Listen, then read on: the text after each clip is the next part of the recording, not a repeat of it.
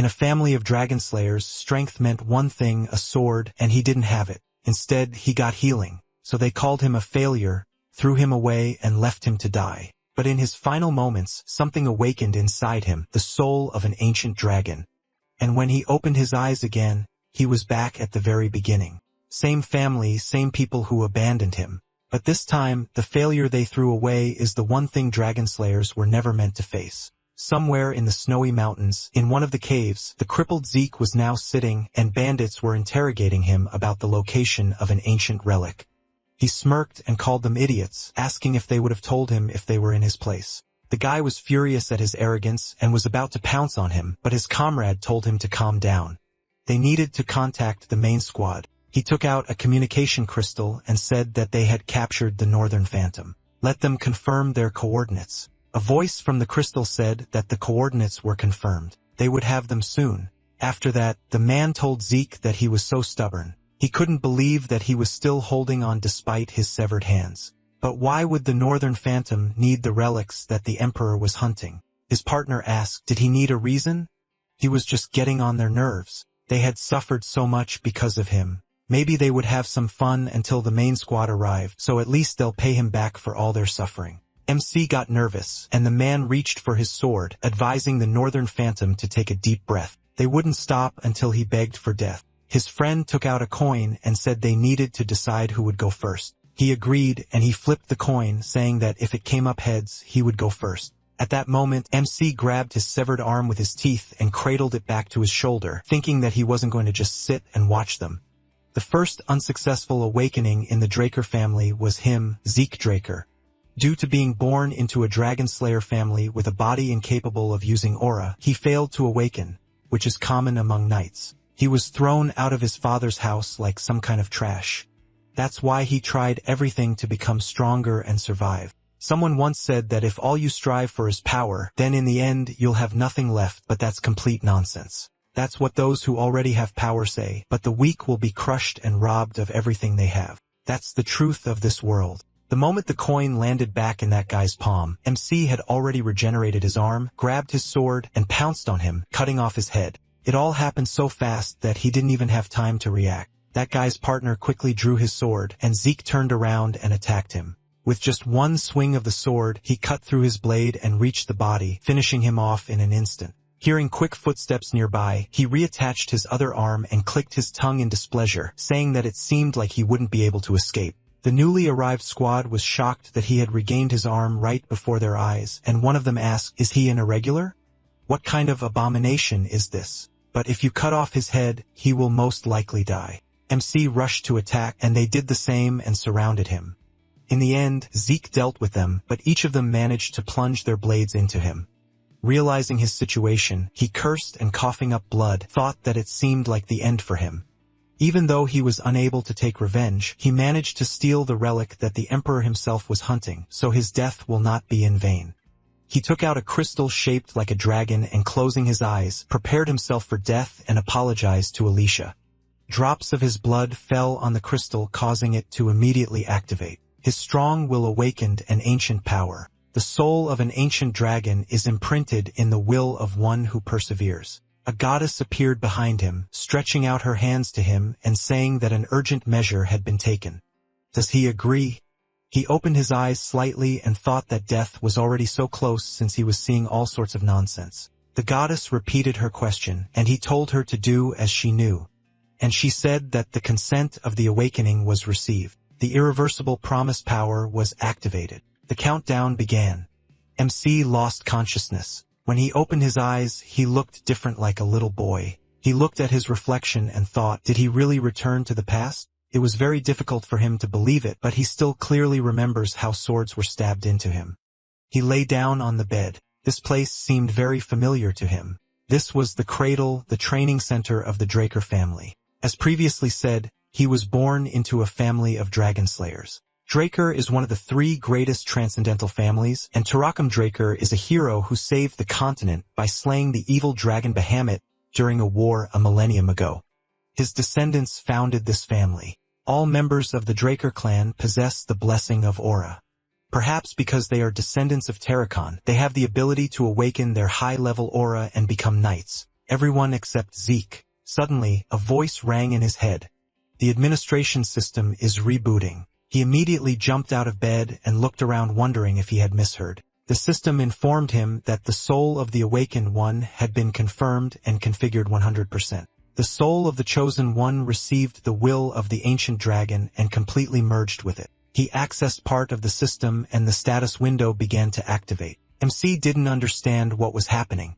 Had he really activated that relic? A status window appeared in front of him showing all his stats. Class Healer, quite rare. Title, one who has received the blessing of an ancient dragon. Class skills, healing, calm mind, energy recovery, and heightened senses. Basic skills, precise strike and slash at rank E and critical strike at rank D. He also has dragon skills, but first, they need to be unlocked for 10 karma points, which he doesn't have right now. He tried to touch the system window, but his hand passed through it, and he also realized that he could move along it.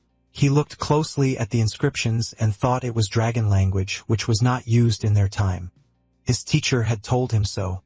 In ancient times, people divided themselves into classes depending on what they were good at. Each class trains in a special technique known as skills. Since his class is healer, he can use the healing skill. After he awakened, the teacher trained him constantly. In any case, judging by the status window, he is already a healer. He decided to test it to make sure what was written in the status window was true. In his past life, he became a healer when he was in his 20s, right after the etheric hall was opened. He closed his eyes and focused on his sensations. And when he opened them, his energy spilled out and he smiled, thinking that he knew it. His etheric hall was already open. Now he understood everything. Even though his trained body was no longer there, he returned to the past with his skills and memories. Compared to who he was before his regression, he was in a much more advantageous position. And in order to take advantage of this, he needed to find out what was at his disposal. Suddenly, there was a knock on the door, and a servant asked if he could come in. Zeke flinched in fear.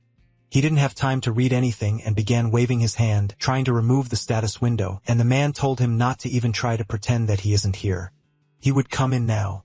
MC asked him to wait another minute, and the man who entered the room let out a heavy sigh and said he couldn't believe he wasn't ready yet. What was he thinking? It was his only servant, Decker. Zeke sighed in relief when he realized he couldn't see it and asked what he should be prepared for. Decker towered over him menacingly and asked, was he really asking him that? Zeke shuddered. He really used to be afraid of him when he was little. And now, even though he has the brain of a 32-year-old, he can't get rid of this feeling of fear in his child's body. And then the system activated his class skill, Calm Mind. All anxiety disappeared in an instant. Calm Mind is a skill that allows the user to remain calm, and their mental state will not change regardless of the situation. He quickly read the description and thought it was good that it activated automatically. Decker said that he had already told him more than once how important this event was. Was he even listening to him? He confirmed this and asked, isn't he talking about the evolutionary test, Pancration? All members of the Draker clan are trained at the Cradle Training Center starting at the age of 7. For 5 years, they undergo rigorous basic training. Instructors evaluate applicants every year in sword fighting and pancreation, a form of no-holds-barred combat. Opponents are assigned by the instructor, but there are times when students choose their own opponents as long as both agree. Due to the lack of rules, some people end up in a fight with injuries or don't make it out at all. But since this competition determines the class into which the academy students will be placed, the children have no choice but to fight with all their might. Afterward, he went to the stadium and the instructor, Panmark, said that, as everyone knows, today is Pancration Day. They all know that these are the final components of the evaluation. Right? They confirmed this in unison, and he said that they seemed to be in high spirits, so they would begin immediately. The students turned their attention to Zeke and began to mockingly discuss him, and he silently told them that he had actually heard everything. The instructor called Aaron and Goda into the arena, and as soon as they were ready, he waved his hand and announced the start of the fight. One of them immediately pounced on the other boy with his fists, and he kicked him in the lower jaw. MC, meanwhile, thought that the outcome of the fight was clear. This is what happens when you don't take the right position for defense. The instructor said that since Goda can't fight anymore, Aaron won. He sighed heavily and wondered why he was afraid of this before. These guys are nothing. He yawned widely meanwhile. A guy named Leon watched him with a kind of evil grin and flexed his fists. After that, they were both called into the arena. Zeke sleepily rubbed his eyes and thought that his opponent simply had to be Leon. The boy mockingly told him to look at himself. Here he was again. Wasn't he enough last year or something? He smirked back and thought that it didn't matter anymore. He was his opponent every year, and every year he beat him. He was sure he had set it all up. A member of his family believes that you need to be able to pull dirty tricks to become a real Dragonslayer. So why is this idiot his cousin? In his past life, his 4 siblings in direct bloodline never had the chance to meet, but there were more than a dozen cousins who took great joy in mocking him. Leon said that he should teach him a lesson. It was brave of him to come back here after getting beaten up, or maybe he didn't understand last time because he was inferior. MC was about to get angry at this mockery, but his calm mind skill calmed him down, and he thought it had been a while since he had to listen to this fool. He told him he wouldn't stand on ceremony with him if he didn't stop, and he responded by patting him on the head and asking what he would do to him. Zeke immediately hit him in the face, and the system activated a skill that deals critical damage to the enemy, which can be cancelled if the hit is missed. Feeling terrible pain, Leon grabbed his head and screamed, and MC thought he just wanted to knock him out. But the skill activated itself when he dealt him a normal blow. He still has trouble controlling his abilities properly. The instructor immediately ran up to the boy and exclaimed in displeasure. What did he do? He hadn't announced the start of the battle yet. He shrugged in response and asked, who even announces the start of a battle on the battlefield? The advantage is the one who strikes first. Seeing his smirk, the instructor felt uneasy and wondered if he had just felt bloodlust. Leon said that everything was fine. He stood up and asked him to start the fight. He was going to kill this inferior idiot. Zeke's eyes flashed, and he said that he thought he was too stupid to learn a lesson.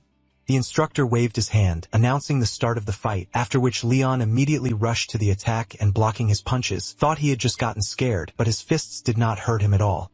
If he was careful, he would not pose a threat to him at all. What you should really fear is his left counterpunch. It's all too obvious. When MC wanted to hit him with his left hand, he immediately ducked and grabbed his leg. And with his other hand, he grabbed his torso and ran forward, wishing him dead. But suddenly, he felt pain and immediately retreated, wondering what just happened. Zeke clicked his tongue in displeasure, and the senior instructor wondered, is this some kind of joke? Could this really be the fighting instincts of a 12-year-old? When Leon dodged Zeke's counterattack and tried to knock him down, he thought he would win. However, MC punched him in the chin and broke free from his grip. It was Leon who had let his guard down thinking he had caught him, but Zeke was so calm despite the fact that his counterattack had failed. Concentration and precision are necessary to inflict such precise and effective damage. Was this really the Zeke Draker he knew? Leon cursed at this point and thought he couldn't do anything like that. First, he needed to create some distance between them. But at that very moment, he received a kick to the leg and almost lost his balance. He thought, how could this little idiot be so strong? He regained his balance and, calling him a small fry, pounced on him. While MC thought it was good that he was able to control his power this time. The system informed him of the activation of the class skill heightened senses. Everything in front of him seemed to slow down. He easily dodged his blow and, grabbing his arm, thought that now that he was used to controlling ether, he would put an end to this fight. After that, he threw the boy over himself, slamming him into the floor with such force that it shattered. Everyone present was shocked by what happened, but Zeke was not going to finish. He used the skill precise strike, hitting the boy's weak points and dealing him critical damage, and then swung his fist again and said that even an idiot like him should learn a lesson from this. Despite Leon's pleas to stop, he continued to beat him, and everyone else watched in horror and did not intervene. When the boy lost consciousness, the MC stood up and told him to remember this lesson for the rest of his life, and then sighed with relief and said that his head was a little clearer now. Looking at the others, he asked why they were staring at him. They should stop whispering and come down here one by one if they wanted to tell him something. Then one boy from the crowd stood up and said that he was challenging him to Pangration because he had something to say. Zeke thought it was Jake and Vardek, another cousin of his. He agreed and said that it would be too boring with him alone, so he wanted Liam Stone, his servant, to go with him. He thought that way he would at least have a chance. Jaken asked furiously. Did he just humiliate him? He confirmed it completely calmly, which made him even angrier and swore to beat him to death. He entered the arena, and this time, the instructor asked Zeke not to do anything ahead of time. He told them to get ready, while MC looked at Liam with a smirk and thought that he was interested to see the king of mercenaries here again. In his past life, Liam, as a servant of Jaken, studied at the Cradle and Academy. But because he was a distant relative, he was left without an education. He begged to enter the highest learning academy, Valhalla. But in the end, Liam entered the knightly order of a small state called Baranon. And as soon as Baranon fell, he became a mercenary. But in troubled times, people are drawn to the strong. After a long time as a mercenary, he became a Red Knight and founded his own guild called the Stone Mercenaries. Under his command, he united the largest mercenary groups, which is why he was nicknamed the King. When the Empire hired the Stone Mercenaries, Liam entered the Continental Wars, and he, along with the Northerners, faced them on the battlefield. But now everything may turn out differently. As soon as the instructor announced the start of the fight, Jukin threw the first punch, but his expectations were dashed. Zeke caught his fist and irritably reminded him that he had told them to attack simultaneously. Jukin jerked his hand away, freeing himself from his grip, and then kicked him, exclaiming that he really thought he would play along with his cheap tricks, but the blow injured him. He immediately retreated, and MC showed him his reinforced elbow and said that he should have looked closely before punching. The boy glanced at his bruised leg, and at that moment Zeke pounced on him, taking advantage of his distraction. He clenched his fists tighter. Chikwon put his hands out in front of him, trying to defend himself. But contrary to his expectations, MC kicked him under the knee and asked if he was too scared. He couldn't even predict his moves. That's why they should have attacked together. After a kick in the leg, he punched him in the chest, causing blood to spurt out of his mouth, and he said that he was nothing on his own. Chicken fell to the floor and loudly called out to Liam, asking him to kill this idiot, and he stepped forward. And Zeke thought, he's already 12 like them, right? The most annoying thing about fighting him is his insane swing. He can't do anything if he attacks first, so he needs to take the initiative. The moment he swung, he suddenly rushed forward and delivered several blows that he had to block, and then used a slash and unleashed a flurry of attacks on him, blocking his vision. The other students watching this fight said that this was just insane. Everyone was very surprised because they had never seen anything like this before. He uses the technique of Northern Fist fighting in the Middle Lands where swords reign. At this time, MC was already starting to get tired and thought that his body was so useless. He hadn't really done anything yet, and he was already out of breath. But it's not just him. It's also his incredible physical fitness. No counterattacks or dodges. He just endures without letting his guard down. When he was the king, he was more aggressive. Now his body is at its limit, and he realized how strong his opponent's body is. He must get him out of control. He moved his hand to the side, gathering strength in it, and Liam prepared to block it. After that, Zeke struck with all his might, but this time Liam dodged, which surprised him. He thought, how did he do that? He can't see the ether with his own eyes. Apparently, everyone here has insane senses. After that, Liam grabbed his arm and clothes, trying to throw him over himself. But MC quickly regained control of the situation and kneed him in the head, after which he grabbed his arm and used his heightened senses to perform a hold. He squeezed his thighs around his neck with all his strength and thought that no matter how strong his body was, no one could last long without oxygen. And then he felt pain. Liam started punching him in the chest to make him loosen his grip, and he thought this idiot was just crazy. He looked into his furious eyes and pressed on his neck even harder. The one who is more patient will emerge victorious from this fight. Liam continued to hit him, and he in turn squeezed his neck even harder. And this spectacle made some students uneasy, while others, on the contrary, enjoyed it. Even the instructor held his breath. In the end, Zeke won. Liam lost consciousness. Meanwhile, Reyna Tarun, watching this fight with a smile the whole time, thought that she expected nothing less from him.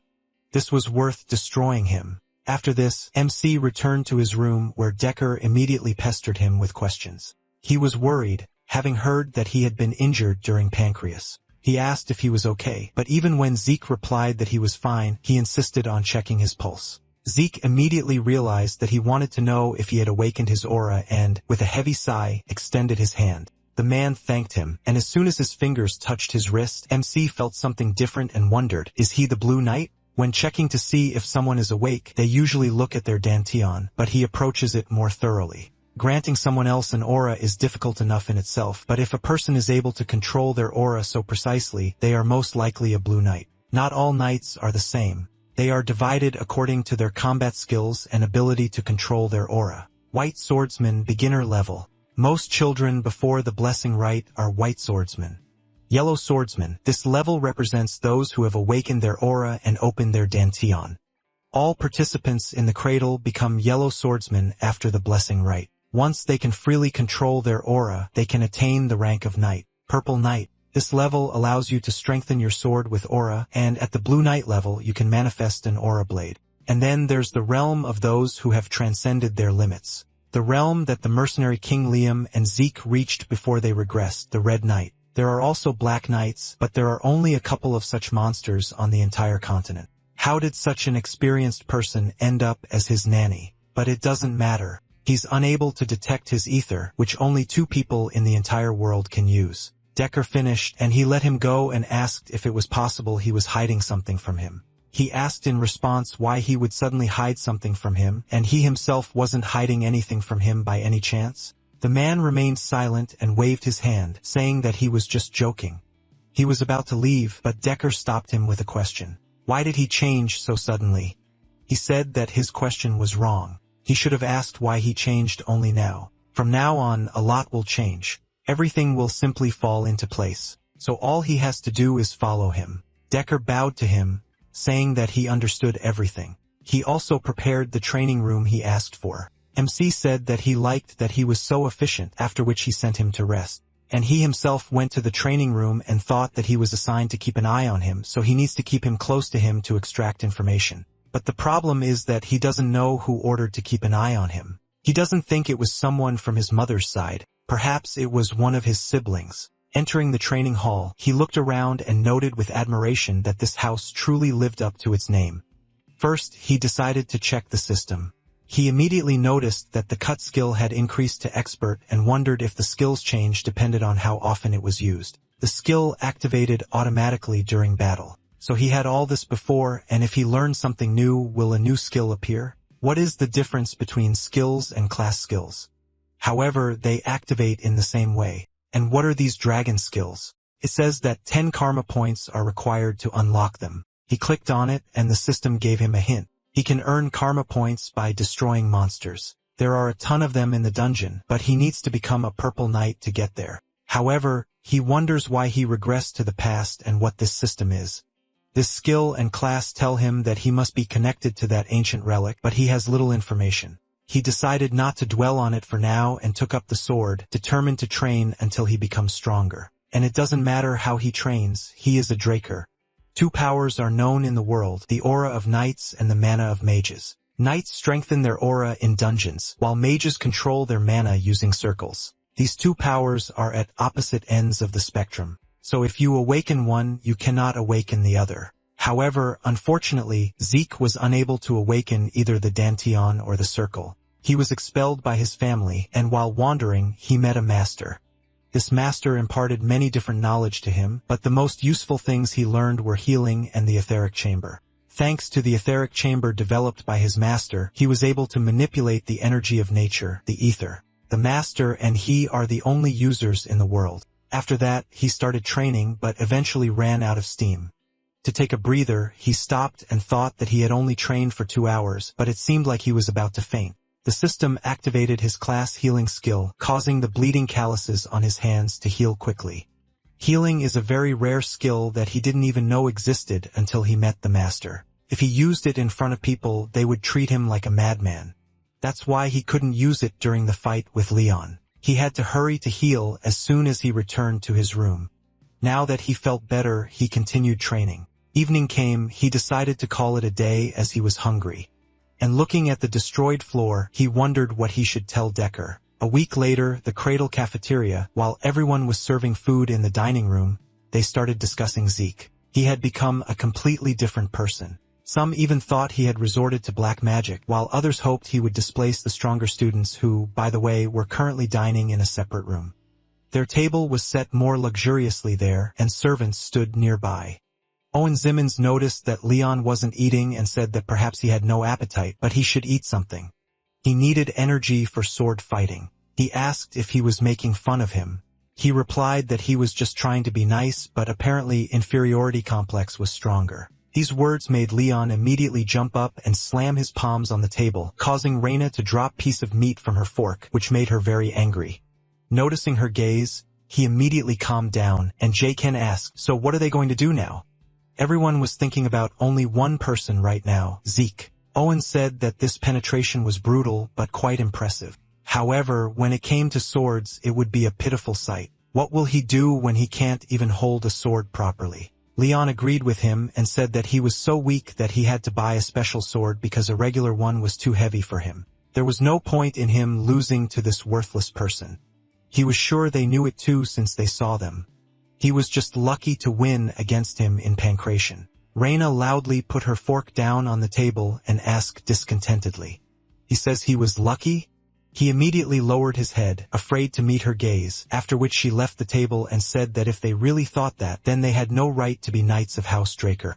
In sword duels, unlike pancration, real swords are used, and this is the cause of most of the incidents in the cradle. Moreover, this is where the difference in student skills is most evident. A month after the current graduation exams, the blessing ceremony will begin, during which Draker awakens his aura. And then the day of the exam arrived, the instructor told Zeke to go into the arena, and he walked out with a proud smile along with his huge sword. Because of this, everyone started laughing at him. He thinks that a big sword will give him more power? Reina entered the arena. She decisively called out to him and furiously said that she chose him as her opponent. He smirked and remarked that it sounded good, then pointed the sword at her and said that he accepted. She mentally noted how easily he lifted the claymore, then drew her sword, and thought that now that she was looking at him up close, she could tell that this was not the Zeke she knew. He could barely hold the sword properly. Was it because he had grown? She immediately pulled herself together, wondering what she was even thinking. She can't let him intimidate her before the fight begins. She'll do well. Meanwhile, MC thought he could handle it, but a fight with the Lightning Knight is quite a tense affair.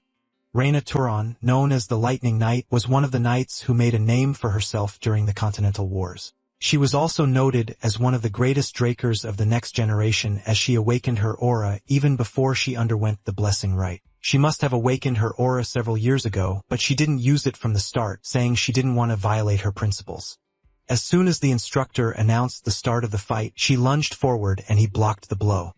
And then she retreated and quickly moved behind him to deliver a thrust. He blocked it, but was thrown back due to the force of the blow. After that, he frowned and thought that she was better than he expected. One of the students told Reina to stop playing with him and finish him off already, and one of her friends called the man an idiot and asked if it looked like she was playing with him.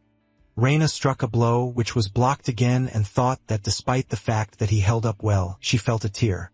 But no matter how quickly she tried to seize the moment, his sword blocked her attacks as if it anticipated her actions. And immediately after, another gap opened. It looked like a training match meant for her training. She struck again. A loud clang rang out, and she immediately retreated to catch her breath. Zeke, meanwhile, was not the least bit tired and thought that now he understood how the Lightning Knight fought when she was in the cradle. She fought fairly as one would expect from someone who values her principles, but this is precisely what was holding her back. Why doesn't he help her break out of her shell? He crouched down, and Reina noticed that he had an extremely low stance, intending to close the gap in one go, but he shouldn't underestimate her speed. A second later, he was already next to her. She was surprised by his speed, but still managed to react and dodge a heavy blow from his sword, thinking that as long as there was distance between them, she could react to his antics. Without lifting the sword from the floor, he swung it, and she didn't even understand what he was trying to achieve until several rocks flew into her face. Despite the blow to her head, she immediately returned her gaze to her opponent and took a step back. And when she saw his sword right in front of her face, she knew it was time to finish. She momentarily released her aura and quickly disarmed her opponent, throwing his sword high into the air. A few seconds later, the sword stuck in the ground nearby, and the students exclaimed that Zeke had lost. As expected of Reina, she didn't use her aura as usual. The instructor was shocked at this time. The cadets did not notice anything, but when his sword approached her, she still resorted to using aura. It was barely noticeable. She promised never to use aura until she entered the academy, and he made her compromise her principles. Because of this, Reina was now upset. She looked down, and MC immediately ran up to her asking what she was doing. "It's not over yet." After that, he hit her in the neck with all his might, causing blood to flow from her mouth, and Leon indignantly exclaimed that this was a sword fight. What kind of cheap tricks are these? The other students agreed with him and began to shame him with all their might, but Leon paid them no attention. Noticing that his opponent was getting up, he asked if she wanted to continue. Reina remained silent, grabbed her neck, and thought that she had not lost yet. He hit her only because she let down her guard. But what guard? If he had held a dagger, she would have died. She closed her eyes and admitted defeat, which surprised her friends. Zeke, who was called Scum just a few days ago, defeated one of the most talented protégés of famous families, Reina Tarun, sometime later. Somewhere in the dilapidated castle, the aftermath of its capture was being sorted out. Bodies were being collected and thrown into a pit. Meanwhile, those very same invaders were now in the castle itself. William, with a pale face, looked at Abel and asked how he could drink tea in such a situation. They said that Zeke, that idiot, defeated Reina. Abel took a sip of tea and said that he was always so serious. How much time did they have left before the blessing ceremony? He answered him that they needed to wait until the next full moon, and he, going to the window, said that it looked like the best time to visit his family. William exclaimed in surprise, he was going there alone? Abel said this only piqued his curiosity, curious to know what kind of awakening their little brother would undergo. Even though Zeke's victory had shocked the entire group, he simply returned to the training center and resumed training. About a month later, on the day of the blessing ceremony, MC finished another training session and, wiping the sweat from his face, thought that he really didn't understand how he managed to become a red knight with such a body in his past life. He decided to check the status window, and as he thought, only his precise strike skill level had exceeded the expert level. He even managed to increase his proficiency in dashing steps, a skill he acquired during the duel. There was a knock at the door, and he immediately realized it was Decker who had come and asked what he wanted. He warned him that they were leaving in 2 hours, and he said that he would join soon, so let him prepare everything. Soon they set off on carriages, and he thought that it had been a long time since he had been to the main estate. It belongs to the Draker family and is located in the Duchy of Troy. Although the family's main residence is located in the heart of the continent, in the Fortress of the Four Seasons in the Middle Lands, the blessing ceremony must be held in the main estate where the legend of Dragonslayers originated. Soon they arrived at the main estate, the Dragon's Lair. Everyone was gathered in a spacious hall and lined up in several rows. Zeke glanced around and thought that he had never realized this before. But all the spectators were famous people who were often written about in the Continental Information Bulletin. He thinks his family sent someone to watch him. Whatever their intentions, once they see that he can't awaken, he is sure they will simply start ignoring him. And then he caught sight of someone who really angered him. It was Abel. He shook hands with some aristocrat and said that they had not seen each other for a long time. What brought him here? Perhaps someone from this class caught his attention? He answered with a smile that he had his reasons.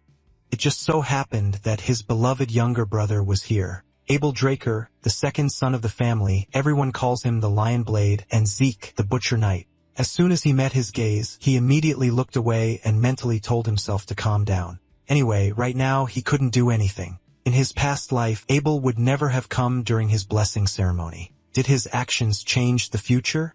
If so, then perhaps this was his chance. Finally, the ceremony began, and a boy named Aaron was called forward. He approached the statue and a huge bowl filled with water and dipped his hand in it. There was a needle at the bottom of the bowl.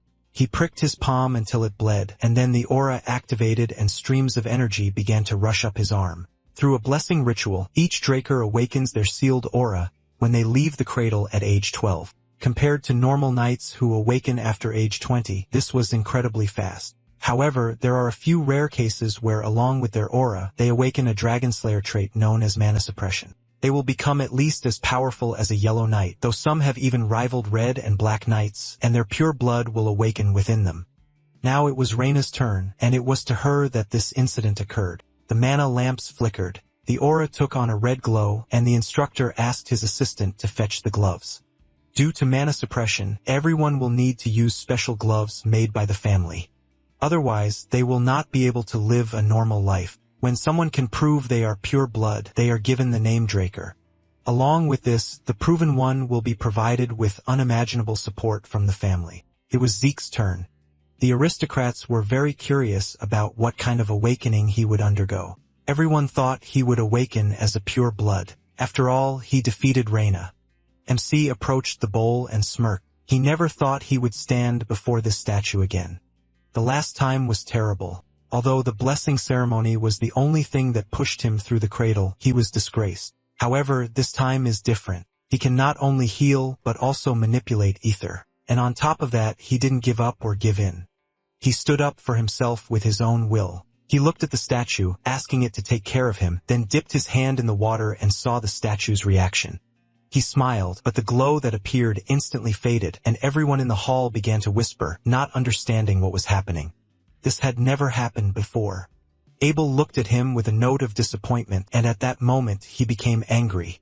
He took his hand out of the water and thought that he knew it. He shouldn't have expected anything to change. Thanks to that idiot, he became overconfident. The other students began to whisper. He couldn't awaken, but how is that even possible? It seems that even the blood of the family head wasn't enough for awakening. How did he defeat Reina then? He must have pulled some trick.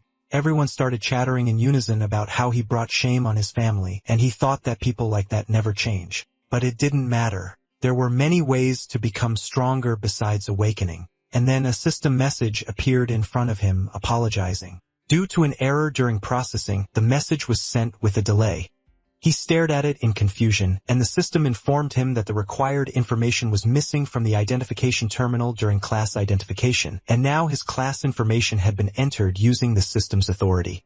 His talent was determined to be healer, and now his class was unlocked and identified as rare. He immediately turned to the statue, thinking that this couldn't true, and saw a red glow. Everyone was surprised. This meant the awakening of a pure blood. The system informed Zeke that the terminal had established a connection, and the blessing of the ancient dragon sealed within the user's soul had been activated. Abel continued to watch as the golden aura enveloped him, and the system reported that the fighter's blood talent had awakened. All his awakened talents had combined, and a new unique class had been created, Immortal. Everyone was amazed by the golden glow. Is this how purebloods awaken? There was a bit of red, so was he considered a pureblood? MC thought that, of course, they would have doubts. But if he said anything here, it would backfire on him. The nobles began to discuss it. The mana lamps were fine. Right? Was the sword statue broken? Someone even said there was suppression. This can't be a pure blood awakening. Abel clapped his hands, drawing everyone's attention, and asked why they were all so serious. They had 2 pure bloods awaken at once. Isn't that a reason to celebrate? They exchanged glances and, deciding not to contradict him, applauded, saying that 2 awakenings were a blessing. Abel waved his hand and ordered the instructor to quickly bring the gloves. And when Zeke put them on, he noticed that they were quite heavy. After that, the next student was called to the statue, and Abel watched his brother with a smile. MC thought that his intentions were obvious, but he would have to accept Abel's help. Although all this irritated him. After a while, the ceremony finally ended, and the instructor invited everyone to the celebration held in its honor.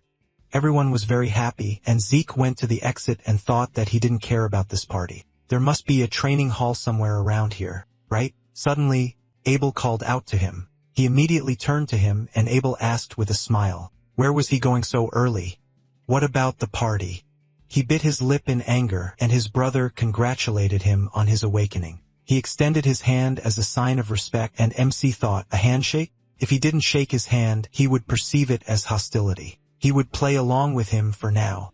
He was about to do it, but remembered what happened in his past life and stopped. Abel looked at him in bewilderment, and when he lowered his hand, he smirked and remarked that it was somehow awkward. Zeke gritted his teeth and thought that even to save face, he couldn't shake this idiot's hand. Abel waved his hand and said that nothing could be done. He would have to be content with just meeting. He touched his shoulder and left, saying that they would see each other again. And he glared after him with fury, squeezing the shoulder he touched. Meanwhile, the feast had begun. Everyone was talking about Zeke and wondering where he was now, but he was already in his room. He pulled off his clothes and breathed a sigh of relief. He thought he would suffocate there. He looked around his luxurious room and thought that none of this mattered anymore. What was wrong with him? All pure-blooded awakened have the ability to suppress mana. This ability proves that a person is opposed to dragons, the source of mana. However, since most mechanisms use mana as fuel, purebloods have to wear gloves.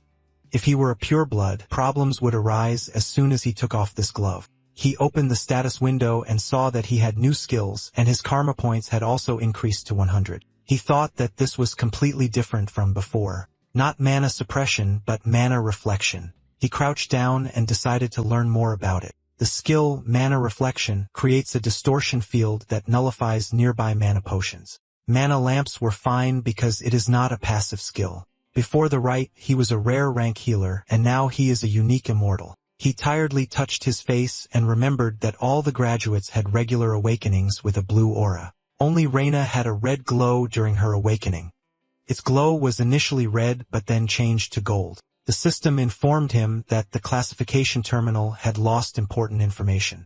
Did the classification terminal refer to the bronze statue? As soon as the system entered the information, the standing bronze statue began to emit a red glow. He sighed heavily. Now he understood what had happened. The bronze statue does not determine whether you have awakened or not. It determines the user's predisposition, their class. Red is a rare class. Gold is unique. The bronze statue is an ancient relic used even before Terracon, the founder of the Draker family. In their days, the concept of class did not exist, so it was only used to check whether a person had awakened or not. They misinterpreted the red glow, which signifies a rare class and the awakening of purebloods. And not a single family head has ever realized this. Besides, he has karma points. Did he receive them during his awakening? He decided to use his points to view his dragon skills, and several system windows appeared in front of him with descriptions of new skills. Dragon Vision allows the user to view detailed information about a person or object after careful observation. Currently locked, it requires 20 points to unlock. Dragon Might allows the user to force enemies to surrender with an aura. It requires 30 points to unlock. Devour allows the user to consume and digest large amounts of food. It requires 50 points to unlock. He looked through the skills thoughtfully. Devour seemed the most useless, so he decided to spend his points on something he would definitely find useful. He bought both Dragon Vision and Dragon Might and decided that the second skill seemed too dangerous to use here, so he used Sight. As soon as the skill activated, one of his eyes changed and he looked around. He expected more because it said detailed information, but in reality, nothing changed. He decided to go out onto the balcony and laughed nervously, thinking this was some kind of madness. It seemed as if the statue standing in the center of the garden was right in front of him. This skill could really be useful.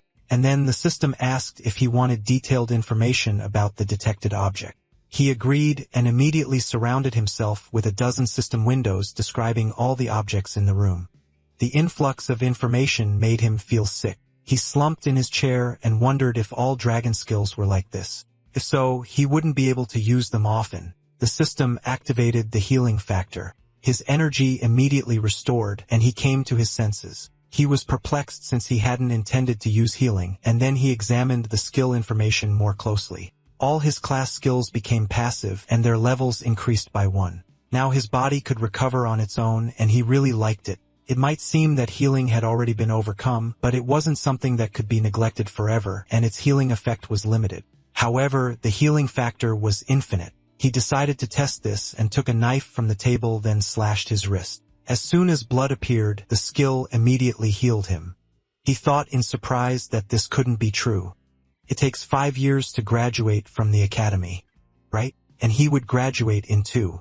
Draker Academy is a famous knight academy on the continent. Anyone is willing to sacrifice everything and anything to enroll here. The Duchy of Troy, the where Academy is located, is bustling with life in the spring when the new semester begins, and so Zeke arrived at the academy. He glanced at the other students and thought that the higher-ranked students were no different from adults, all of them trained to perfection. However, if he compared them to those who studied in the cradle, they would still remain the descendants of noble families. He glanced at Owen, around whom a crowd of boys crowded, and thought that it seemed he had already gained authority. This whole family was rotten to the core. Among the many different families supporting Draker, there are 3 that wield the most influence. They are called the Great Families. Turin is the epitome of strength, Zimmons is wisdom, and Vardek is wealth. Even the children of these 3 families take advantage of their positions. He grinned and moved on, deciding that it was none of his business. He went to a high-ranking dormitory called the Platinum Mansion. And seeing the luxurious tall building before him, he thought how nice it was to be a pureblood. This dormitory is equipped with a study hall, a library, and other amenities. All of this is available only to the highest-ranked students. Even from the cradle, it is very difficult to get here. As for pureblood awakened, they are granted a special privilege, the floor master, an entire floor known as the Platinum Floor. As soon as he entered the dormitory, a maid greeted him and said that they had been waiting for him and would now take him to the right floor. When he went up to the platinum floor, he was met by a whole crowd of servants, and he smiled wryly, thinking that even for pure bloods, this was too much. One of the servants informed him that Sir Decker was already waiting for him in the room, and when he entered, he immediately inquired about the matter. The man replied that he had something to give him. He pointed to a box on the table, and it turned out to be new gloves. He immediately tried them on and said with a smile that they were much better than the temporary gloves. Decker said he was very glad he liked it, and he took the sword, saying that since he had new gloves, he should update his weapon as well. What did he think about that? He replied that it was an excellent decision. And he said that because the Duchy of Troy was close to the giant mountains, there were many high-quality materials and skilled craftsmen there. It even got to the point that, according to rumors, the first weapon of academy graduates is Trojan. Decker decided to look for a worthy craftsman for it, but he said he already had one in mind. He wrote him the address and name and gave him a note saying that he would meet with him, so he should arrange a meeting. Decker read the note and said that he hadn't heard of Galleon Halbert before and would contact him right away. By the way, his classes began tomorrow, so he should familiarize himself with the relevant documents in advance. He was upset that he had mentioned his studies again and finally was left alone. He began reading the documents and thought that given that the platinum floor was completely isolated, he would have much more freedom to develop his dragon skills. There was a knock on the door. He gave permission to enter, and a maid informed him that floor mistress Reina had sent him an invitation to dinner. He was embarrassed. It was strange that she invited him and then asked the servant to take him to her. Seeing her, he smiled wryly. She was sitting surrounded by several guys, and he wondered if they were some kind of southern cartel. Reina greeted him and said that the people in her family were rather peculiar, and she apologized to him. She waved her hand, signaling them to leave, and MC took a seat opposite her, thanking her for her concern. She suggested that they discuss everything after the meal, and while she was choosing what she would eat, he took a closer look at her. The Lightning Knight, she uses her lower abdomen to control her aura.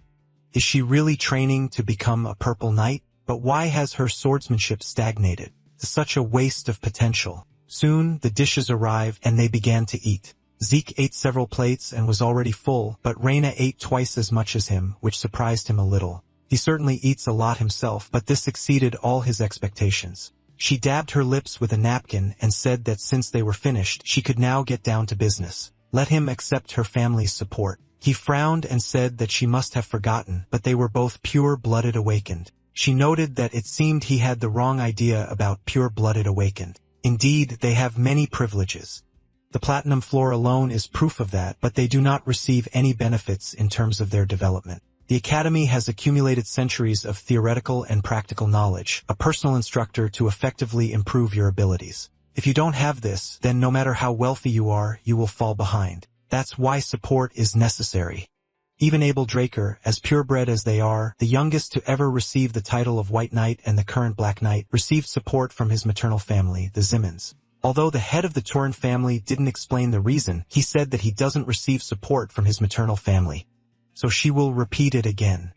Let him accept the support of the Turin family, but he refused and did so with a face as if it were some kind of trifle. She stared at him in surprise and asked why. Her family's support was quite a profitable solution for him. He rose from the table and said that it was not about that. He didn't need anything more than what he had. He thanked her for dinner and was about to leave. But before leaving, he decided to give her one piece of advice. Her sword had too much power.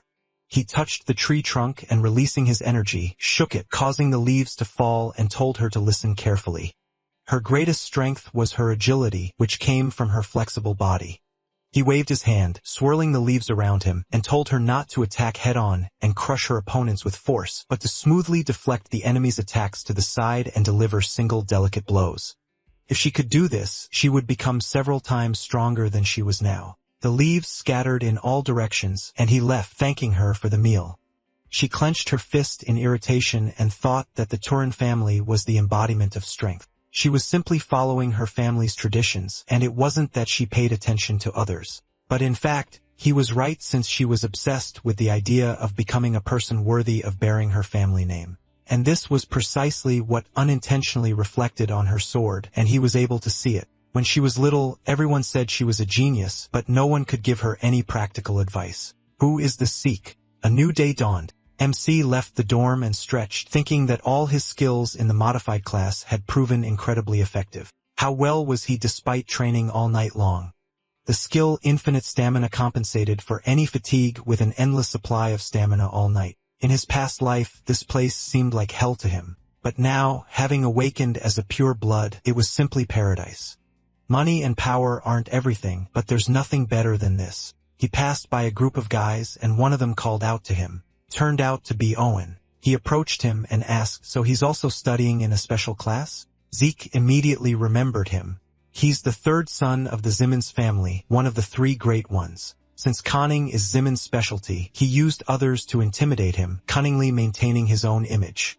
Owen said he invited him to dinner last night, but he never responded. Maybe the letter never arrived? MC wondered why he was being so kind to him now. He remembered the unopened letter on his desk and asked with a smirk, so that's what he had there. The guy asked why he hadn't responded to his invitation, and he asked in response, is he kidding or something? Why does he have to respond to everyone he meets? Then some guy stepped forward and said that he was acting rather rude despite the young master's kindness. He asked who he was, and he mockingly asked, doesn't he know him? It seemed like the newcomer, fresh from the cradle, didn't really have much of a personality. Zeke sighed heavily and continued on his way, saying that he understood he wanted to appear tough in front of his master, but he shouldn't forget who he was talking to. He was about to leave, but the guy lunged at him and struck him, which he blocked, then immediately retreated. He glanced at him and noted that it turned out high-ranking students could already control aura. The guy said his name was Durbin Roswell, and here they call him Durbin the Mighty. He would teach him a lesson in place of young Master Owen. MC chuckled and said it was funny. A cadet, who wasn't even a knight, already had a nickname. Immediately after that, he abruptly approached him and called him a joker, then punched him in the chest with all his might, causing blood to spurt from his mouth and sending him flying several meters away.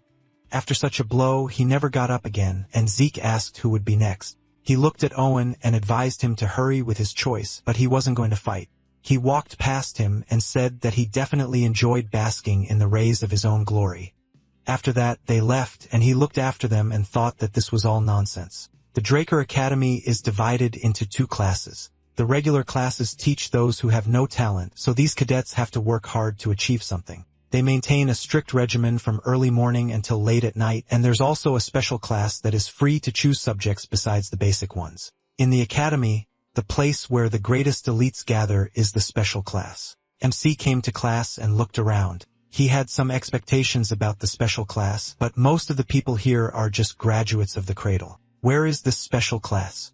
The teacher asked everyone to remain silent. To cheer them up, the first-year students of the special class, someone truly exceptional, had come today.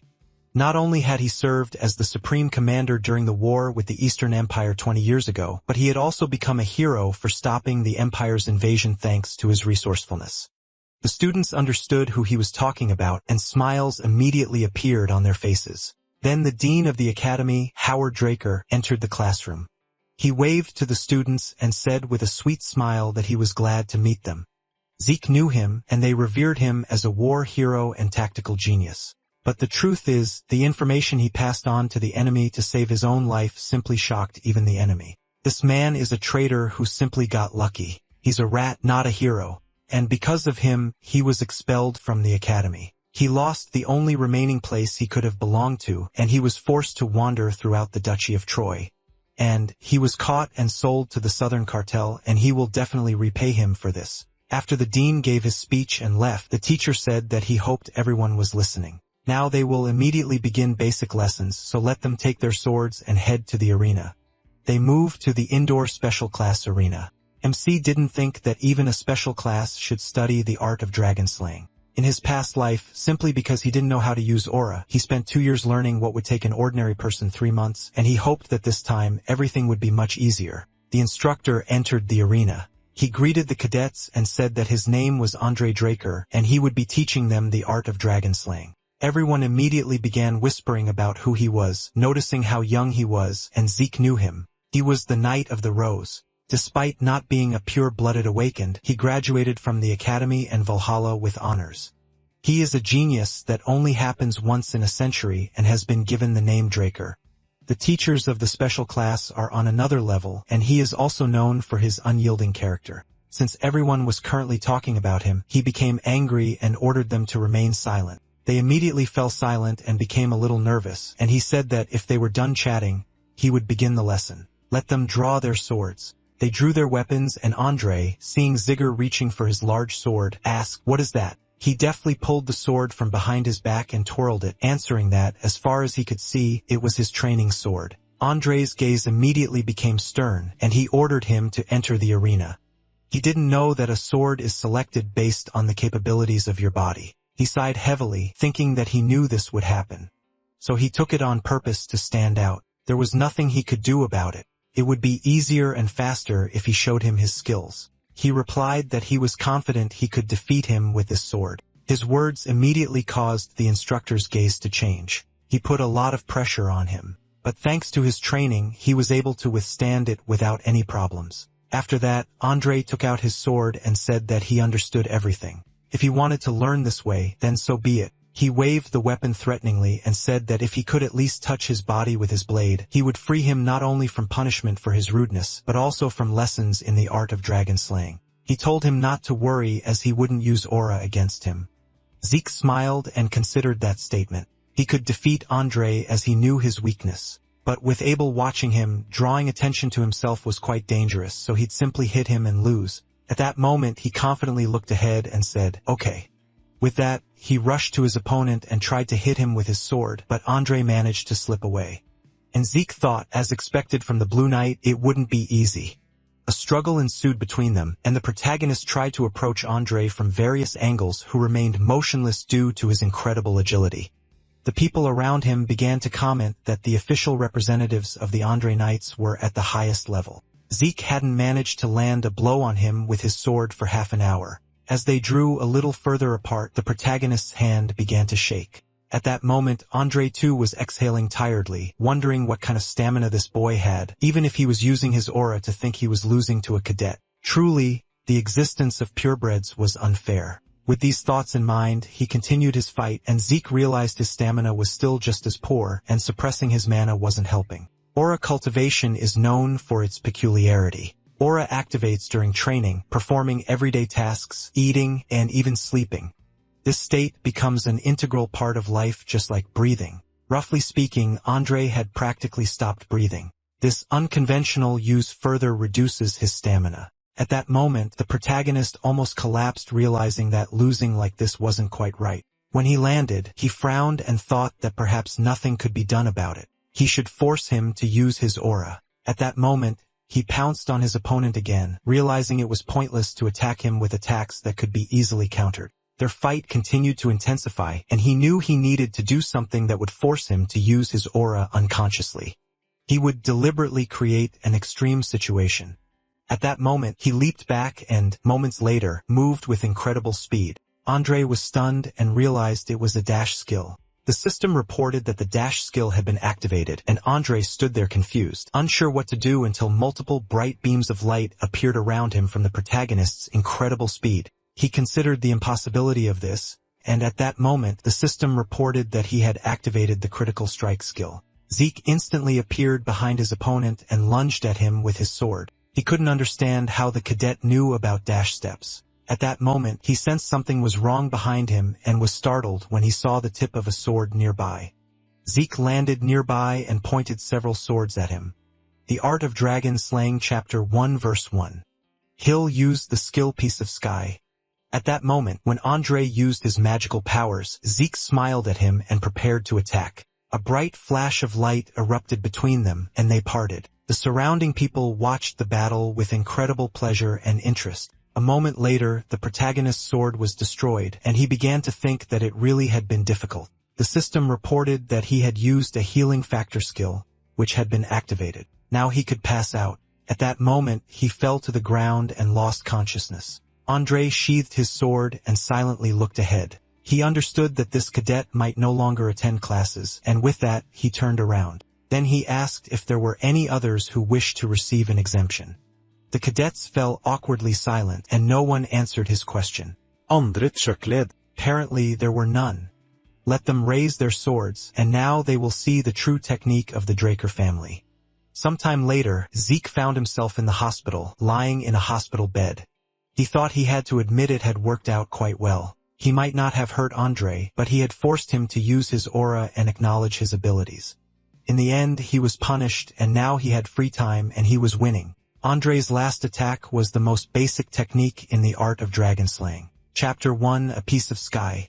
However, since this technique was used by the Blue Knight, its power was simply incredible. Regardless, he could still defeat the Blue Knight, and given his boundless stamina and healing ability, it wasn't enough to live freely.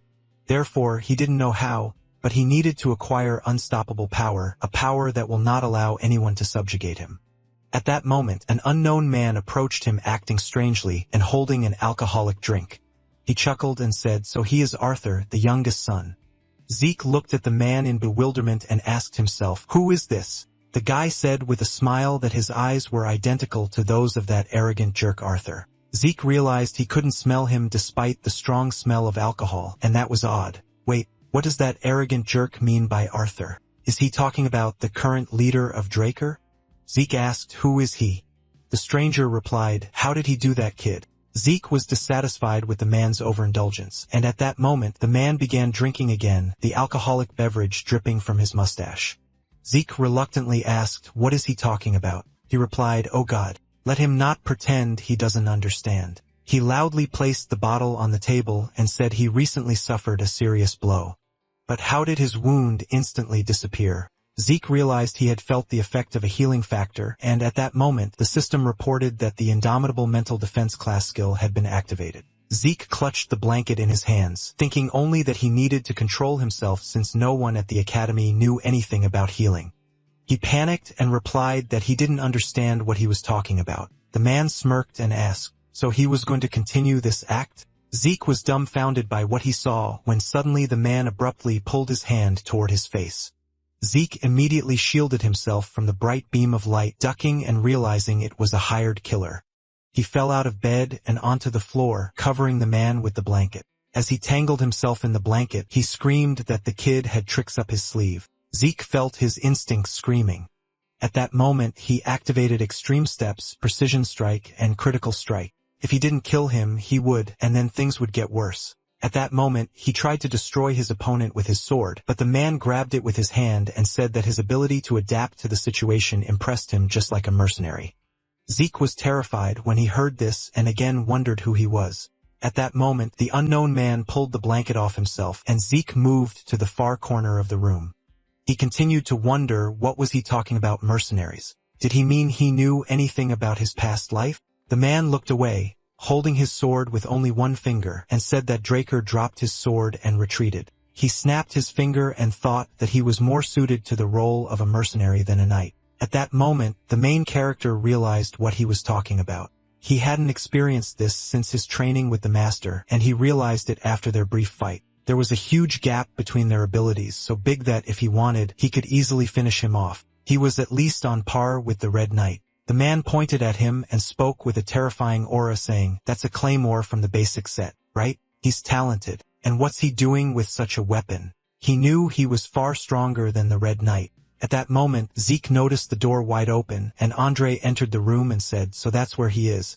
Zeke was surprised by his arrival, and Andre looked at him silently. He didn't understand why this guy was here. Andre turned to the garden caretaker, Dexter, and Zeke realized he was the caretaker. Dexter asked how he knew he was here, the freak. Andre replied that he'd seen him in the training room. He said he was annoying with his intelligence. At that moment, Andre said that if he was done with treatment, he should go back to his studies. Turning to the cadet, Zeke, frightened, replied that he understood everything. And as he grabbed the door, they called out to him, "Kid, if he has time, let him run into the Academy's western greenhouse. He'll teach him something useful." This was said by Dexter, who smiled as he watched him go.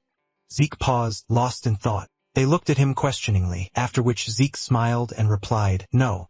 Thank you."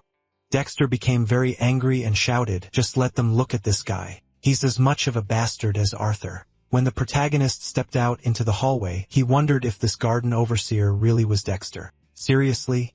Who was he trying to fool? If he had the rank to call the current head by his first name, then he must be the same man who had only had one student in his entire life, and that was Andre. That's Duke Draker. He's a storm knight. He's one of the Black Knights, so powerful that he can single-handedly take on an entire kingdom. Rumors had it that he disappeared without a word. Who would have thought he'd secluded himself in the academy? Perhaps Andre came here because of him. When they talk about someone named Duke, do they mean a man with frightening tenacity? Rumor has it that he only achieved the status of a Black Knight because he liked the color black. But that's all a lie, right? Everyone is showing great interest in him now, but receiving easy training out of simple interest is what he needs. If he's going to learn anything, he should at least learn his secret technique. He needs to turn this interest into tenacity. Sometime later, he arrived at the academy where Fanon, the academy's professor of magic theory, asked if he knew what happens in cases like this. Did no one know? All the cadets were incredibly bored, yawning, and sleeping right through class. The professor replied, okay. When creating a mana form, you can take damage due to resistance. The protagonist was the only one listening attentively and, raising his hand, said he didn't understand the law of energy transfer he'd mentioned earlier. The professor asked again, what? At that moment, he was stunned that someone had paid attention to him and looked at his student with admiration. He replied that he apologized. It was the first time he'd been asked a question, so he'd explain everything now for the transfer of mana to explain this concept. He also wondered what mana was. He continued to answer the students' questions for far too long. After some time had passed, the lesson ended, and the boys asked why they were studying magic theory at a night academy. They needed a break. Zeke reflected that the lecture had been fairly easy to understand and that he was no ordinary professor. As he stood up, someone called him over and asked him to wait. It was the professor who had barely caught up with him, and Zeke asked what happened. He tried to catch his breath, saying that it was nothing special.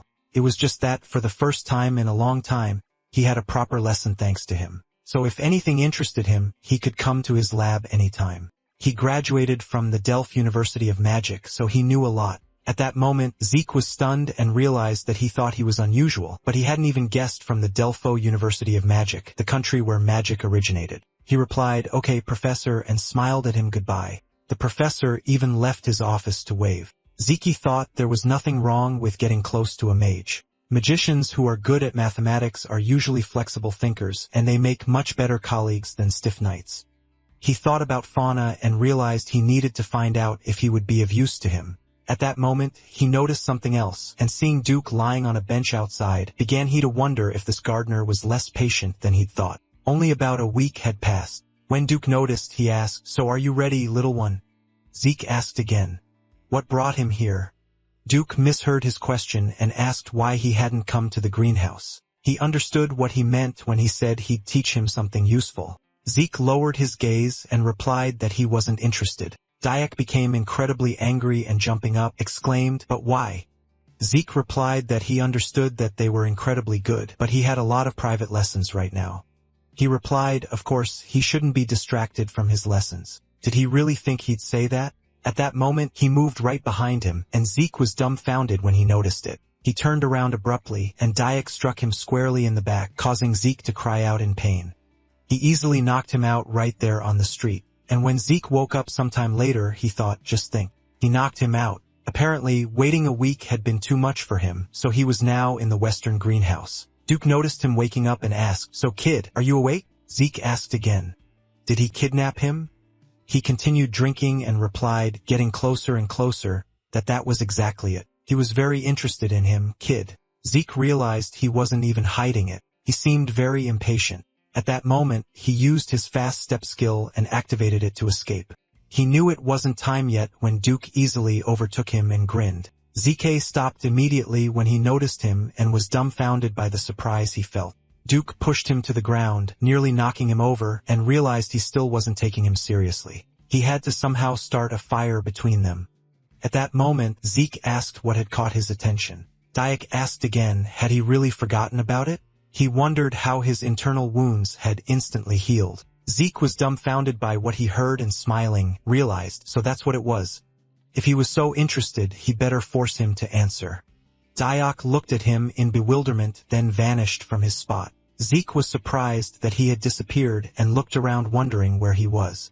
He scratched the back of his head in confusion and suddenly saw the tip of his spear above his head. He tried to shake it off with one deft movement and grabbed his sword, then stopped and looked around, asking what he was doing. Too much dust had accumulated around him, and Diak approached him, saying he told him to force him to answer. But that was too easy, so he offered to make a bet. If he could even touch him, he'd grant him one wish.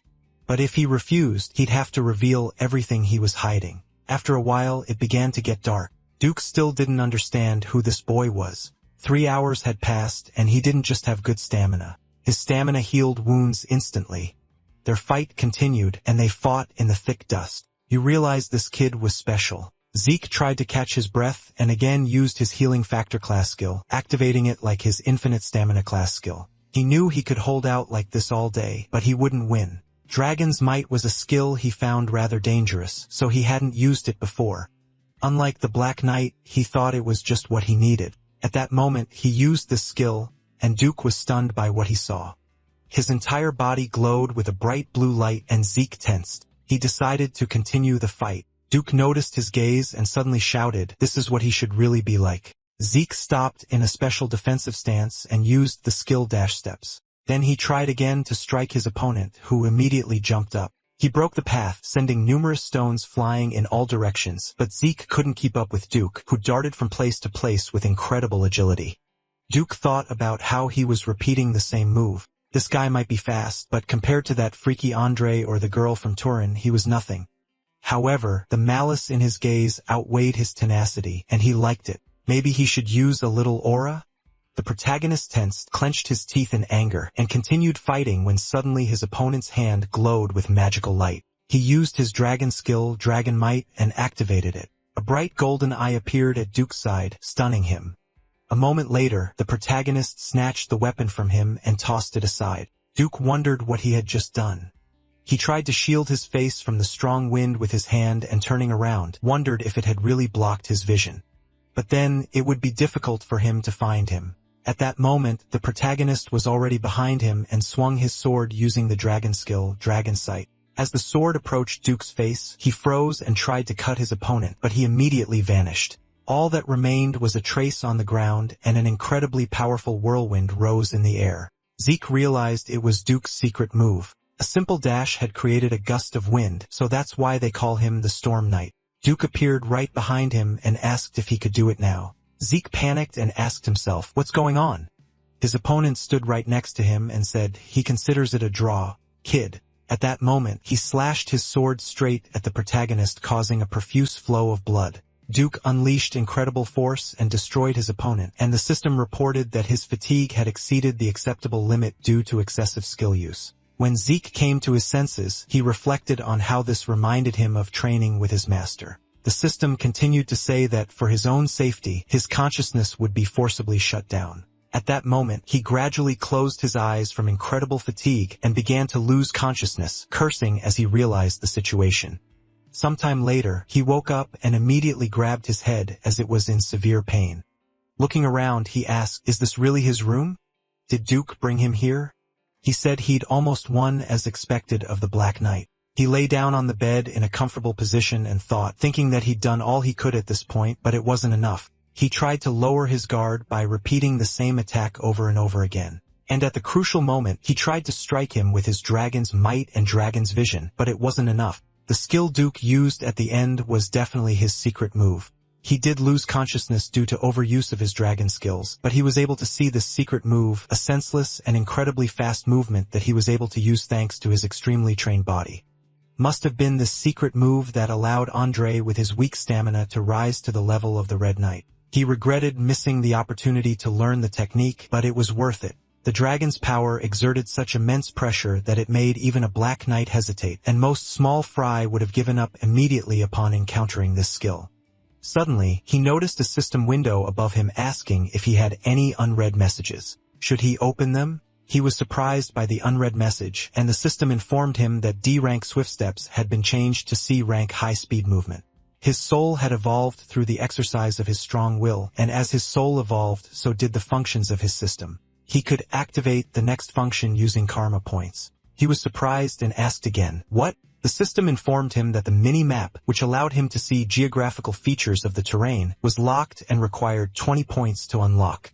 His inventory, which he could store as many items as he could fit, was also locked. He needed 20 points to unlock it. The entry-level quest book, which includes a guide and tasks for the effective development of low-ranking administrators, was also locked, and he needed 45 points to unlock it. His current karma point total was 40.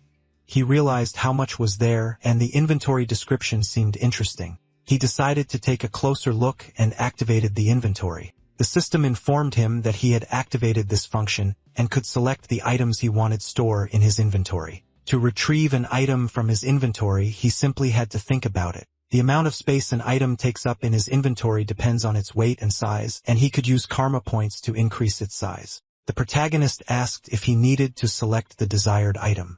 He could activate skills simply by thinking about them, so placing items in his inventory should work the same way. He wanted to keep several items he had already equipped, including the sword. He realized the claymore had disappeared, and it had taken up 2 of the 28 available spaces in his inventory. So that's what the message meant about the space an item occupies depending on its weight and size. To retrieve the item, he needed to think about it. When he thought of his sword, it appeared right in his hands. He smiled and thought it would be some kind of subspace storage, but much better. Sure, this artifact was expensive, but finding something like that for storage wasn't easy, and he could also increase his inventory space using karma points. This operational function only performs the functions of a low-ranking administrator. The system reported the status of a low-ranking administrator, class Immortal Unique, title, one who received the blessing of the ancient dragon. What would happen then when he reached a higher rank? If the value of these points was so high, he couldn't mindlessly throw them away. Well, it seemed he would have to change his plans. At that moment, someone knocked on his door and asked, "Can I come in, young master?" He looked surprised and replied, "Let him come in." It was his servant, Decker. And Zeke asked, "What is it?" He replied that he had a message for him. He said he would understand who it was from if he said it was from the gardener, Dexter. The protagonist realized what was happening and smiling, thought about how it couldn't be called a complete failure. He wrote down on paper, "My boy," that if he wanted to fight again, he could come whenever he wanted. Then he told him they would call this duel a draw. Was that what he meant by a draw? So it seemed he still had the opportunity to find out about his technique. He smiled and was delighted by this development. When suddenly Decker said he had something else to tell him, Zeke turned to him questioningly, and the servant said he had found the blacksmith he had spoken of. Zeke asked again, "Is that true? And when could they see him?" Decker adjusted his glasses and said that was the problem. The blacksmith had refused to meet with him. Zeke didn't expect to hear this and asked again, perplexed, "Why?" He replied that he no longer crafted weapons. It turned out he'd been drinking too much and wasn't in the mood. After a while, the protagonist found himself near the forge and realized he hadn't been there in a while. The forge was called Papner's Breath, too grand a name for this workshop. When he entered, he asked if anyone was there. The shining sword, Graham, was a masterpiece crafted by Galleon. He said it was the price he paid for saving his life. People said his nickname, the Soulsmith, stemmed from the fact that he read the souls of his clients before crafting their weapons, and he lived up to this title by creating a sword that possessed the ability he needed most, the ability to replace ether with aura. He was the greatest blacksmith on the continent who forged this sword, and now he drinks incredibly heavily. The protagonist asked what had happened to him. He asked again, "What's going on?" He asked, "This is no place for children. Let him get out of here." Zeke reflected that although he was quite picky, it had never come to this. What had happened before he met him? At that moment, he picked up a bucket of water that was standing nearby and dumped it all on Galleon, who was stunned by the cold and surprise. The bucket rolled away, and Zeke smiled and asked, "Well, has he come to his senses?" Galleon was dumbfounded and did not answer him, which caused Zeke to ask him why he had rejected his offer. He reached out and asked, "Is that Draker?" He immediately began banging his head on the table and screaming that he was sorry for the disgrace he had witnessed. Let him forgive his insolence, but he wasn't taking orders now. How could a freak create what someone else wanted if he couldn't create what he wanted? He was in a terrible state of mind, and the protagonist realized that even he had experienced a similar period in his life. His hands were shaking, and Zeke reflected that, come to think of it, he was already the continent's greatest blacksmith when he met him, and Galleon had never told him what kind of life he'd led before. He probably didn't want to share such a shameful past, but he couldn't give him 10 years to come to his senses. Galleon continued to scream and sob, asking why he was so useless. Would he ever be able to make weapons again? He was just a blacksmith who couldn't do anything. At that moment, Galleon apologized to Zeke again for appearing like that. Zeke stepped back, looked around, and said, "Oh well, let him show a couple of his works." He replied that he'd take him to the backyard now. Zeke figured it couldn't be helped. He'd have to set him straight. When they reached the backyard, Galleon scratched his head and apologized again for leaving things like that. Zeke replied that it wasn't so. He'd actually done quite well. The entire courtyard was filled with various interesting swords crafted by Galleon himself. He thanked him for this, and the protagonist entered the clearing and began to look around. Galleon warned him to be careful. Although these swords were far from perfect, they were still quite impressive. Zeke immediately grabbed one and examined it carefully. He knew that this one and this one, no, none of them were failures. They were no different in quality from those he forged when he became the best on the continent. The system reported that the dragon skill Dragon Vision had been activated, and Zeke wondered if everything was as he thought. He was silent for a long moment, then asked if he was having problems with the brazier. At that moment, Galleon was dumbfounded by what he heard, and after a short silence asked again how he'd guessed. Zeke replied that he'd asked a question. He has his own unique smelting style, right? He used several types of metal to create lighter, more refined materials. He tossed his sword aside and shattered several others with a single swing, declaring that its durability had weakened. This happened because impurities in the materials weren't properly removed during the smelting process. Galleon realized he was spot on. He had not only recognized his smelting method, but also found its main flaw and the cause. What if this guy, but before he could fully consider this thought, he suddenly clenched his fist and shouted, "Sir, don't take this as rude, but I'd like to ask him something." Zeke turned around and asked, "What is this?" They entered his room, and Galleon pulled open a drawer and asked if he could take a look at this. He pulled out a canvas with various drawings, and the two men stared at it in silence for a long time. The protagonist realized that this was Galleon's secret, which he had uncovered many years later. The blueprint for a magical brazier. He laughed loudly and said, "How could he hide anything from the one who saved his life? It's a magical brazier, the temperature of which is maintained by magic. That's his secret." Zeke replied that with this invention, his smelting method would be flawless, and Galleon confirmed that this was indeed the case. He knew he valued it. Zeke continued, "So he has the design, but why hasn't he implemented it?" Galleon was dumbfounded and replied that he needed a schematic of the law of mana energy, but the magic tower's commission was 10,000 gold coins. At that moment, Zeke was dumbfounded by what he heard and realized that the average family of 4 spends 10 gold coins per month, which is 1,000 times more. It would take him 10 years to save up that amount. It was so absurd. That's why Galleon decided to turn to him. He was a Draker and a pure-blooded awakened at that. So if he helped him with the brazier, he would carry out any of his orders as long as his heart beats. The protagonist thought it was quite difficult. It would be more realistic if he were a knight guarding his family. But even for him, even a purebred, it was impossible to receive support in the amount of 10,000 gold coins. But he also couldn't give up his true self even less than Galleon. He had problems with the law of mana energy. And at that moment, he realized something and asked himself again. The law of mana energy? At that moment, he rolled up the package from the table and said everything was fine, and he agreed. Galleon asked again, "Is that true?" Zeke replied, "Yes." He'd find out some information from a mage he knew and would let him know once he found out. And by the way, he should stop drinking right now. Galleon thanked him with tears in his eyes and said he would faithfully serve his savior. He held on to his leg and wouldn't let go. The protagonist shouted for him to let go, and Galleon continued to shout words of gratitude, which angered Zeke and made him stop immediately. He'll contact him as soon as he learns anything. Sometime later, he found himself in the research building of the Draker Academy. He wondered why the freaks from the magic tower had such high prices.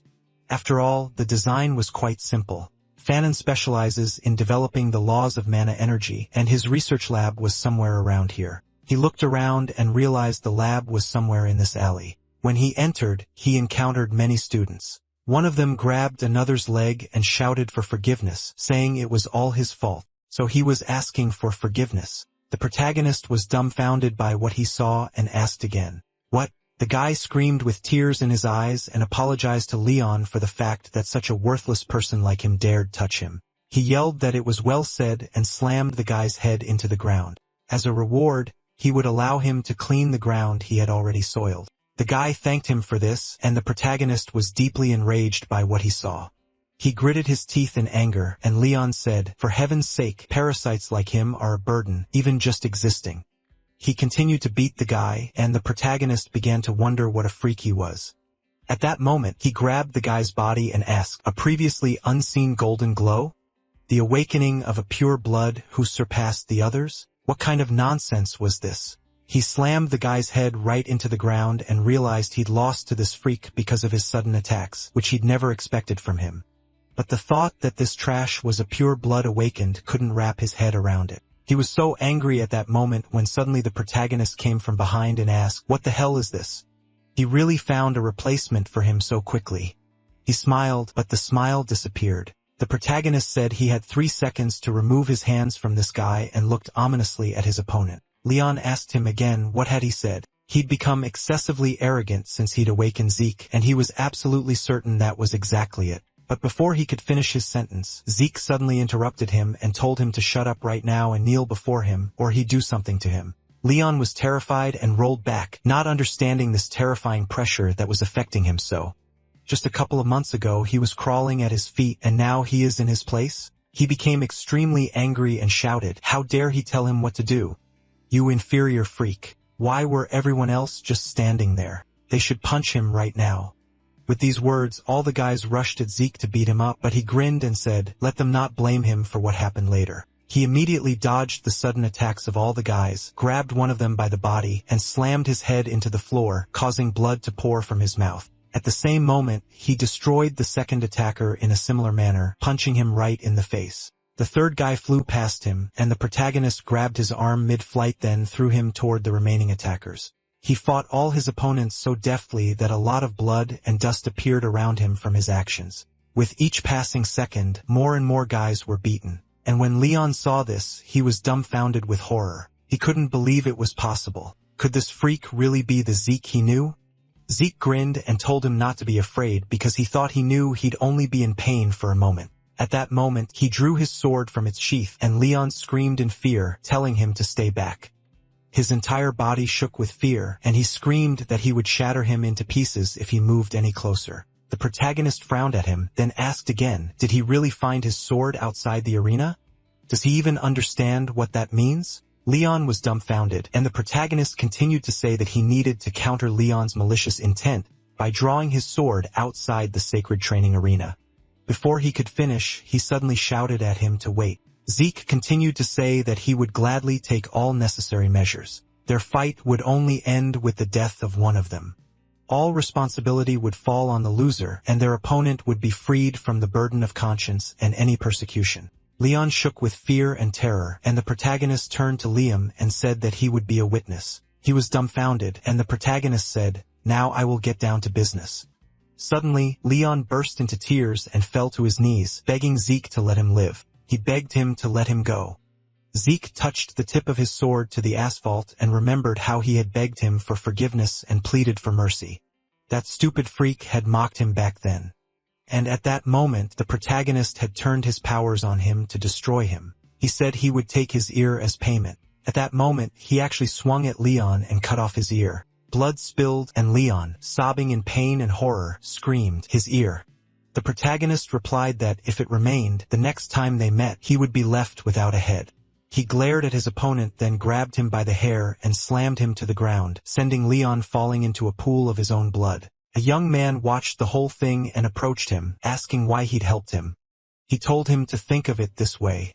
He wasn't helping him. He'd helped himself. As he walked away from them, he wondered if Galleon had really affected him. He almost said it out loud. Sometime later, when he arrived at the Academy's research lab, he asked the professor if it was possible. The professor decided to get to the point, and in theory, he thought it should be possible. Zeke asked hopefully, "Really?"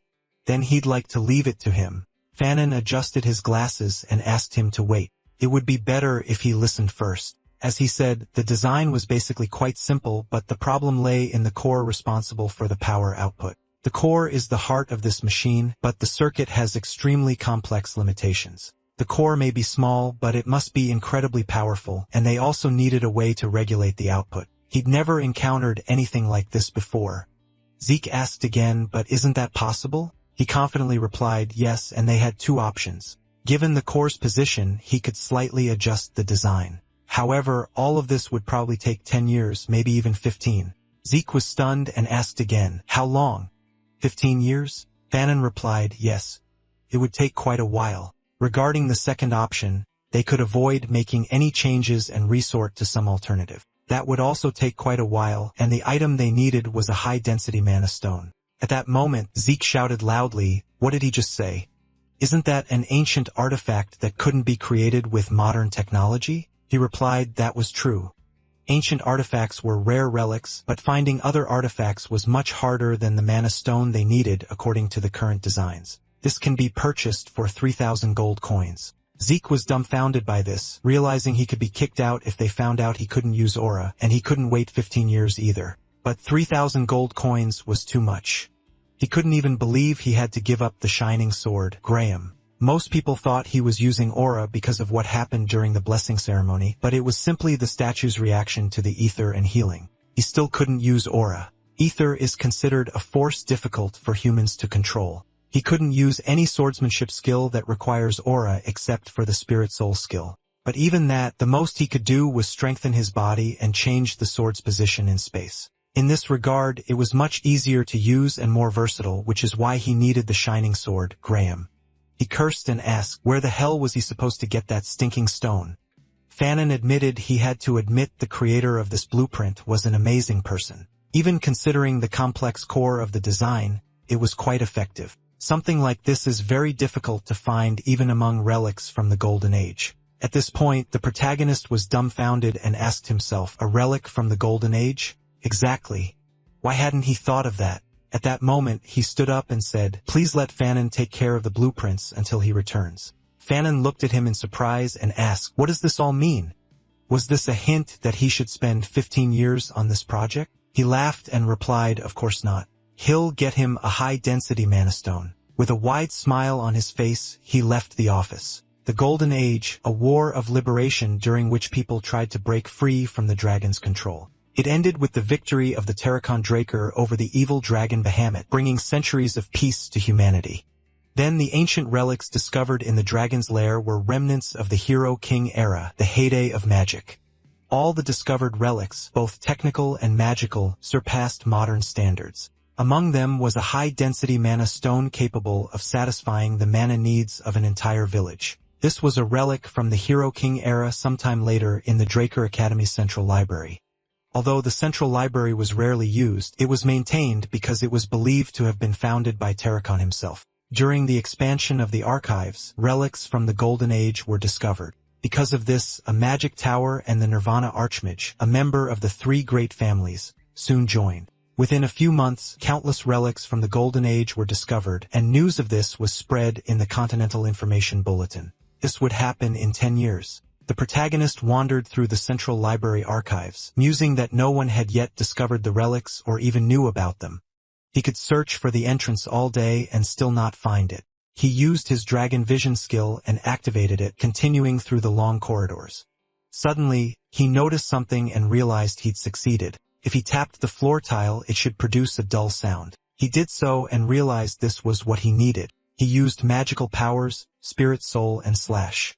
This is the only use for Ether, the Spirit Soul skill he learned from his master. Since Ether materializes the user's will, certain properties can be applied to it. But everything has its drawbacks, and the user must expend a large amount of Ether to perform any action. He understands that using Spirit Soul is difficult. Sweat began to pour from fatigue on his face, and suddenly, he was able to crawl through the tunnel under the tile and slam it shut behind him.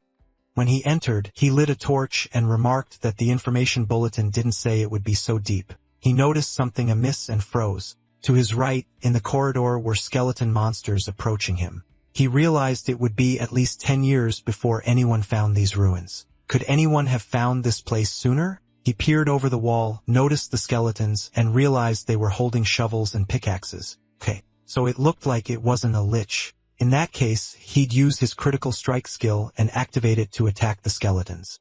It should be pretty simple. Suddenly, the system window informed him that he'd received 2 karma points for destroying 2 skeletons. He was surprised by this result and smiling said, yeah, right. He can get points for destroying monsters. He'd completely forgotten about it, focused on the artifacts.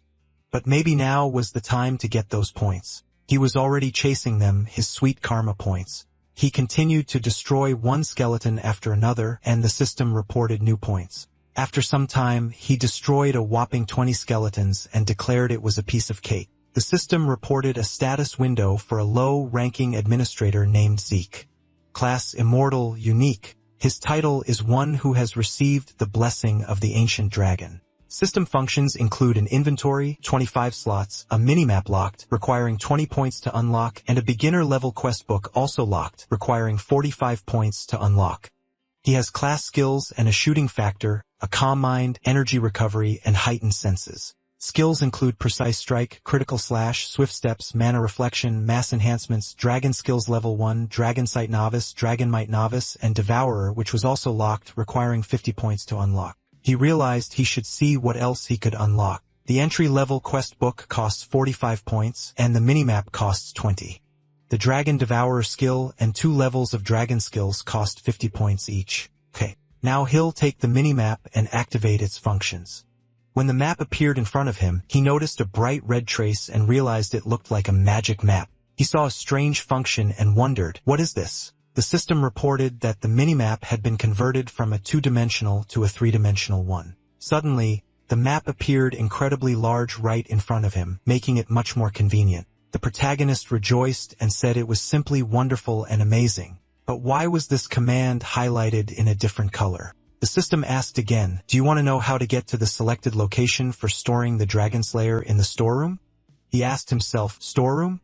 It took the search party several days to find it, but he easily pinpointed the location of the storeroom. He found a button on the system, and it said it would now offer him the fastest route to his destination. A moment later, the map was laid out, and he exclaimed that he simply could not believe it. How could they have gotten lost in such a place? In an instant, he found himself at his destination and realized he'd arrived. But how was he supposed to get in? He found himself in front of a huge gate and didn't know how to open it. As he reached for the handle, he chuckled at the thought that it wouldn't open when suddenly a bright red magical force appeared around his hand, and the protagonist realized it was a security spell. The reason the magical tower and supreme nirvana had been drawn must have been because of this door, and he would have lost his hand if not for the gloves. Smoke emanated from his hands, and he realized he couldn't handle the spell, so he contacted the system and asked if it could open the door for him. The system reported that it had received an administrator request and was connecting to the security device. The security spell was deactivating, and he hadn't been able to activate the automatic device, so they were activating the manual device. He was surprised and asked again, what? Wait, is this reacting to my words? The system said, yes. He has any other requests? Administrator Zeke. He was surprised to be able to communicate with the system and then asked why it had caused him to regress. The system replied that it couldn't answer that question. At that point, Zeke asked again, what kind of administration system is this? The system continued to reply that it couldn't answer that question, and the protagonist asked again, who created this? The system replied that it couldn't answer that question either. Do he have any more questions? He clutched his head and realized it hadn't answered a single important question. He sighed in frustration, then simply asked to open the door. The system reported that the administrator's request had been confirmed, and the Dragonslayer's burial vault was open. The doors swung open right in front of him, allowing him to enter. When he entered, he looked around and was surprised. Were those really all treasure chests? Treasure chests filled to the brim with valuable relics and treasures. Finding even one of the relics would be a near miracle. When he opened one of the chests, a bright light began to glow from within, and he exclaimed at how much goodness was in there. There was an incredible amount of supplies and gold, and he decided to take it. He'd really struck it lucky. He wanted to give it all to Galleon. He'd finally found what he was looking for. The high-density mana stones were in his hands, 4 of them, and it was simply wonderful. He will expand his inventory by 4 slots for 1 point. There wouldn't be enough room for everything. Would he really have to come back here until he finished school? But for today, that was enough. Suddenly, something alerted him, and turning around, he saw dark magical forces before him. He felt a little frightened and wondered what that ominous feeling was. When he grabbed the door, red magical forces appeared around his hand again. He pulled his hand away in alarm, and magical seals immediately began to coursing through his body.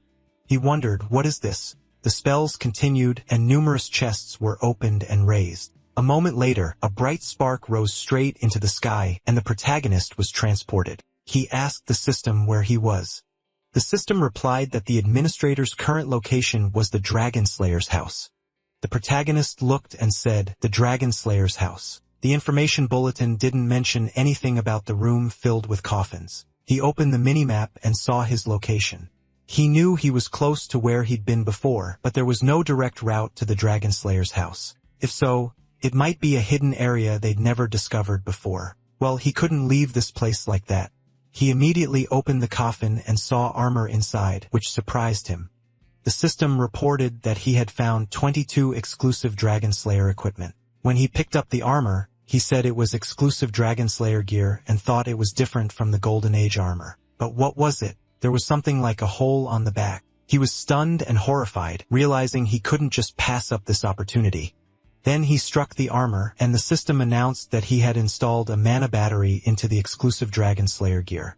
The gear activated, and at that moment, eyes lit up the armor. The protagonist smiled and looked questioningly at what was happening.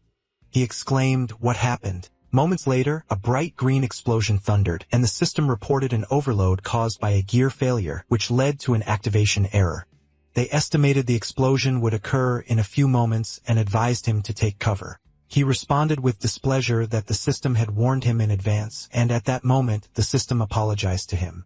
Zeke said, "So the power source for this ancient armor is a high-density mana stone. What properties did they possess that required such a large power source?" Okay. He'd find out from Fanon later, but for now, he'd continue his search. With that, he set off pacing around the area, remarking that all the other rooms were empty and that this seemed to be the last one. This glass cube was the only thing in this large room. He looked around and suddenly screamed, "What? Therakin Draker, you crazy idiot." The creature was right in front of him. The system reported finding Therakin Draker's legacy, the heart of the cursed dragon Bahamut. He'd left the slain dragon's heart as a gift. That explained the ominous feeling he'd experienced upon entering the storeroom. But now he had completely different feelings. The system reported that the heart of the cursed dragon Bahamut was reacting to the administrator. He replied that he could hear it. Yes. He had no choice. And yes, he understood everything. Yes. He would kill them all. At that moment, the protagonist froze, and the system announced that he'd activated the indomitable class skill Mental Defense. He kept hearing voices. Kill everyone? Why him? What was happening to him? Suddenly, he noticed dark magical forces enveloping his body and began screaming. What was that? Dark energy continued throughout the room, and suddenly it glowed bright pink, and he screamed again. What was going on here? Then the system announced an urgent quest, the Trials of Therakin Draker. He must rid himself of a powerful curse emanating from Bahamut's heart. The reward was the right to possess Therakin's dying gift. The protagonist was stunned again when he read this and couldn't move. He then used the indomitable class skill Mental Defense, and the system reported that he had successfully activated it. At that moment, the monster began approaching him, screaming that it wanted to kill everyone. It would be its subordinate. The protagonist abruptly moved and told the monster to stop mumbling. It was annoying. Would that grant him freedom? Freedom is freedom for a reason. He a dumb idiot. At that moment, a feud developed between them, and the system reported that he had overcome the dragon's curse and completed the urgent quest. As a reward, he received ownership of Tarakon's dying gift. He knew it could have been worse, and he never thought his skill would fail him so badly. But what was that? The system reported that the healing factor had been activated, as had the infinite stamina skill. He began to absorb the heart of the cursed dragon Bahamut. The protagonist looked questioningly at this creature, and suddenly saw the magical heart begin to revolve around him. He exclaimed in surprise, not understanding what was happening. He felt a pure, dense source of mana penetrating directly into him. A bright beam of light pierced him, but he had no mana receiving circles. Without a place to store all this mana, his body would be destroyed. He had to do something urgently. At that moment, he extended his magical hand and cast the Spirit Soul spell. He became so angry that he began to seal it. Using the ether, he would conceal the mana and seal it in an etheric hole. He clenched his teeth in anger and continued to exert himself with all his might. And moments later, a bright flash of light from a fiery explosion occurred.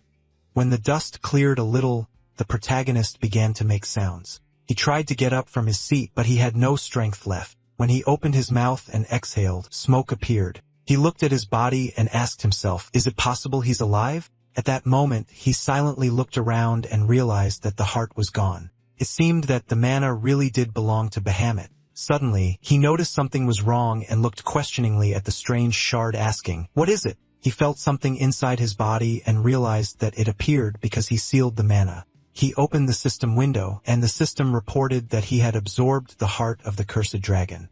When he realized this, he stood there in a daze. The system reported that the absorbed mana had altered the administrator's body. His physique had been transformed into a divine body and revealed a power beyond his control, 95%. Part of this power had been compressed and sealed. As the heir, he had the right to open the protected library of Terracondraker. A basic quest book had been unlocked. A low-level administrator's manual had also been provided. The protagonist pondered, divine body, protected library, manual. What did all this mean? He scratched his head and decided to study it later. Could the system minimize all system windows now? He suddenly asked for a minute when he noticed a system window that was important to him. It seemed his ancestor was in a generous mood. The system asked if he wanted to open another dying gift from Terracondraker. The system reported that the administrator's request had been confirmed. They would now open the second dying gift. The protagonist was stunned and saw that this was something special. Sometime later, he found himself in a new mansion. After he locked all the valuables in the cabinet, he said that this should suffice for now. Now he wanted to check the status of the low-ranking administrator. He had acquired a dragon skill, a spell imbued with power when cast. It was locked. Administrators currently lacked experience. The protagonist asked power and constitution. That was something new. It seemed the spell could be unlocked once he became stronger. The system reported power, dragon command, and the mouth of dragons. He could summon dragons under his control, and they would carry out his orders. Constitution, divine body, and his body were capable of operating at the highest level. The speed of combat preparation and the speed of ether transfer within the body had increased. He realized the description honestly wasn't particularly helpful, and a status window had appeared linked not to the second item gift, but to Terracon itself. He asked the system to open the system window associated with it. The system replied that to open the protected library of Terracondrake, he needed to update the information. He asked again, protected library of Terracon? The system told him to move to a location where he could update information. He wanted to see a mark on his minimap. He asked again, does he need to go somewhere? Fine. Let it show. When he looked at the map, he realized it was Valhalla and felt a little scared. It was the most prestigious training facility for knights.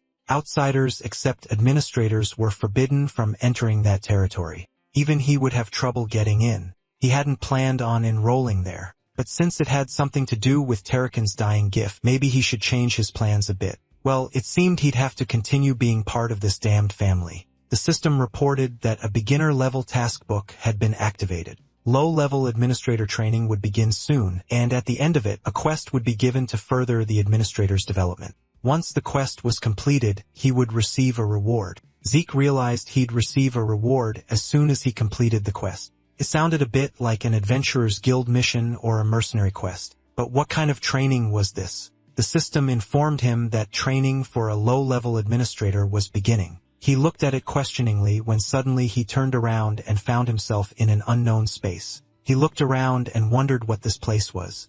Had he been teleported again? This time, everything was different. It felt like this place was different from the last time.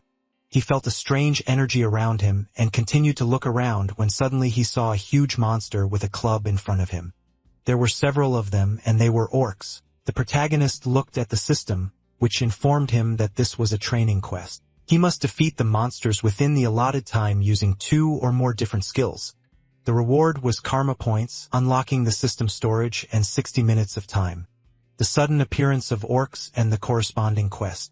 Was the training trying to create situations in which he could take advantage of the system? It would be nice if he had something like this in his past life. When he decided to discard all the monsters, a flash of light erupted, creating dust. The system activated rapid footsteps and a slash. The protagonist began fighting all his opponents, eliminating them one by one. The body of one of them began to shake, and he realized it was a claymore, feeling as light as a feather. The system reported that his physique was a divine body. His body was capable of functioning at the highest level. The speed of his battle preparation and the speed of ether transfer within his body had increased. Was this the result of his divine body? With this, he would easily defeat the Purple Knight. The system reported that he had completed the training quest, and suddenly he was back where he was. Could it all have been an illusion? Everything that had happened seemed incredibly real. The system reported that he had received a critical bonus and a time bonus. As a reward for completing the quest, he received 40 points and access to the store. Zeke asked if he could buy items through the system. Giant's flesh, fire giant's breath, rare relics can be purchased here, the purchase of which costs a fortune. Maybe he could make some money by reselling them? System told him to please post the item he wanted to sell in this system window. He can also sell items in his inventory. This item can't be sold in the training play market. Elven dagger, does he want to sell this item? Costs 4 points. He thought that it seemed he could only sell ancient relics. Is it only worth 4 points? At the auction, you could get 100 gold coins for it. Well, he probably won't use this function. He put it away and decided that today had been a long day, so he stretched. Looks like he'll get a good night's sleep today. Sometime later at the Draker Academy in the professor's research center, he arrived in Fanon's office, who said he managed to find a high-density mana stone in just one day. How did he do it? He replied that it would take a long time to explain and suggested they forget about it. How long will it all take? He replied that everything was ready. The protagonist asked again, already? That was simply unbelievable. Bannon replied that it was even more unbelievable that he managed to bring it. Zeke thought that he didn't really trust him. Every time high-density mana stones are found on the continent, they are registered using various ancient texts and assigned a title. Thus, by checking the registration number, one can find out where and when the mana stone was found and its current owner. But the stone in his hands isn't registered anywhere. It came from the Central Continent's high-density mana stone registration encyclopedia. That's because he was the first to find it. He has the ability to doubt rather than blindly believe, and his judgment and skill are astonishing. Now that he's looked at the registration number, can they go? Bannon asked again. Did he know? He's too talented to rot in a place like this. After a while, he arrived at the forge, and Galleon said he'd try to activate it. A moment later, a green magical seal appeared around his hand and spread throughout. Bright colors illuminated the entire room, and Galleon rejoiced at what was happening. Fanon, observing these actions, was also pleased and smiled, as did Zeke. He said he had to be at a lecture so they would see each other later. The protagonist thanked the professor for his help. GRY turned to him and said it was amazing that he would see a finished magical brazier in his life. He thanked him, and Zeke replied that it was part of the deal, so there was no need to tell him. He hoped he hadn't forgotten their agreement. Galleon shouted, "Of course not. Just tell him. He'll do anything." The protagonist handed him a special material and told him to turn it into a sword. Galleon was stunned, realizing it was a dragon fang. It was the sharpest fang of the cursed dragon. Never seen fangs of such size before. Where did he get it? It was Terracon Draker's second dying gift. Terracon was a terrible collector to the core. Zeke replied that he didn't even know what to say and remained silent. Suddenly, he saw Galleon wilt and his whole body tremble. Suddenly, he shouted that he, Galleon, would create a blade for him even at the cost of his own life. He spoke so inspiringly, and the protagonist thought that, of course, he would. After all, he had saved him. He recalled his earlier words and said that this was too much. He realized he hadn't changed since the past. This made him happy, and Zeke responded well. He trusted him. When he emerged from the Martin, he asked what kind of sword he would create this time. He was simply burning with anticipation. Sometime later, he found himself in his room in the Platinum Mansion. He exhaled and said, "God." He spent so much effort creating the sword. A week had passed since the duel with Duke when he received the note from him. Something was bound to happen sooner or later. Suddenly, he noticed something was wrong, and the unknown asked again, "Why?" It turned out it was Dyak who had arrived in his room and asked, "Why didn't you come to him, kid?" The protagonist smiled and shook, and Duke shouted at him to tell the truth. The protagonist realized he wanted to kill him. He waved his hand and replied he himself told him to find him if he wanted to challenge him again. So he didn't show up because he didn't want to. But as soon as he said this, Duke grabbed him by the clothes and told him to tell him the truth. He continued to unwind him from side to side and pointed him straight at the window. When Zeke fell out of the window and was falling down, he got scared and realized that it was very high. If he fell from such a height, he would die before he could heal. He grabbed the broken part of the house, but suddenly, Duke grabbed him by the throat from another room and dragged him along. He asked if he had any desire to challenge him again. He would never believe it and didn't think he knew his intentions. Most likely, it's exactly the opposite. He didn't show up after his proposal back in the ward, nor now after receiving the note. He gets the feeling he's doing this out of spite. Zeke realized he was just playing with him. Diok replied that he had 5 seconds to confess everything.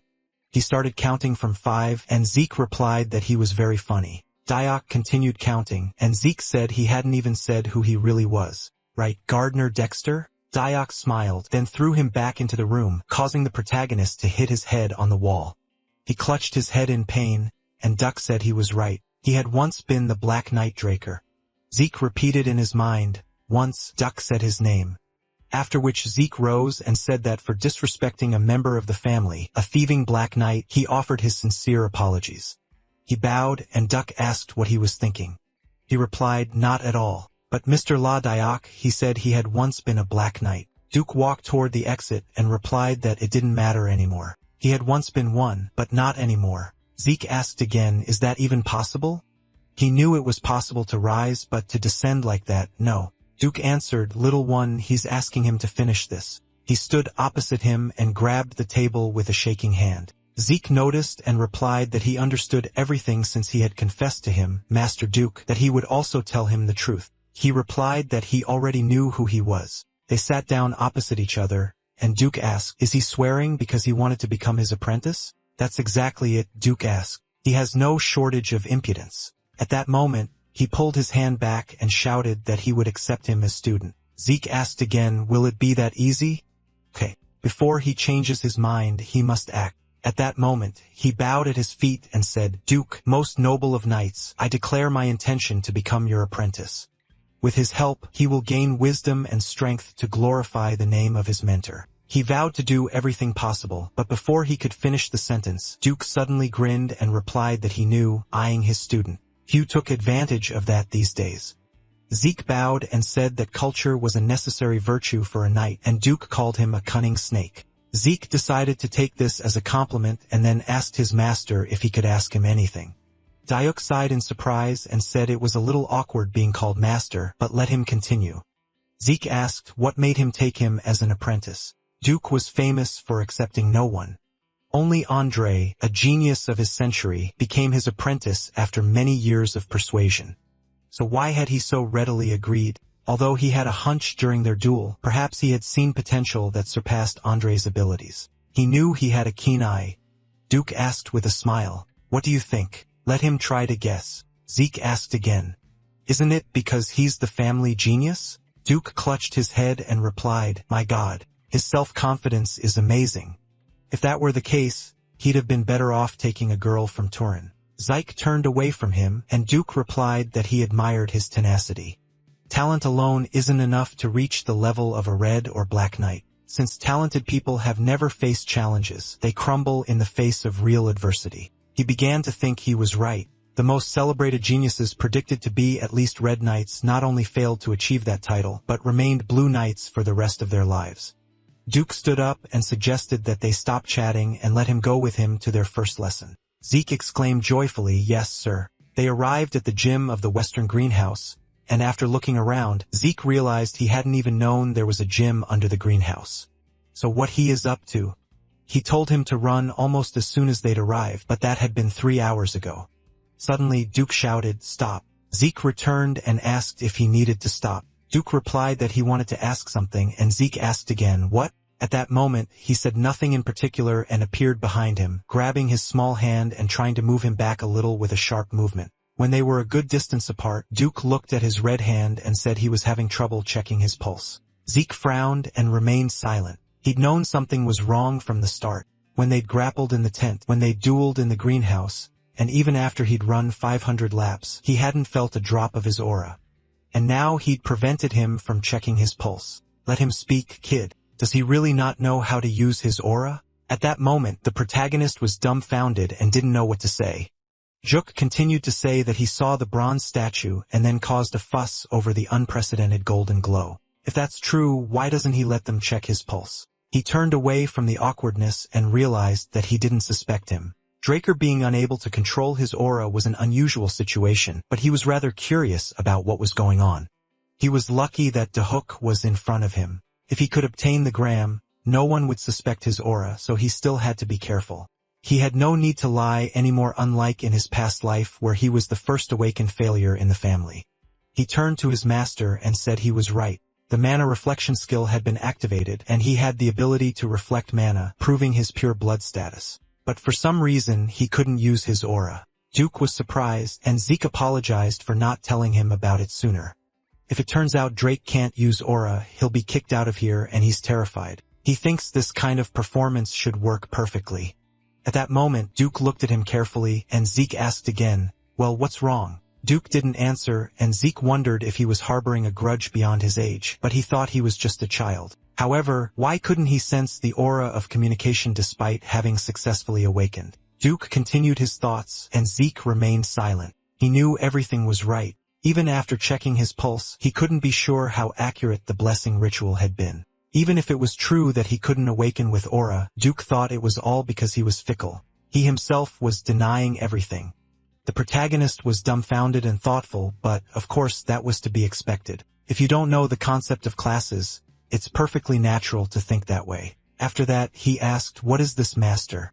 He replied that such a term is used to describe people with anomalous abilities, such as the ability to use aura and mana simultaneously or the ability to see into the future. Frankly, he's not very particular about permanent abilities, so he shouldn't tell anyone about it. Zeke replied that the reason his master considers it temporary is because, but Daijuk himself added, it's because of his incredible stamina and resilience. Regardless of the damage, healing internal wounds takes time.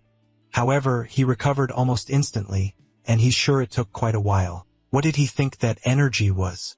Zeke asked again. Oha? Since it's constantly being consumed by stamina and healing, there's almost no energy left to perceive. That's the only hypothesis he has. Zeke considered that it sounded plausible. If so, would he never be able to use aura? In that case, he wouldn't be able to live up to his expectations. At that moment, Duke laughed loudly and shouted, "Don't think about it. His storm art is a special art that doesn't use aura." Essentially, a special art is a special technique created by a knight who has reached great heights. This skill is usually used to slay dragons, so it would be more appropriate to use aura, but his storm art utilizes his trained body. He'll show him, so he should watch this carefully. Zeke sat silently and watched the unfolding scene. And at that moment, Duke suddenly kicked off the ground, shattering it and moving to numerous other places around the protagonist who watched in bewilderment. When Duke returned, he asked again. Did he see it? Zeke replied. Would he mind if he did it again? Duke asked again. Would he mind if he didn't do it again? He replied that that was enough, and Duke shouted, his confidence at least equivalent to a black rank. Forward, Zeke prepared himself, looked ahead confidently, and began his journey. He left a large mark on the floor from the force of his repulsion and began to repeat the same movements around Duke. He turned around in surprise, and Zeke thought that now, by mimicking his movements, he could see things he hadn't seen before. Obviously, these steps were made as if he were fighting someone. These to attack and to return.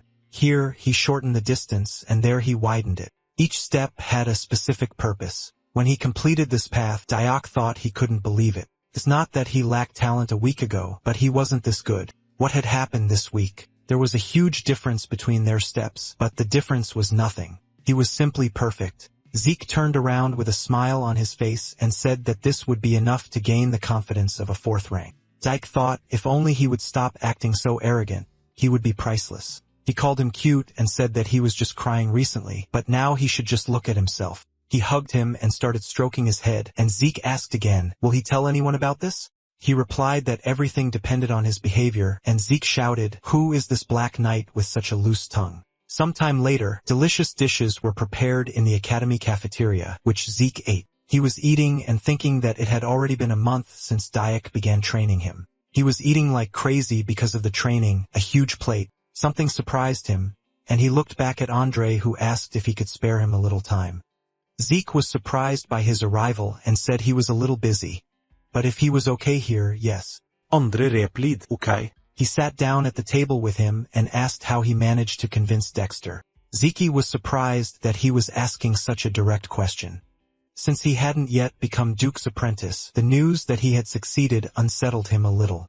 Honestly, he hadn't done anything special. Duke himself chose him. Andre frowned and remained silent. Observing his actions, Zeke's face twisted in confusion, and when he finished his meal, he said he had a genuine inferiority complex. Andre fell silent, his hands shaking as he asked, "Is that all he wants to say, cadet?" Zeke replied, no. That wasn't even half of it. He might have initially been interested in him because of his pedigree, but did he really think Dexter was the type to choose a student for such a simple reason? The fact that he'd managed to intrigue him and use this intrigue to become his apprentice was a testament to his abilities.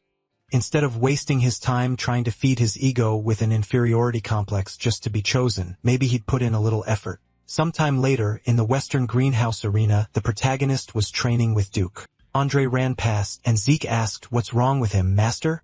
He replied that he was also curious. He doesn't know what came over him, but he came and begged him, declaring he wouldn't mind being even a servant just to be by his side. Duke replied that he'd take him if he could run 300 laps without an aura, something like that. Zeke asked himself again, 300 without an aura? This surprised him, and Duke said he was stubborn. Zeke thought he was just a self-willed idiot, but did he really have a strong backbone? After some time, all the students gathered in the square and began whispering, "What's going on? Why were all the students gathered? Idiot, how could he forget? The leader is arriving today." At that moment, a carriage stopped in the square, and a man shouted, "The leader has arrived." Howard walked forward and told everyone to get ready.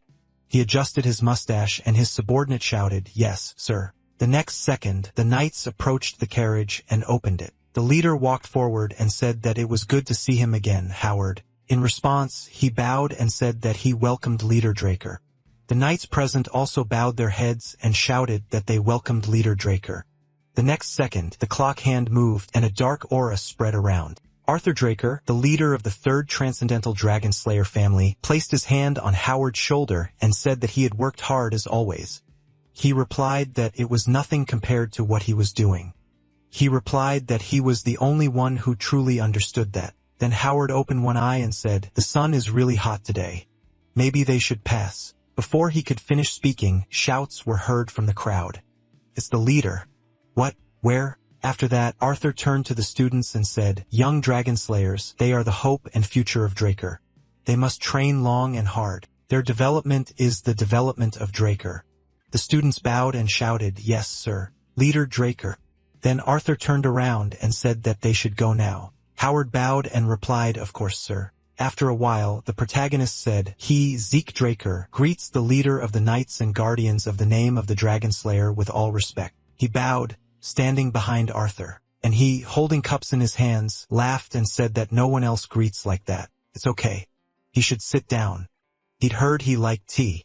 He prepared some and hoped he'd enjoy it. The protagonist thanked him, and then they sat down at the table. Looking at him, he wondered if they were even reporting on the food he liked. There were rumors once that even the Emperor hadn't seen some of life's joys, but there was nothing Draker hadn't seen. He then looked at his reflection in the drink and thought that it didn't seem like a rumor anymore. After that, Arthur said he called him because he'd learned the Duke had taken him on as an apprentice. He thought he hadn't beaten around the bush. He'd said he'd done him a great favor. Arthur said, yes. It was true. He didn't know what his goal was, but if he continued to study under the Duke before he could finish speaking, the MC said to become the strongest man on the continent. He would become stronger than anyone else so he could live freely. The next second, Arthur placed the empty cup on the saucer, and the protagonist added, "This is his goal." He looked at Arthur with a smile, and he said, "Then he will surpass even him." He then released a powerful aura, and MC gritted his teeth and thought, "Is this an astral sword? They say it gives power over all living things.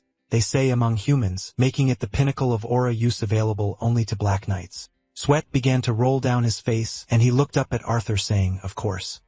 The next second, the aura dissipated, and he said that this was the most interesting thing he had heard in recent years.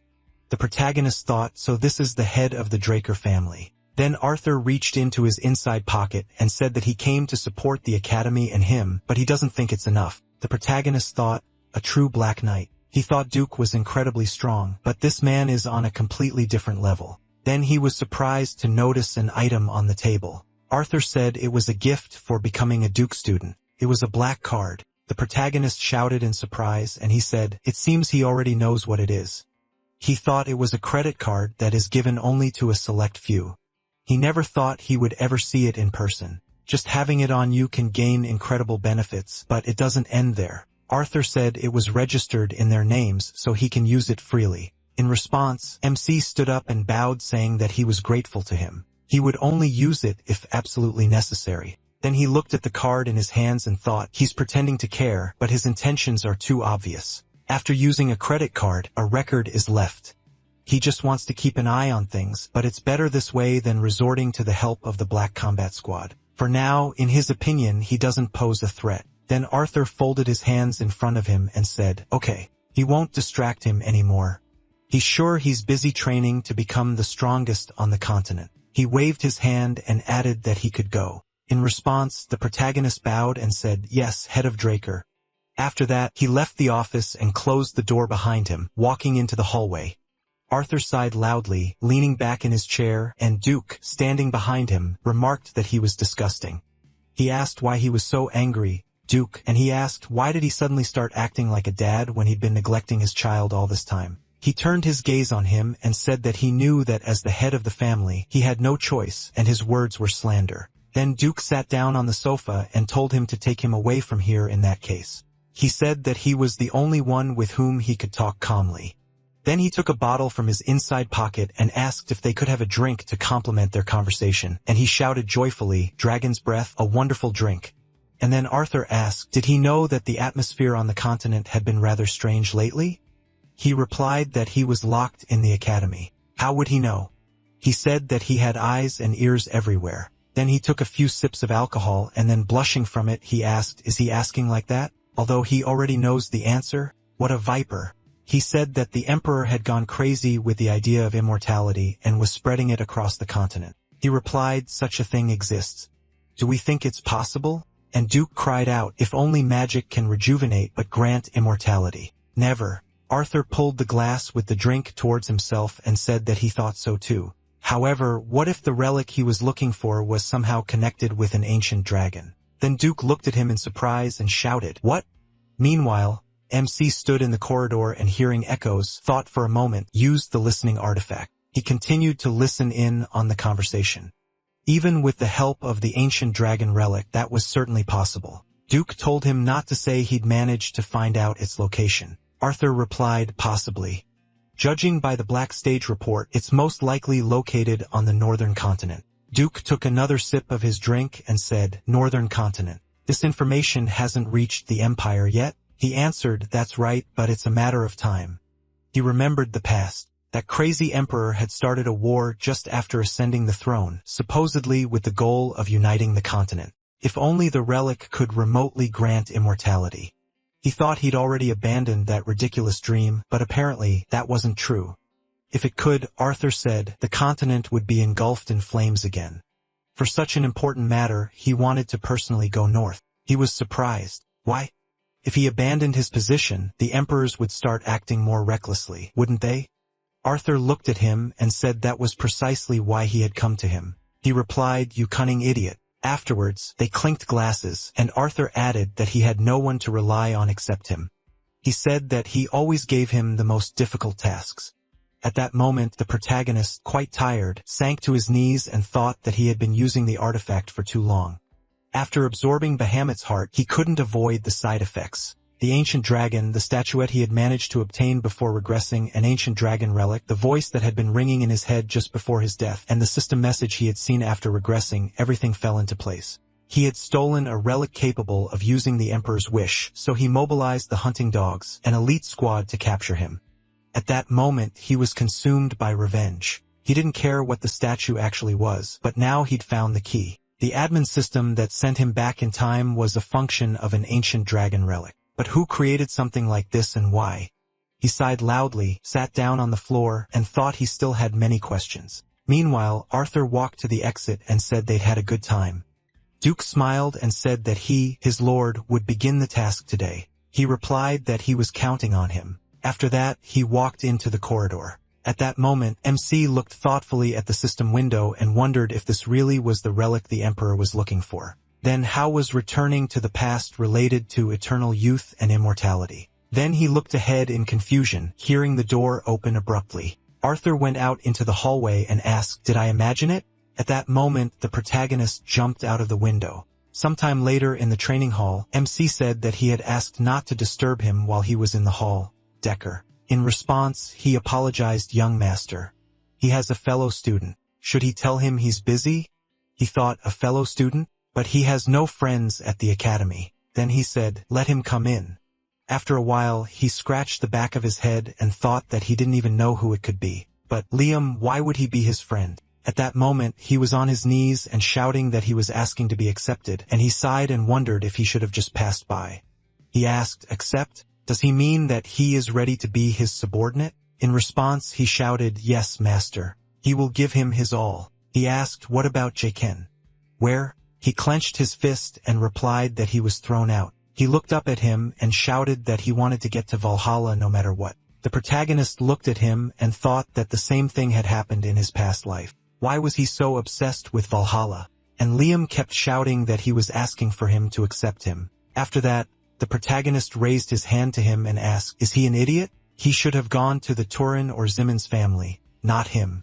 He didn't have family support." With these words, he turned and waved his hand, then took the sword from his hand and added, "Therefore, there's no way he can help him get to Valhalla."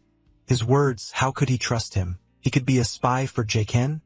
Then he took out the weapon and reaching for his ear, made a cut. He spoke. His doubts were understandable, but he would prove that he was telling the truth no matter what. If he wanted him to shut up, he would cut out his tongue. If he wants him to limp, he'll cut off his own shin. At that moment, he inflicted another wound on his finger and added that he entrusts his life to him, "Sir." At that moment, MC remembered how he had said in the past that he would take his worthless life in exchange for his loyalty, and Liam desperately repeated that he was asking for him to accept him.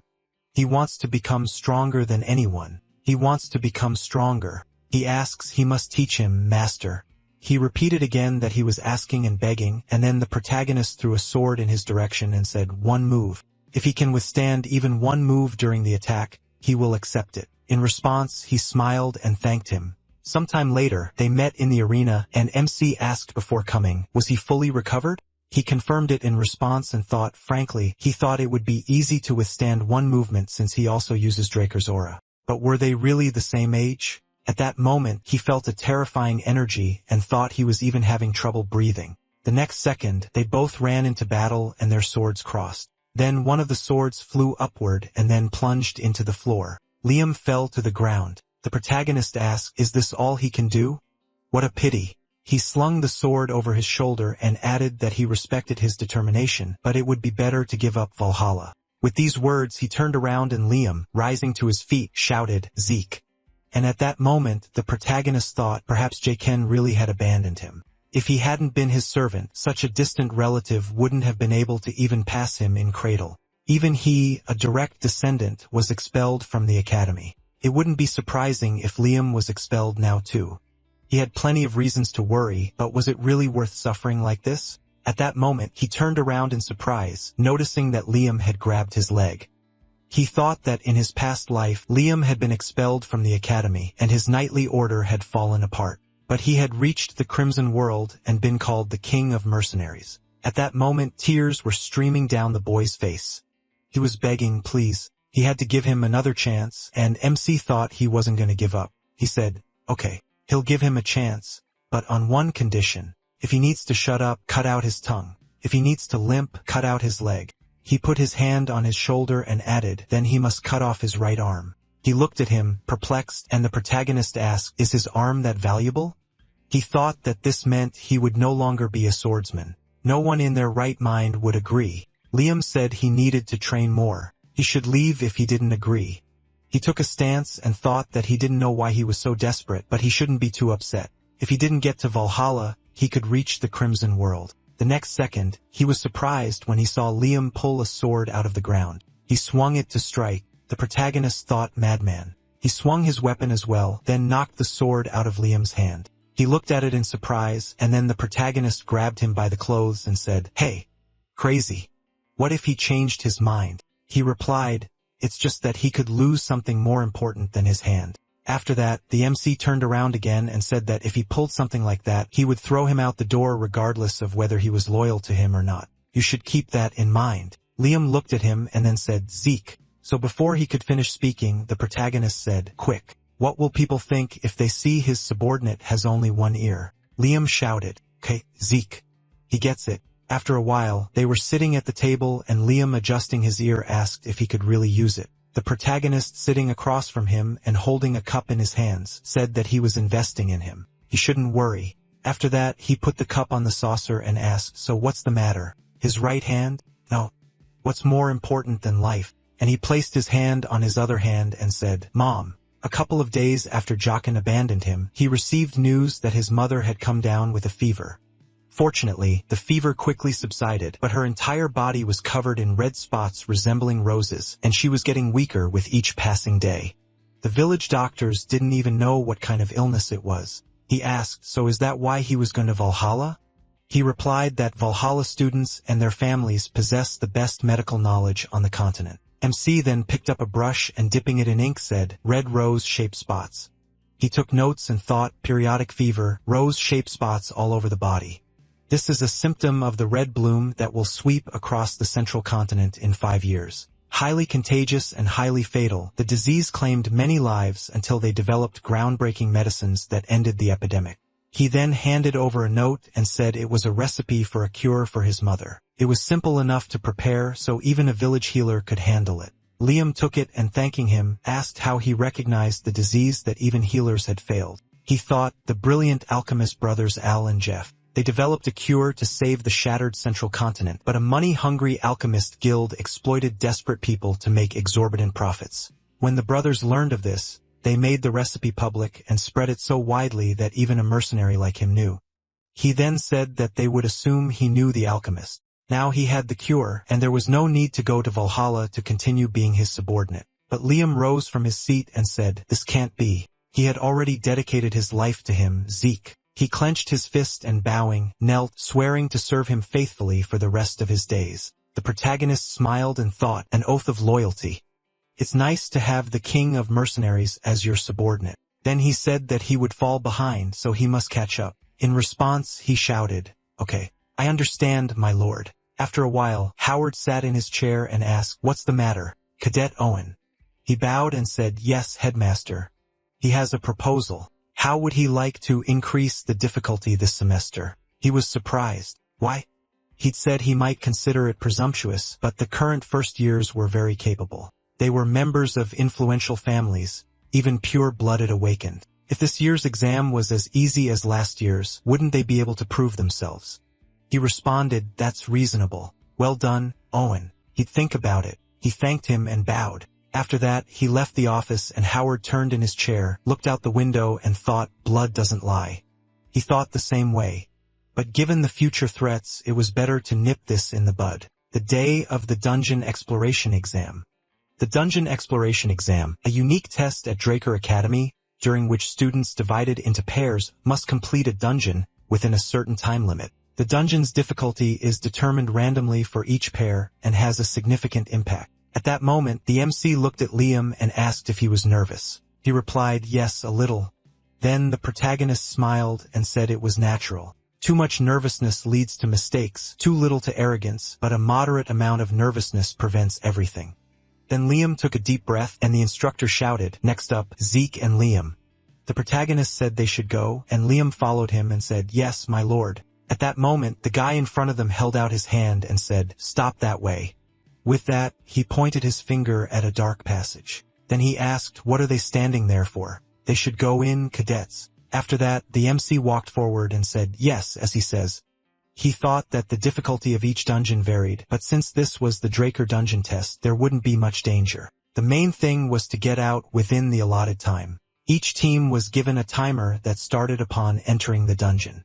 Everyone had 96 hours. Basic combat skills were also part of the assessment. Bringing the heads of defeated monsters would earn bonus points, but the main thing was to get out on time. If you didn't make it, you'd fail the exam. After some time, the protagonist said they ate so he can rest. He said he'd set up camp and cook dinner himself, so he should go to bed first. He replied that he could go without sleep for 4 days and that he shouldn't worry. He said that in that case, he'd go to bed if he didn't mind. He replied, okay. If anything, he'd wake him up. He remained sitting by the fire near the tent and looking at the timer in his hand, realized that 16 hours had passed since entering the dungeon. He hadn't slept for 3 days before the exam training. That meant he'd been awake for about 90 hours. Infinite stamina only protects against physical fatigue, but not against mental fatigue. You never know what's going to happen in dungeons, so you need to minimize risks. Then he heard the sound of bells and thought that they would change when Liam woke up. The next second, his eyes closed, and he saw a snowy expanse and a dead girl lying on the edge of an icy cliff. He opened his eyes abruptly and thought, damn, this dream again. Wait, he clearly heard the bell. He covered his face with his hand, then put out the fire and shouted, he must wake up. There are enemies here. He will look around. He must not turn on the light. And Liam peeked out of the tent and shouted that he understood, my lord. Then the protagonist walked forward and thought that using dragon vision after 4 days without sleep was too risky. Better to let his eyes adjust to the darkness. Then he inhaled and thought, the smell of sulfur? Could the creature that smells of sulfur and hunts in packs, the third most dangerous monster, really be a hellhound? In a past life, Reyna had brought back orc heads, but he hadn't expected hellhounds. At that moment, he grabbed his sword and hid behind the wall, then looked away in surprise. He thought, wait, something's wrong. Even the pack leader weighs no more than a couple 100 kilograms, but the vibrations were like a couple of tons. Then he extended his sword into the passage and looking at the reflection, thought, a mutant? He clenched his teeth and thought, damn. The next second, he was thrown back by a powerful attack and skidded to a stop with his sword on the ground. Liam ran up to him and shouted, is he all right, my lord? He thought, damn Zimmerman's idiots. He knew they were up to something. But at that moment, a huge monster with a spiked mace ran at them, and the protagonist thought they were going to kill him. At that moment, Liam asked, a troll? And he thought, a troll, the most dangerous monster, which can easily deal with hellhounds or orcs. Their blood is a key ingredient in healing potions. They have incredible regeneration. He looked ahead in surprise, noticing that Liam had stood in front of him and said that he would be bait. My lord, he must run. Then MC tapped him on the shoulder and told him not to say such terrible things. What kind of lord would abandon his subject? They stood back to back and he added, it's not about him. He believes in him, Liam.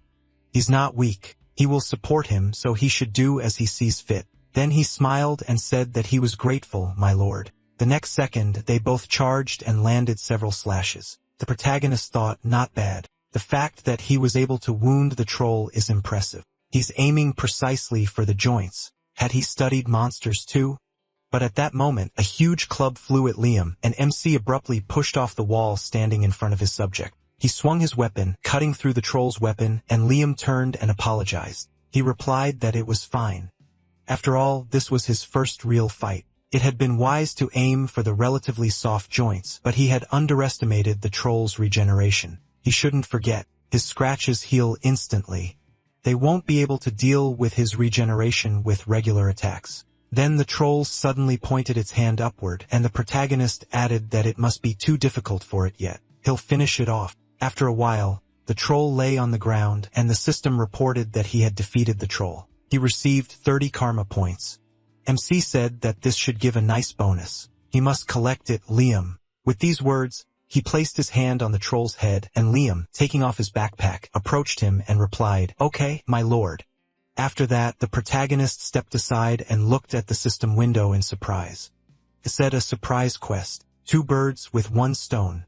He must defeat 100 monsters of 10 types in a dungeon. The deadline was 72 hours. The reward was double the amount of karma points for the task, 2 random boxes. He thought in surprise, what? Double karma points? The system window said the quest status was 2 types, 14 monsters. Non-aggressive monsters don't count. Time remaining, 71 hours, 59 minutes, 52 seconds.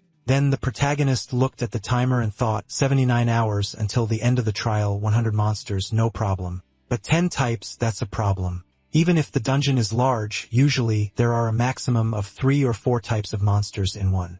But if this is a trap set by those idiots, Simmons, if you search hard enough, 10 types can be found. Completing the quest and exiting won't be easy. Then Liam said, done, my lord. In his hands, he held the head collecting bag that was given to him along with the timer. The protagonist thought it was worse than the subspace bag, but it was enough for carrying the loot. He said, okay, they should go. Liam mustn't fall behind. He followed him and replied, good. They fought monsters again and again, and the time inexorably decreased. Then the protagonist asked, so Liam? He stuck his hand into the huge bag, and he asked if they'd killed a couple of monsters. Was he used to real combat? He replied that he couldn't say yet. The protagonist smiled and said, okay, takes time to adapt. Then the system reported the remaining time, 50 minutes 54 seconds.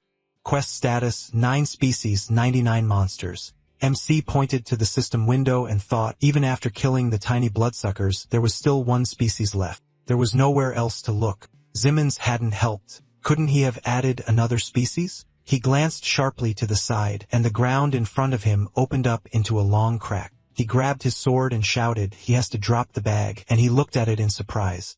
The next second, a huge monster burst from the ground, tearing the bag with the monster heads. Liam shouted, Before he could finish, the protagonist told him not to worry. It was monster blood. Then he looked ahead anyway, and MC told him to watch now, Liam. A huge, toothy worm appeared in front of them, and he said he doubted he could keep an eye on it this time. He thought, a worm in the dungeon, a dangerous monster that would take a dozen purple knights to defeat. Those damn Simmons idiots did a great job. Then Liam shouted, Lord. The worm began to attack, and Liam quickly looked away and started searching for something in his backpack. At that moment, the protagonist held his sword in front of him, blocking the toothy maw. Then he swung it, and the worm flew on, burrowing into the ground. He thought even the Blue Knights would avoid encountering a dungeon worm in a place like this. Because of its ability to explode and move underground, if the fight dragged on, he would be buried alive. The next second, a huge toothy maw appeared behind the protagonist, but he quickly dodged the blow. He held his sword in front of him, then plunged the weapon into the monster's body and drew a long slash. He gritted his teeth and thought he would cut it in half. Then the worm's tail appeared. The protagonist, still holding on to the sword, thought, damn bug. The worm began to rise higher and writhe, and then squeeze the protagonist's body. But Liam stabbed his weapon into the monster's body, and the worm suddenly rushed upward. And the protagonist thought, the pressure has eased. He jumped out of the grip and slid along the monster's body. Liam shouted, is he all right, my lord? And he asked, what did he do? He showed him the vial and said he'd coated the sword with anesthetic. But MC looked at him and thought, I see. The main ingredient in anesthetic is belladonna. It dulls the senses slightly in humans, but for a worm, it's like a deadly poison. In a critical situation, remember that belladonna is poisonous to a worm and improvise using the anesthetic. Such prudence and adaptability live up to Liam's reputation. Then he said that when he gave the signal, he should strike again. He thought bringing him along was the right choice. After that, he ran along the monster's body, and approaching its head, he plunged his sword into the monster and concentrated energy using the soul and body technique, delivering a powerful slash, causing the worm to split in two. Then the system reported karma points 780. Earned karma points doubled. He received 2 random boxes as a reward. Karma points 780. After some time, everyone gathered near the entrance to the dungeon, and the man said, cadets who managed to escape the dungeon, they should come to him. After their points are counted, they are free to go. Well, here they go. He looked at the list, and the students who approached him shouted, yes, sir. He said, dungeon clearance, 30 points. 20 goblins, 2 hobgoblins, 1 orc. Total points, 180. The crowd began to whisper. They had almost reached the record-breaking 200 points. Of course, purebreds always have higher scores. Then the man said, Raina, well done. Her total score is 130 points higher than the required score. She placed her hand on her chest and bowed, thanking him for the praise. After that, he added, well, they'll continue. The next cadets approached, and he announced the total score is a 120. Their total score is 70 points higher than the required score. The guys shouted that they were thanking him, and at that moment Owen thought, Reina, someone will definitely knock her down a peg or two. If they don't succeed, they can get rid of her like they did with Zeke. At that moment he heard a voice. He had already forgotten the last time he had seen sunlight. He was surprised to hear it, then turned around abruptly, noticing how MC and Liam, holding a huge monster, were walking forward. He thought, how is this even possible? The people present started whispering. A dungeon worm? But wasn't an orc the highest-ranking monster? How? They both managed to defeat a dungeon worm. After that, Liam threw the monster's head to the ground, and the protagonist looked at Owen and asked, I think he's surprised. Was he really that happy to see him? And in response, he frowned and pursed his lip thinking, what an arrogant bastard. The protagonist leaned over, looked at him, and asked, where's that indifferent face? It even suits him. What? Is he leaving already? And Owen stepped aside, still angry, thinking, damn purebreds. They'll pay for everything. The protagonist said, how scary. Then the examiner asked, are the cadets completely exhausted? And the protagonist said, a little, Instructor Andre. He took some notes and said that in that case they would begin the evaluation. The protagonist put his hands in his pockets and said they have nothing else. So what's the point of evaluating them individually? And Andre put on gloves and said he couldn't change the evaluation procedure. Have they lost the head collecting bag? The protagonist replied, unfortunately, that's true. He thought, well, this was their lucky break. A dungeon worm had attacked them unexpectedly, causing them to lose all their heads. They couldn't afford to fail the exam, so he decided to get the worm's head. Who else but Andre would carefully examine the monster's dental samples? After a while, he removed his gloves, stained with the monster's bodily fluids, and said that the samples belonged to goblins, gremlins, hobgoblins, hellhounds, orcs, and finally, trolls. Those present murmured in surprise, a troll? There were even trolls? And then Andre added, judging by the amount of blood, there were several dozen of them. But counting them all wouldn't be fair, so they'll only count one monster of each type. Trolls and dungeon worms aren't included in the evaluation criteria, but according to their data, there were 3 and 6 orcs, respectively. They'll count them as 90 and 180 points. Total points, 368, they passed. At that moment, one of the instructors looked at his colleague and asked how many points they had when they were cadets themselves. And he said that back then, even hellhounds weren't on the monster list. And the cadets started to wonder, 368 points? Is that even possible? Then one of the cadets shouted indignantly, this is nonsense. They only brought a worm's head, and the guy next to him said that one worm is already worth 180 points. He asked, what does that mean? They should think, gentlemen, if they encountered a dungeon worm or a troll, would they even be able to survive? Zeke, how did he do that? MC thought they seemed confused. They won't laugh at him now. Not bad. But he managed to do something extraordinary again. Zimmons went too far in their manipulation of the dungeons just to get rid of him. Could Owen organize all this alone? No. He wouldn't dare do that. Perhaps it was Zimmons himself and they were watching him more closely than he expected. If he hides his power for too long, it could backfire. For now, he should just watch. Then Reiner came up to him and called him. He looked at her and was surprised. She passed by him and noticed that this time he won. She walked forward with her people, and he looked after her in surprise and thought, did he win? What does she mean? Sometime later, the protagonist was sitting in the training hall and asked, is this what he wanted? Right? A system window appeared in front of him saying, Dragon Skill Level 1 Devourer allows the digestion of large quantities of food. Cost 50 points. Current Karma, 780. He said he'd long ignored the skill because he considered it useless, but now 50 points was a paltry sum for him. The system asked, Dragon Skill Devourer? He answered, yes. Then he looked ahead in surprise, wondering if the skill description had changed. The system window said, Dragon Skill Level 1 Devourer. Using this skill, any object can be converted into energy. By absorbing a monster with the Bloodline ability, he gains the ability to use it. He wondered, absorb monster abilities? He should have acquired the skill before the test. Then he took out an item and said, it's worth trying to combine it with energy conversion. The system reported Dragon Skill Devourer activated.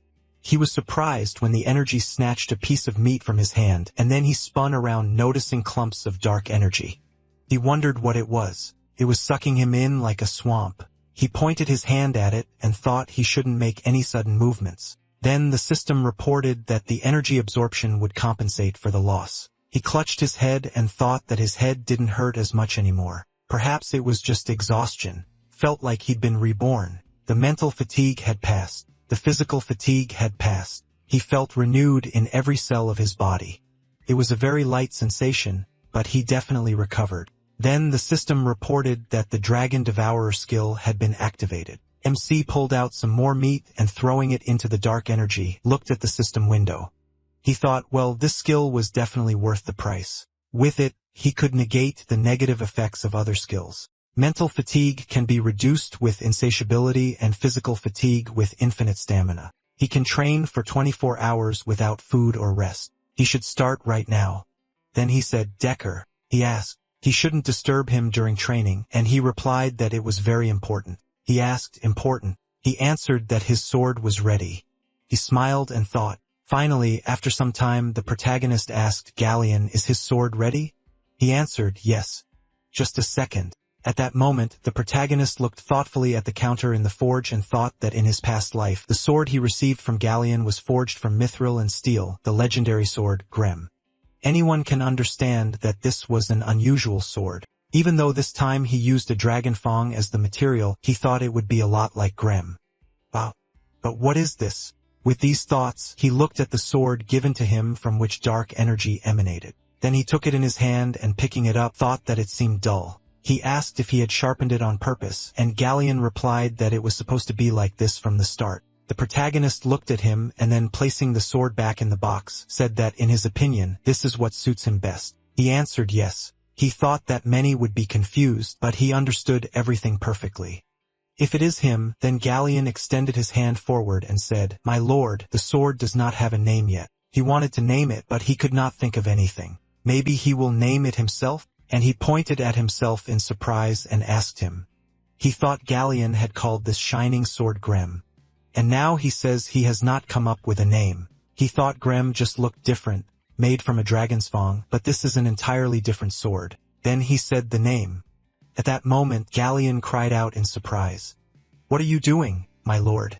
He began concentrating the energy in his hand and thought, even if the healing factor was simply active, it was still his skill. He had to control it. The system reported that the administrator's request had been accepted. The healing factor class skill has been temporarily disabled. He thought, great, it worked. Then he turned his wounded hand over onto the sword and thought, and now this. A drop of blood fell on the sword. And Galleon wondered, was this a ritual? A sword naming ritual?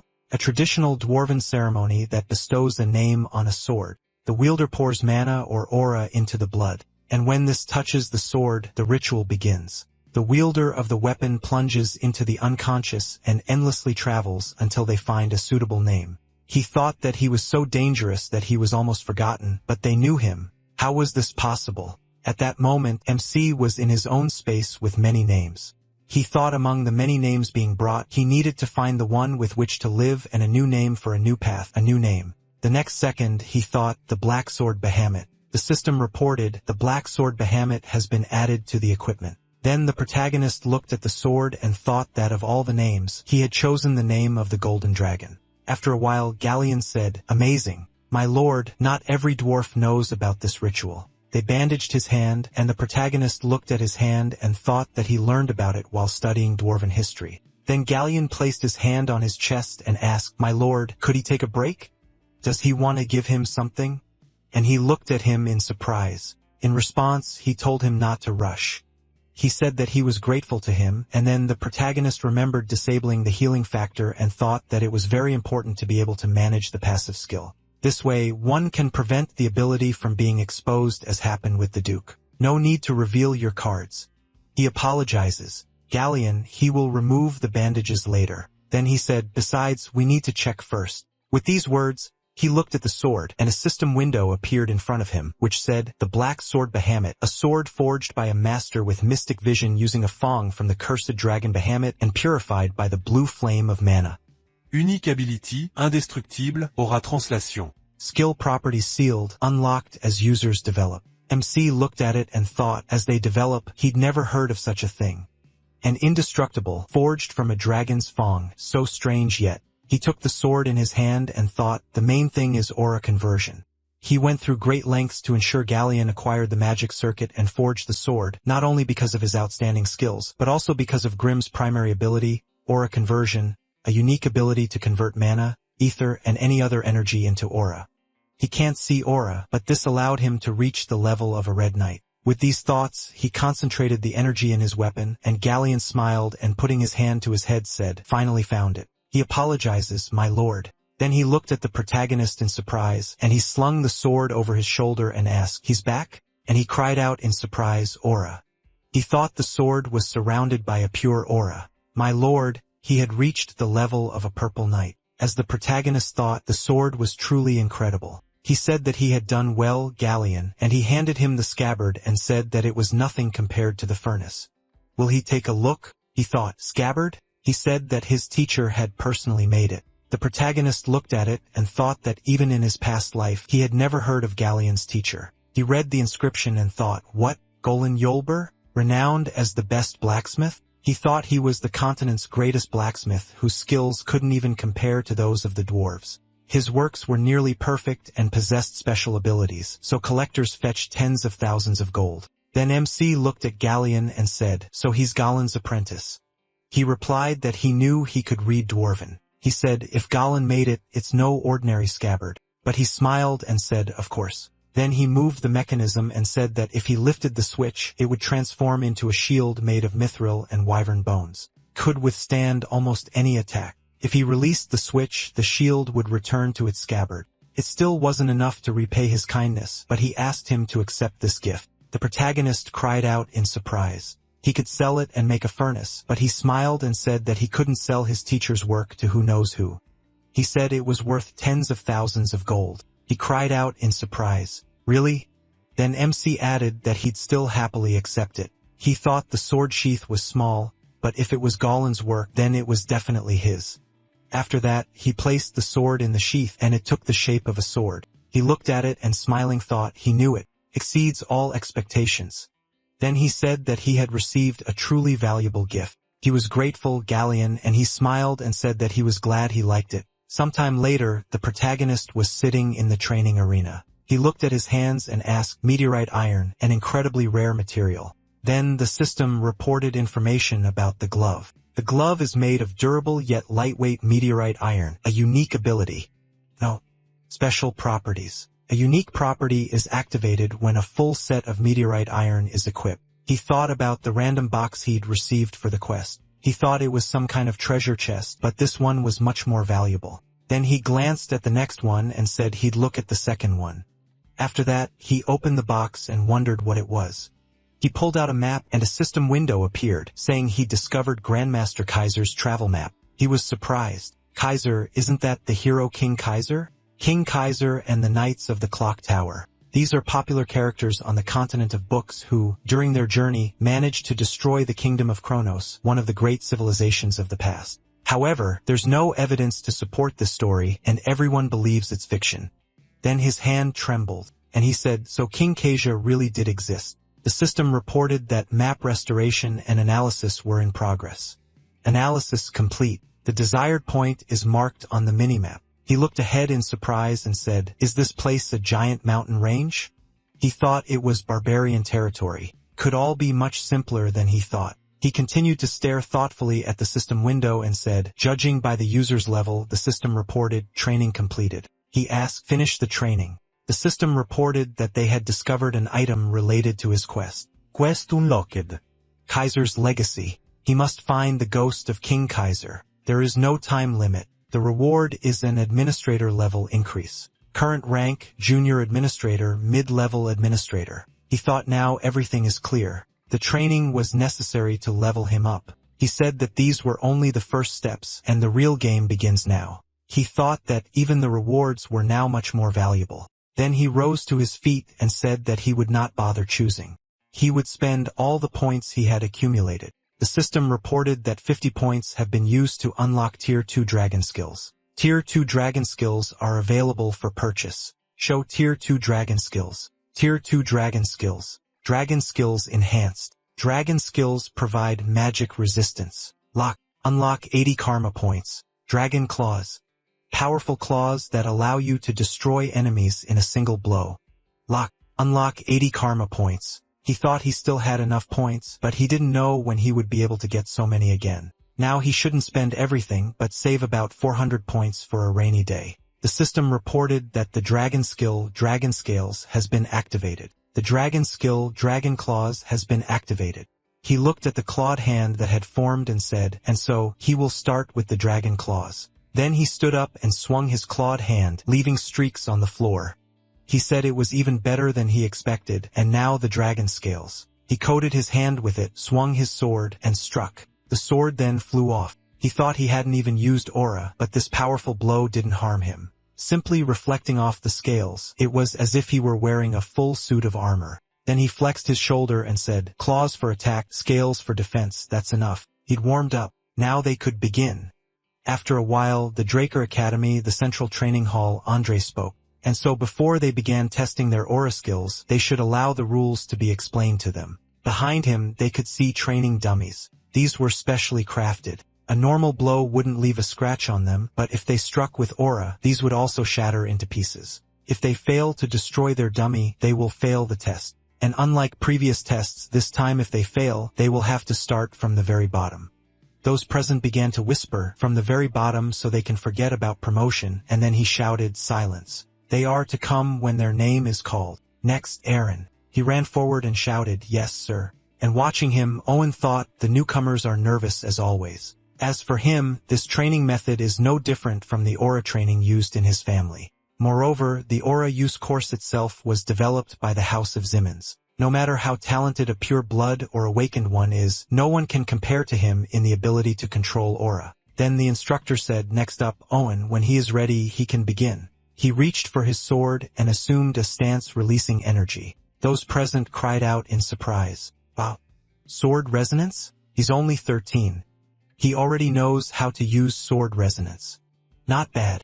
And the instructor folded his arms and said that it would be strange to expect anything else from a member of a noble family.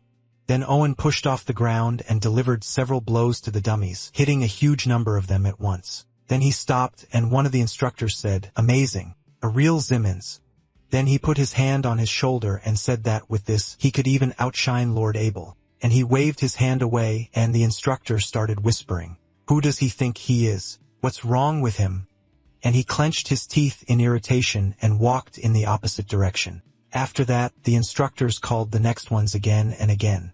And at some point, one of them said, it seems this test is difficult for everyone. His colleague said, Owen must have demoralized them a bit. He thought about it, but still, not a single cadet has ever failed. Everyone manages to inflict at least a small cut on the dummy. Consequently, no one has any trouble using aura. But even in an academy that houses the most elite students, there's one who stands out. At that moment, Reina stepped forward and placing her hand on her chest, declared that she was ready.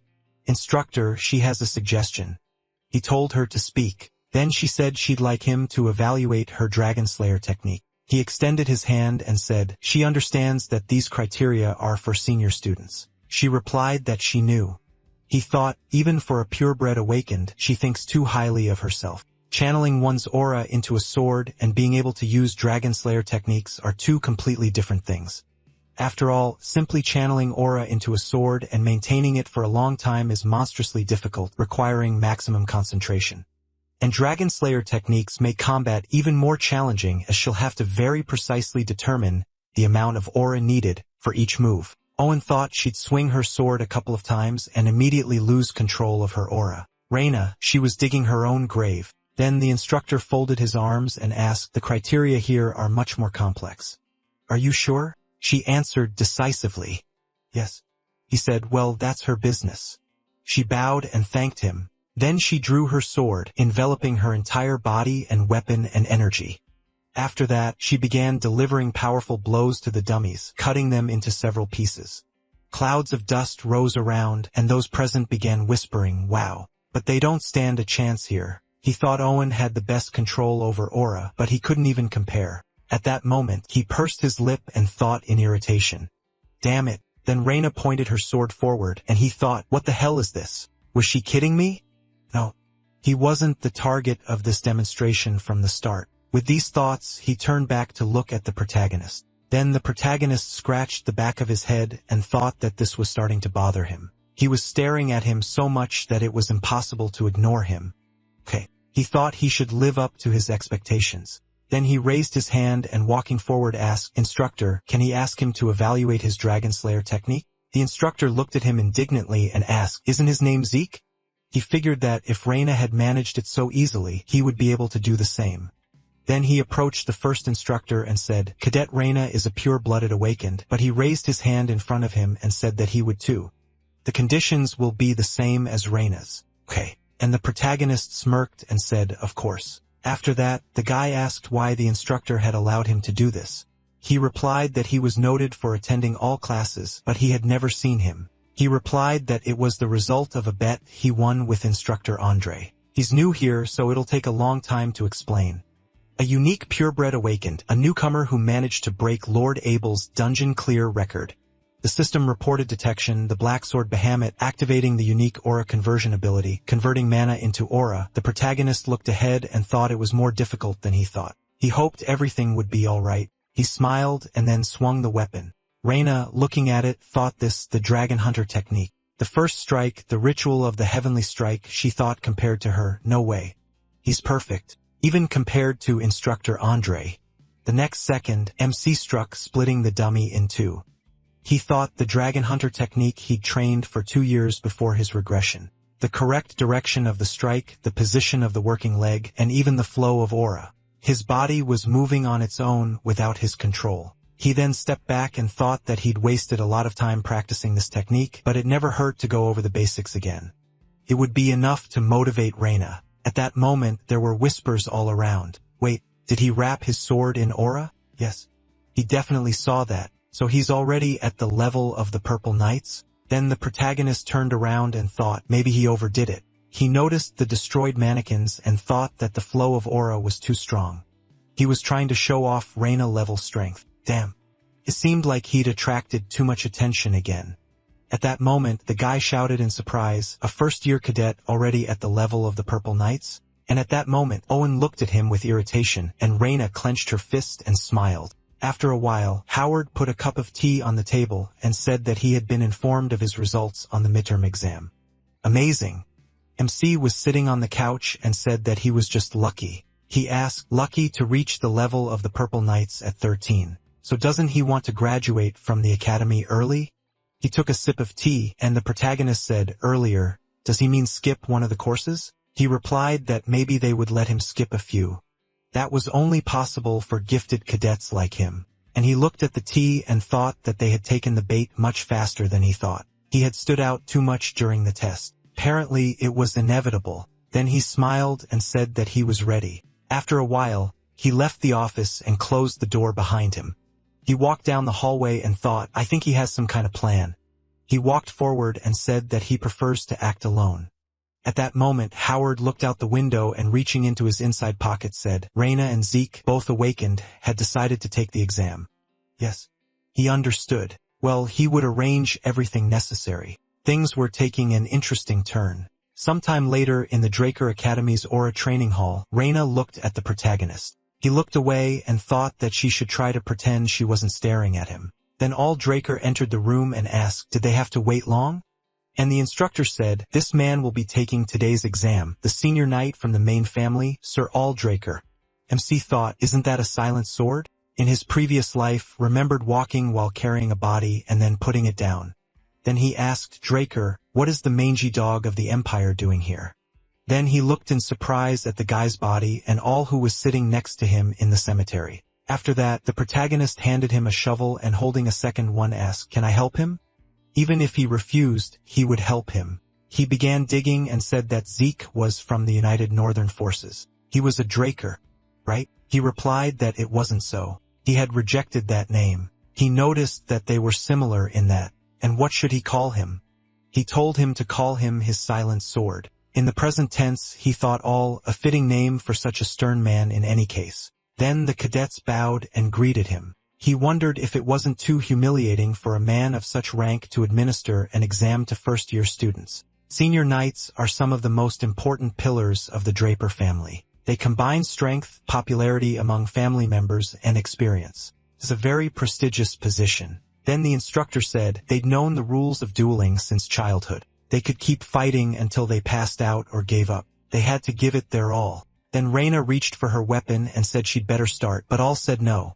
They shouldn't act alone. They had to attack him together. She screamed, "Wow." And the protagonist put his hand on her shoulder and told her not to let him fool her. She knew the difference in skill between him and them.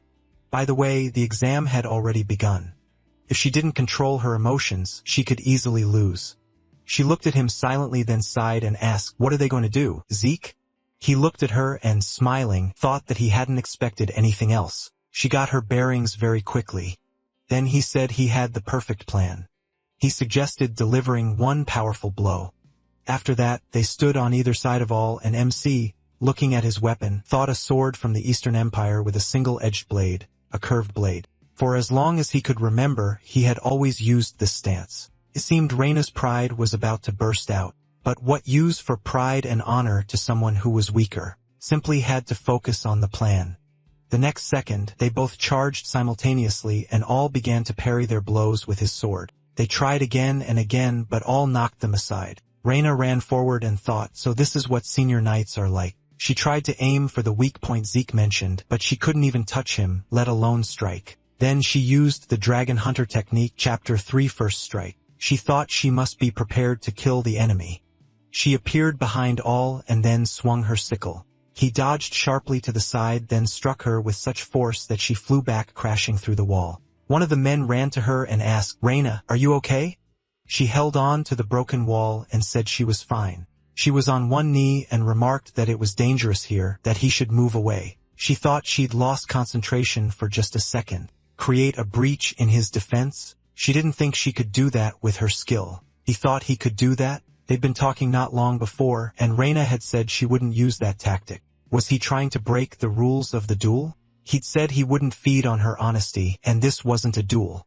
It was a test. He patted her on the shoulder and added that this was testing whether she was ready to kill enemies. Then she sighed and said, "Oh well."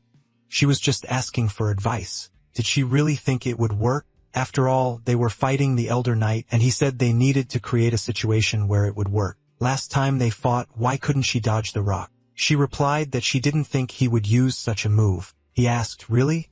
"It's the same with the Elder Knight." He pointed his finger at her and added that she just had to wait for the signal. It would definitely work. He thought that a small gap in his defenses should be enough. In the present, he used the Dragon Hunter technique, Advanced Form, Thunderstep, Silent Gate. All started looking around and said, "That's Zeke's technique."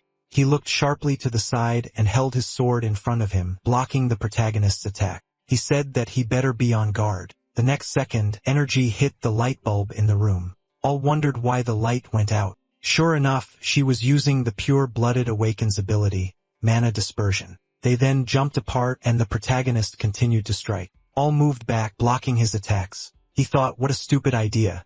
They just decided to block his view. Then he swung his sword and wondered, did they really think such a basic move would help them defeat one of the senior knights? Then he felt energy from the side and wondered what this strange feeling was. In this darkness, where he could barely make out silhouettes, he moved completely freely. At that moment, the protagonist, moving sideways, thought that now was the perfect moment to try out the dragon's new skill, and all was clearly not one to beat around the bush.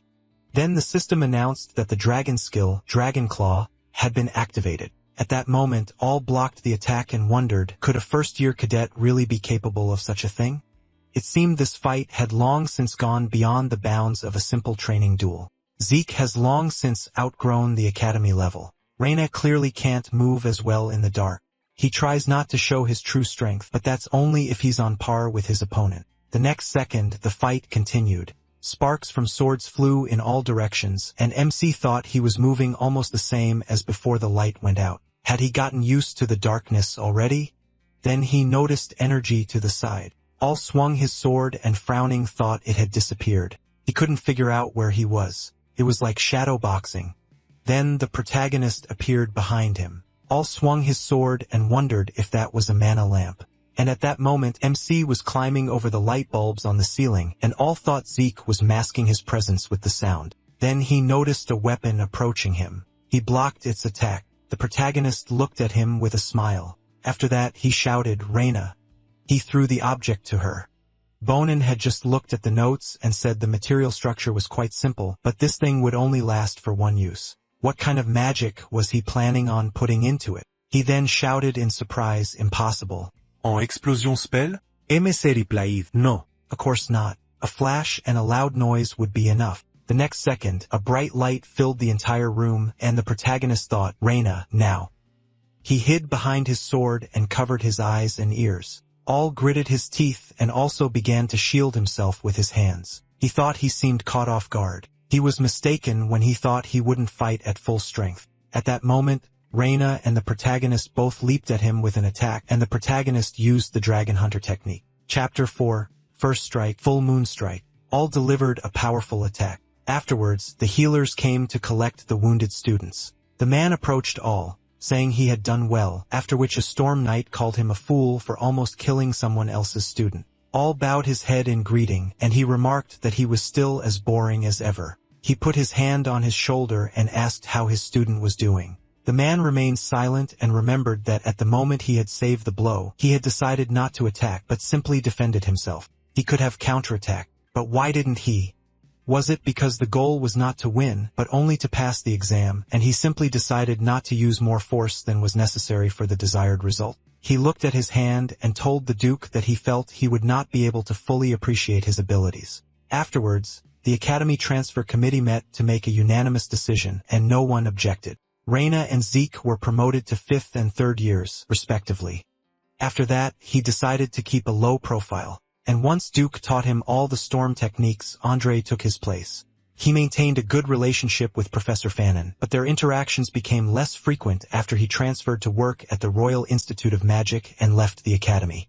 Fortunately, he was no longer embroiled in the intrigues of the great families. But the most interesting thing was that all sparred with him every quarter and afterward locked himself alone in the training hall. 2 years passed, and at the age of 15 graduated from the academy. Decker hastened to congratulate him on this. He was the youngest person ever to enroll in Valhalla. He was sure the Lord would be pleased. MC reviewed the documents he was currently working on, and Decker delightedly noted that the director never gave anyone a personal recommendation.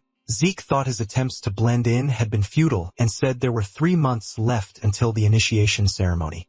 He needed to visit Atlas. The man was very surprised and wanted to ask him about it, but he didn't give him a chance to say a word, saying he wanted to be alone and didn't want anyone to bother him. Did he understand? Decker didn't dare object, but he figured the Kesser ruins were located in the area of a giant mountain range. Under the pretext of relaxing, he wanted to explore this place with the Argos Kingdom's Travelers Guild. There was no need to tell anyone about his plans. There was a knock at the door. Liam had arrived. He immediately bowed his head to him in greeting, and with a smile, he reminded him that he had told him there was no need for all this, that he should just relax. Decker decided to leave, and MC asked him to report to Valhalla about his plans. After which, Liam asked what had made him summon him here. He told him that he had heard that he had been transferred to a special class, and he couldn't ignore the news. He had prepared the answers to all the tests and the guides for all the exams. Everything he would need during his studies was there. He handed him a thick notebook and told him to go to the Breath of Fafnir and show it to them. Then they would give him everything he needed. In his 4th year, he would also need a sword. He could get that from the Breath of Fafnir too.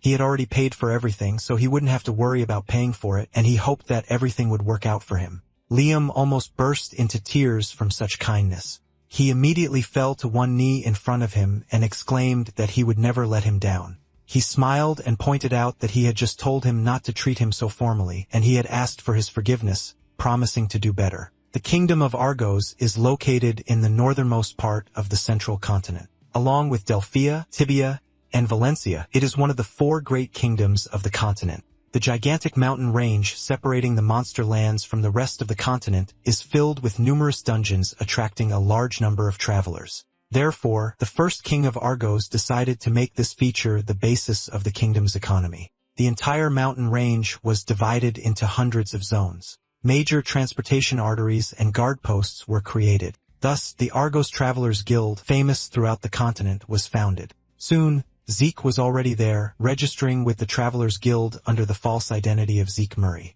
To make traveling easier, he changed his appearance, donning a wig and magic lenses. The name Draker would have attracted too much attention. He left the guild and looked around, wondering if it was time to start treasure hunting.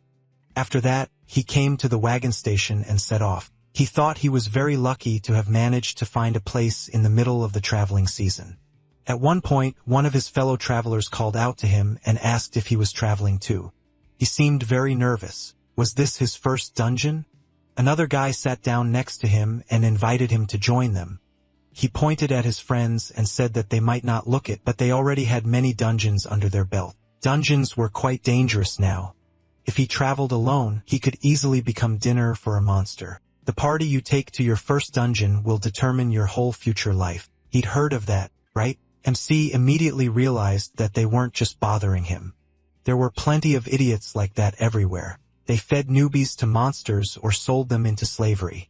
He remained silent and looked around, and after a while, told him to shut up and walk to the other end of the cart, leaving the guy perplexed. He asked him to wait and explain what happened, but he ignored him and knocked on the wall, attracting the driver's attention. He informed him that there were monsters 500 meters to the left of them, most likely a horde of orcs. Do they often appear here? The man asked, confused, what he was talking about. This is a safe zone. Meanwhile, the guy laughed and said that the kid was already scared. He should have known that this route is controlled by the kingdom. Not only monsters, but even wild animals cannot penetrate the safe zone. Zeke asked, then who is that behind him? Immediately after that, a huge orc pounced on the cart and struck, breaking it into pieces, and soon his friends joined him. The horses neighed loudly and fell. What remained of the cart overturned, and some of the travelers were already crushed by the orcs. The same guy was crushed under the cart, and while he was trying to get out, one of the orcs headed straight for him. And when he saw the club above him, he began to plead for help, and then a scream and the characteristic sound of a blow were heard. MC, meanwhile, was hiding behind a tree and watching them. If the orcs were able to penetrate the safe zone, then the guard post's operation was disrupted. He walked a little further, and as he thought, the guard post was destroyed, and he noted that this was very strange. Even the kingdom soldiers couldn't hold them back, and yet the guard post has enough warriors to repel an attack by most types of monsters. He noticed a long mark on the body of one of the guards, as if from a sword, and realized that not monsters, but people were involved. The bodies were horribly mutilated to create the appearance of a monster attack. But if it really had been monsters who did this, the cuts wouldn't have been so neat. They all died after the first blow, unable to offer any resistance. Obviously, whoever did this was incredibly cruel. Unfortunately, staying here for too long might attract the necessary attention. He needed to find the Kasia ruins quickly.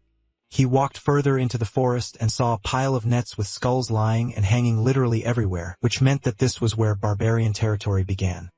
He checked the minimap and thought he was almost at the ruins, but the sounds pursuing him from all sides confused him. What were the Imperial Hounds doing here? The Imperial Hounds are an elite unit reporting directly to the Emperor and consisting of the best knights, constantly honing their skills in tracking and killing. For now, only the highest-ranking officials of the Empire know about them. But during the war that the Empire will soon begin, they will become a key force. He was able to track their movements using the minimap. It was impossible to forget for a moment how skilled their spies were. After all, they were the ones who killed him before his regression. The Duke had once told him something. This mad emperor was obsessed with the idea of immortality. He was ready to destroy the entire continent for that. Even before his regression, the emperor was obsessed with ancient relics driven by a mad desire to unite the entire continent under his rule and a thirst for immortality. Perhaps he had found the ruins of Kaiser before him? Most likely, he would have to find out for himself. He suddenly disappeared, and the hounds immediately emerged from their hiding places and began looking around, wondering where he had gone. They turned to their leader, and he carefully pulled a weapon from under his clothes. And a second later, Zeke appeared in front of him and dealt him several slashes, cutting off his arm. What he pulled out fell right next to the severed hand, a yellow flare, a signal of unforeseen circumstances. And if he carried it with him, then he was definitely the squad leader. He asked him, "Are there only 3 of them?" "They must be a patrol squad of the outer perimeter. A regular squad consists of 12 people." The other hounds shouted, "Who is he? Who ordered him to do this?" At that moment, he took the life of their leader and turned to them, saying that it seemed they did not understand something. He was asking the questions here. His piercing gaze made them nervous, and he advised them to think carefully. 2 more can speak. What if one of them dies and the other continues to resist? Then it will be his turn, so let them make the right choice. After that, they passed on information about a certain base and told him that they were the ones who carried out the massacre at the guard post. They were aiming to destroy the Imperial soldiers specifically. Perhaps the hounds had already found the ruins. Of course, he didn't spare those hounds. He laid their bodies by a tree and carved the Melkan sign on the trunk because many who tried to attack them died themselves. After that, he went to that base. One of the guards yawned and asked what kind of idiot sent troops into barbarian territory. His partner said that nothing could be done about it. And at that very moment, something flew at the man's head and he died. And then the same fate befell him. MC entered the base at high speed, and the man who was patrolling there stopped abruptly because of the sound and asked his partner, "Did he hear that?" He confusedly answered that he didn't hear anything. And at that moment, Zeke flashed next to him and hit the man in the neck and then dealt with him too. There was also a third guy. He saw him attack them and screamed that he was an enemy spy. But MC immediately put his hand in his mouth, not letting him scream, and killed him. But it was too late. The others surrounded him, and he remembered something. During the 5-year war, on the orders of his master, he had to destroy the Pavel cartel. Then he felt the same thing. A man observing the situation from above noted that this was the blade technique of the southern thugs. Is he from Melkan or Pavel? But it doesn't matter. He can't let him get away. Let him surrender, and then he will grant him a painless death. MC looked up at him and thought, is he the one in charge? His level is no higher than the Blue Knights. Compared to the Imperial hounds from his past life, these guys are a pitiful sight. He asked, does he think this is worth saying to the one who just slaughtered all his comrades? Instead of lamenting their unenviable fate, he could have dealt with him. The man remained silent, and he said that he thought so, that the central part of the continent was inhabited by weaklings. Let him do as he wanted. After that, he attacked one of the hounds, and then all the others attacked him. Having crossed blades with one of them, he realized that something was wrong. Why were the hounds so weak, or was he so strong? But none of that mattered now. His mana reflection skill activated, and everything instantly went out. Their leader glanced at the lamp and wondered why the light went out now. While he was wondering what it was, Zeke began killing the hounds one by one, taking advantage of the fact that they were blind. Their leader at first thought he was using mana reflection, but that was not the case. He was unarmed at first and didn't use any aura at all. This guy uses a southern blade technique, so he's definitely an assassin. It's most likely a simple malfunction. He told the hounds not to panic. Everything will be restored soon. Let them focus on defense for now. After a while, the light turned on, and he saw that everyone was already dead. This made him very nervous. And when the enemy's voice sounded right behind him, he flinched in fear. MC said that the Emperor definitely has a reason to look for the ruins of King Kaiser, and he, with trembling hands, drew his sword, asked what he was even talking about. He turned sharply to strike, but no one was nearby. Zeke told him not to worry. If he didn't tell him anything himself, he would find out the information he needed in other ways, and then his hand covered his eyes. He fearfully asked him to wait and exclaimed that they didn't know anything, but MC didn't care. Having finished off the leader, he left their base and threw the blade with the Melkan symbol on the ground, ensuring that they would be blamed for everything that happened here. The Melkan cartel, an organization he had joined in a past life to earn at least a little money. After the destruction of the Kingdom of Cusco as a result of the civil war, its territory was divided between the Melkan and Pavela cartels. To hide his identity, he could have used dragon skills, but he decided to use the Southern Blade technique and even left the Melkan cartel's mark near the bodies. It would be better if it was immediately clear who was behind this. The Emperor will believe that the deaths of his people were the work of Melkan.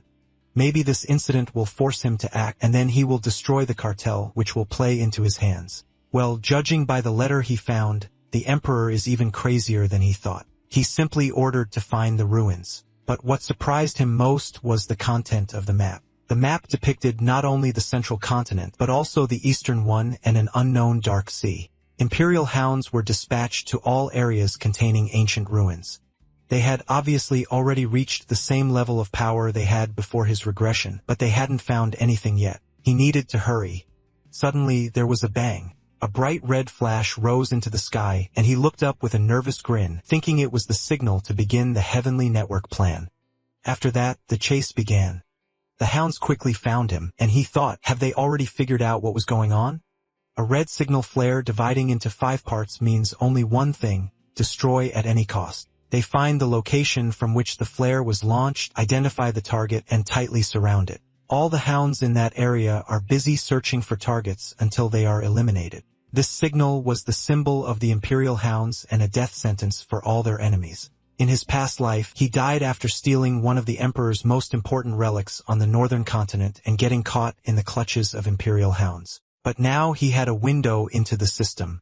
He quickly drew his dagger and dodged the blow of the Hound Squad leader who appeared before him, and then he was surrounded on all sides. He immediately kicked their leader and thought he could defeat them, then parried several of their blows. After that, he broke free from the encirclement and retreated, looked at his opponents and thought that he knew it. These guys were already stronger than the ones in the cave. Another squad appeared behind him. A horde of hounds surrounded him from all sides, giving him no escape, and he scratched his head in confusion, noticing that it was a complete mess. He glanced at the minimap and thought that if he could break out of the encirclement, he could escape, but then he'd have to use the smoke traps he'd worked so hard to obtain. Apparently, he had no choice. He'd prepared them for another purpose, but there was nothing else to do. He pulled out a whistle and blew it with all his might, causing a horn-like sound to echo through the forest. The hounds immediately began looking around, thinking it was a signal, but the squad leader quickly realized something was wrong and turned to the enemy, warning the others about the smoke bomb. The sound was just a trap. He ordered them to catch him now, but it was too late. The bomb exploded and smoke enveloped Zeke, making him invisible. As soon as the smoke cleared, he was no longer there. Squad leader told them not to panic. He couldn't escape the Skynet anymore. They should stay put and watch every movement and shadow. The smoke covered the rest of the hounds as well. Everyone held their breath and waited. Their leader wondered why he couldn't sense his presence. Did he think he could hide from them just with these cheap tricks? But what was that horn sound? At that moment, a crash was heard behind him. The body of one of the hounds fell next to him, and he looked around, not understanding what was going on. And then his eyes widened in fear. The barbarians attacked his squad, and he wondered what was going on here. Had they really angered them that much? If there had been only a few of them, they would have managed. But why were they attacking with an entire squad? One of the hounds was furious that these stupid savages dared to attack them, and he struck one of them with his sword, but his blade couldn't even wound him. Then the barbarian immediately struck him on the head, instantly killing him, and the squad leader thought he had never seen them act so harmoniously. It was too dangerous to remain here.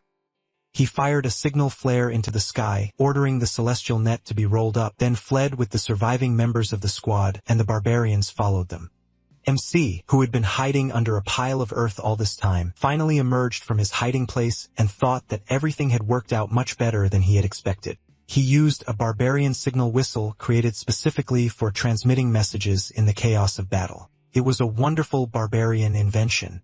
In a past life, he was able to build friendly relations with the Mohawken tribe, and they taught him how to make this whistle and transmit signals with it. The signal he transmitted said, "Strangers have invaded the land of the Mother Goddess."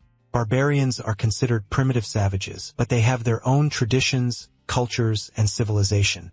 But it's unlikely to work a second time. After that, he began searching for ruins. He climbed one mountain after another and wandered into a dungeon, but it was guarded by a descendant of dragons infected with corrupting energy. He hid behind a wall and thought, what the hell is this? Apparently, the door behind the monster is where he needs to go. He asked the system if he could open it, and it indicated that the administrator's request had been accepted, establishing a connection with the controller. King Kaser's sanctuary was open. The doors immediately began to move, causing the dragon to become enraged, and Zeke smiled nervously. Realizing he couldn't slip through unnoticed, he used a dragon hunter technique and applied form, and in an instant approached the monster, then delivered a storm strike using Skywalk. This way, he wanted to distract the dragon and quickly slip through the passage. When he was almost at the door, the monster's wide-open mouth appeared next to him, and a roar was heard. The dragon was only able to tear off pieces of his clothes. And while he was trying to figure out what was going on, MC gathered energy and struck, decapitating the monster. Drops of blood fell on his clothes, and he immediately felt a burning sensation in those places, and wondered if his blood contained acid. The system activated the healing factor, and he thought it was a monster with acidic blood and 9 heads. Even his master could barely defeat it. A 9-headed dragon, a hydra, and he was about to strike it down right now. Zeke attacked. His blade caught between the dragon's teeth, and then the monster suddenly shook its head and was thrown into the wall. He stood up and cursed, wondering what was wrong with this dragon hunter technique.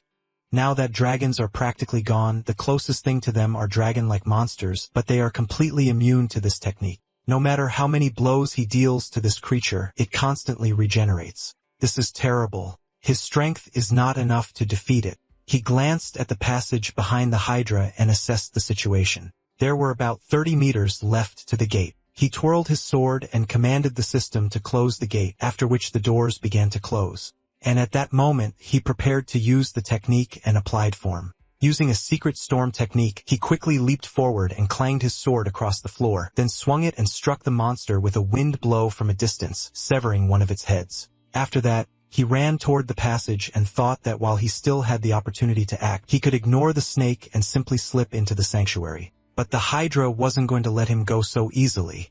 3 heads immediately reached for him, and by that point, he'd already reached the gate and thought he'd succeeded. But where had the Hydra gone? He decided to turn around, and his eyes widened in fear. One of the Hydra's heads darted past him, clamped its jaws around his arm, and wasn't about to let go. MC tried to break free, but the jaws held him tight, and he cursed, thinking it had finally gotten hold of him. He pressed the blade to his shoulder and said that since it wanted his hand so much, he would give it to it. After that, he swung his sword sharply, freeing himself from the Hydra's jaws, and his arm grew back.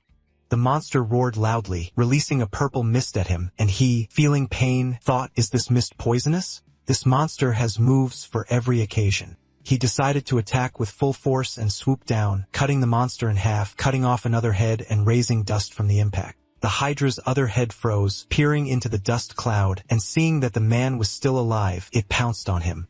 This head was one of the last, and he realized he needed to deal with this right now. He activated the Dragon Might skill, releasing such a powerful aura that it caused the Hydra to freeze. His eyes flashed, and he told the monster to disappear.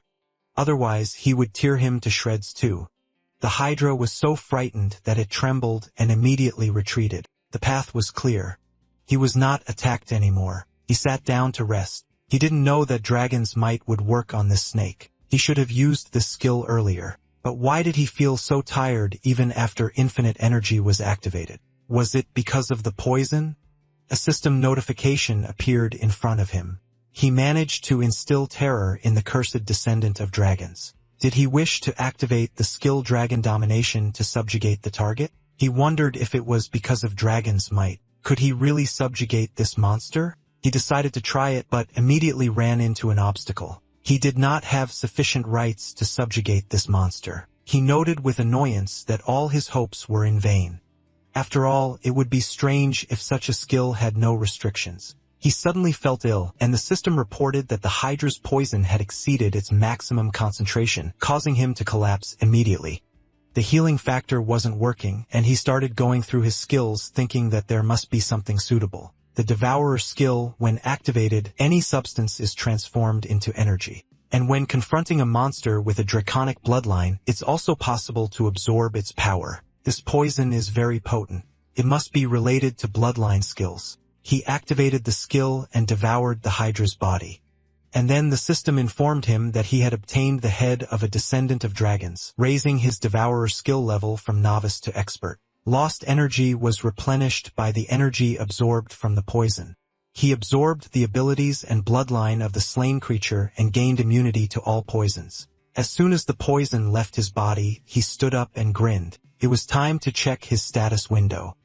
He currently had 465 karma points, and that new skill was showing. He thought the statement about most poisons was too strong, but now he could at least not worry about that. And Devourer's level also increased, and he had almost lost hope.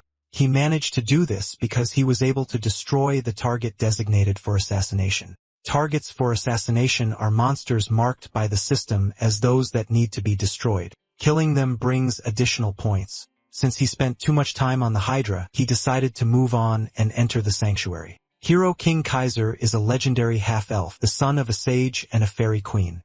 Like many legendary heroes, his childhood was not easy.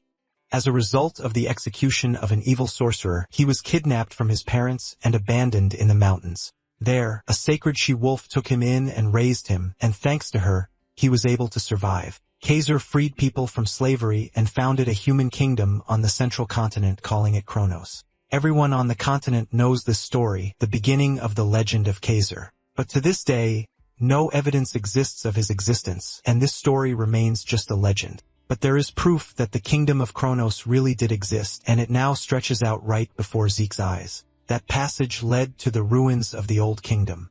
He looked around and thought that everything here was much smaller than he thought. He hadn't known that Kaiser's legacy was the remnants of the kingdom of Kronos.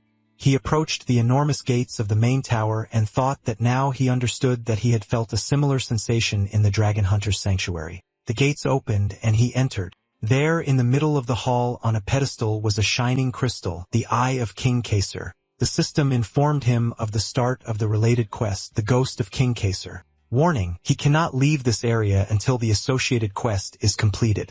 He immediately started to get indignant, and then the door slammed shut, and the system told him that he needed to find the king's remains in the ruins and prove that he really existed. There was no time limit, and he would receive the Fairy Queen's tears as a reward.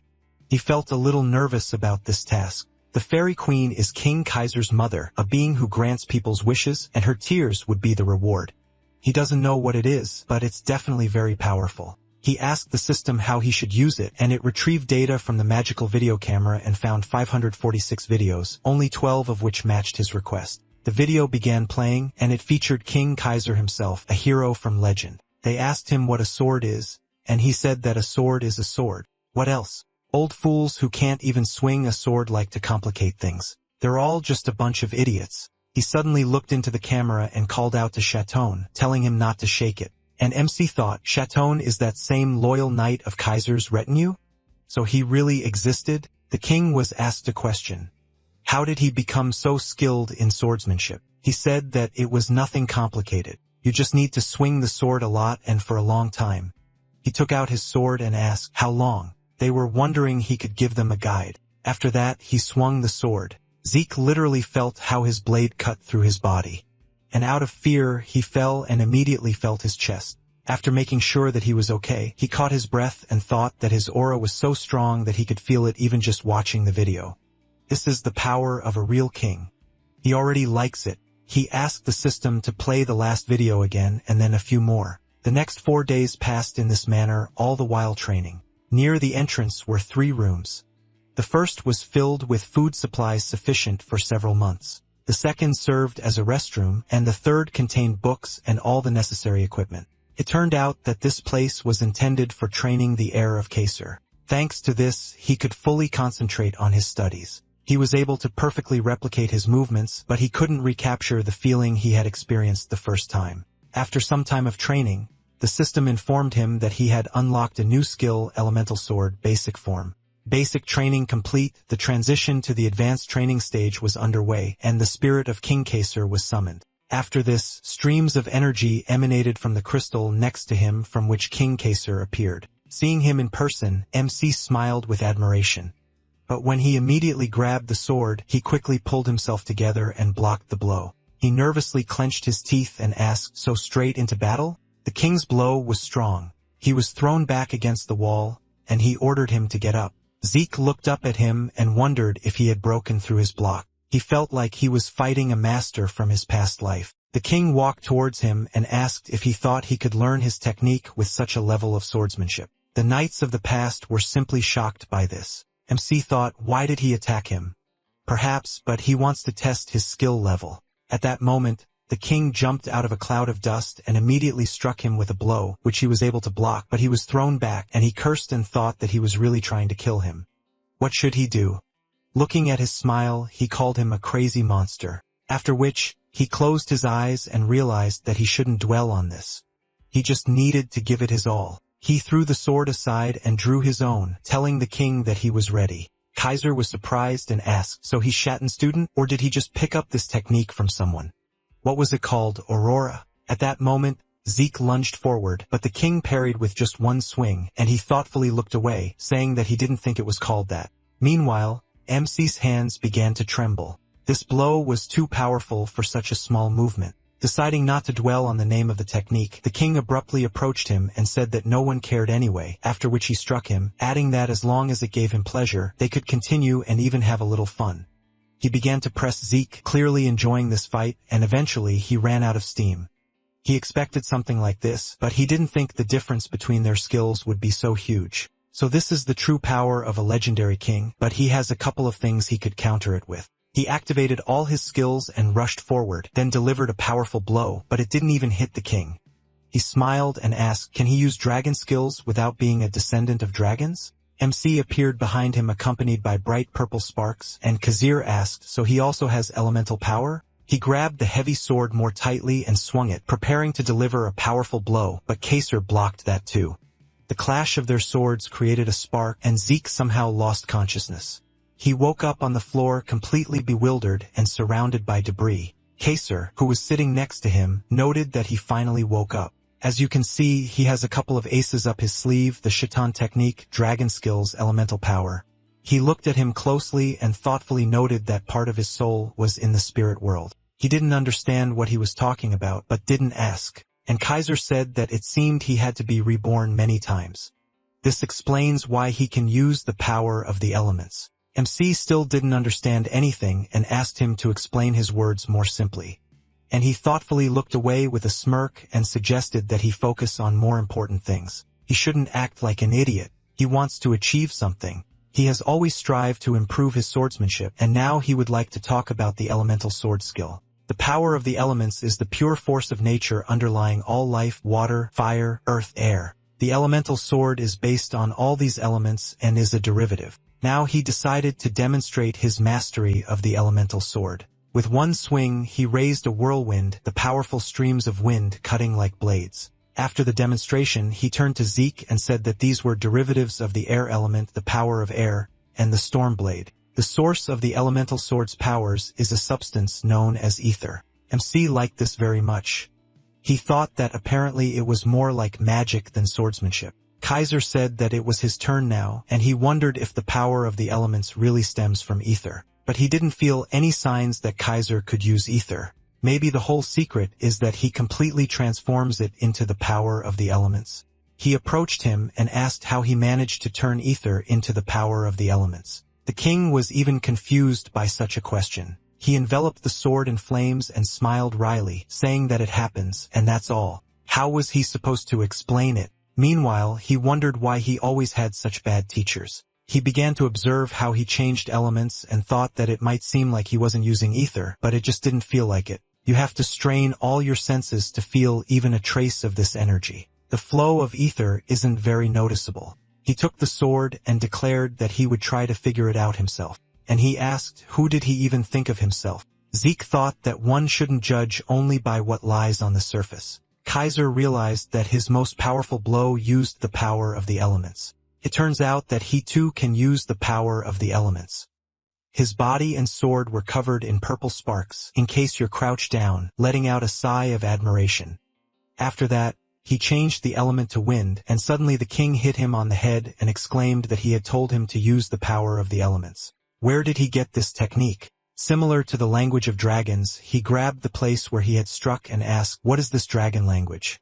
He answered that only dragons possess this technique. Only the descendants of dragons can use it. Every time he uses this power, he has to pay a great price, right? He remembered those flashes of pain, and the king said that the souls of people and the souls of dragons are simply incomparable. He can imitate the use of this technique, but he will never be able to achieve the same effectiveness. He doesn't know who created this technique, but it is simply disgusting. A technique that imitates the language of dragons.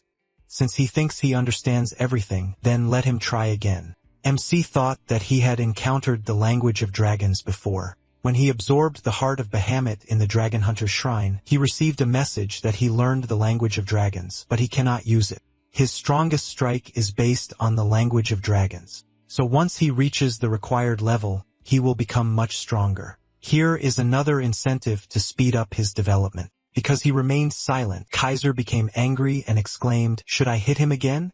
Tell him to get up immediately. As expected, advanced training took longer. Thanks to Kaysar's guidance and endless sparring, he was able to grasp the principles of the elemental sword technique. Similar to magic activated by channeling mana and using a magical formula, the elemental sword uses ether as a medium for elemental power. Once he understood this, he realized the elemental sword wasn't such a difficult technique. During another sparring session, the king stopped and said that he had at least reached a tolerable level. Further training would be more difficult, but for now he could rest. He stepped aside, threw down the sword, and Zeke asked if he could ask him something. He lay down casually on the air current and told him to ask, and he smiled nervously and thought, so those floating objects also used elemental power? He asked when they first met. He noticed that he was using aura and called him Shaitan's disciple, right? What did he mean?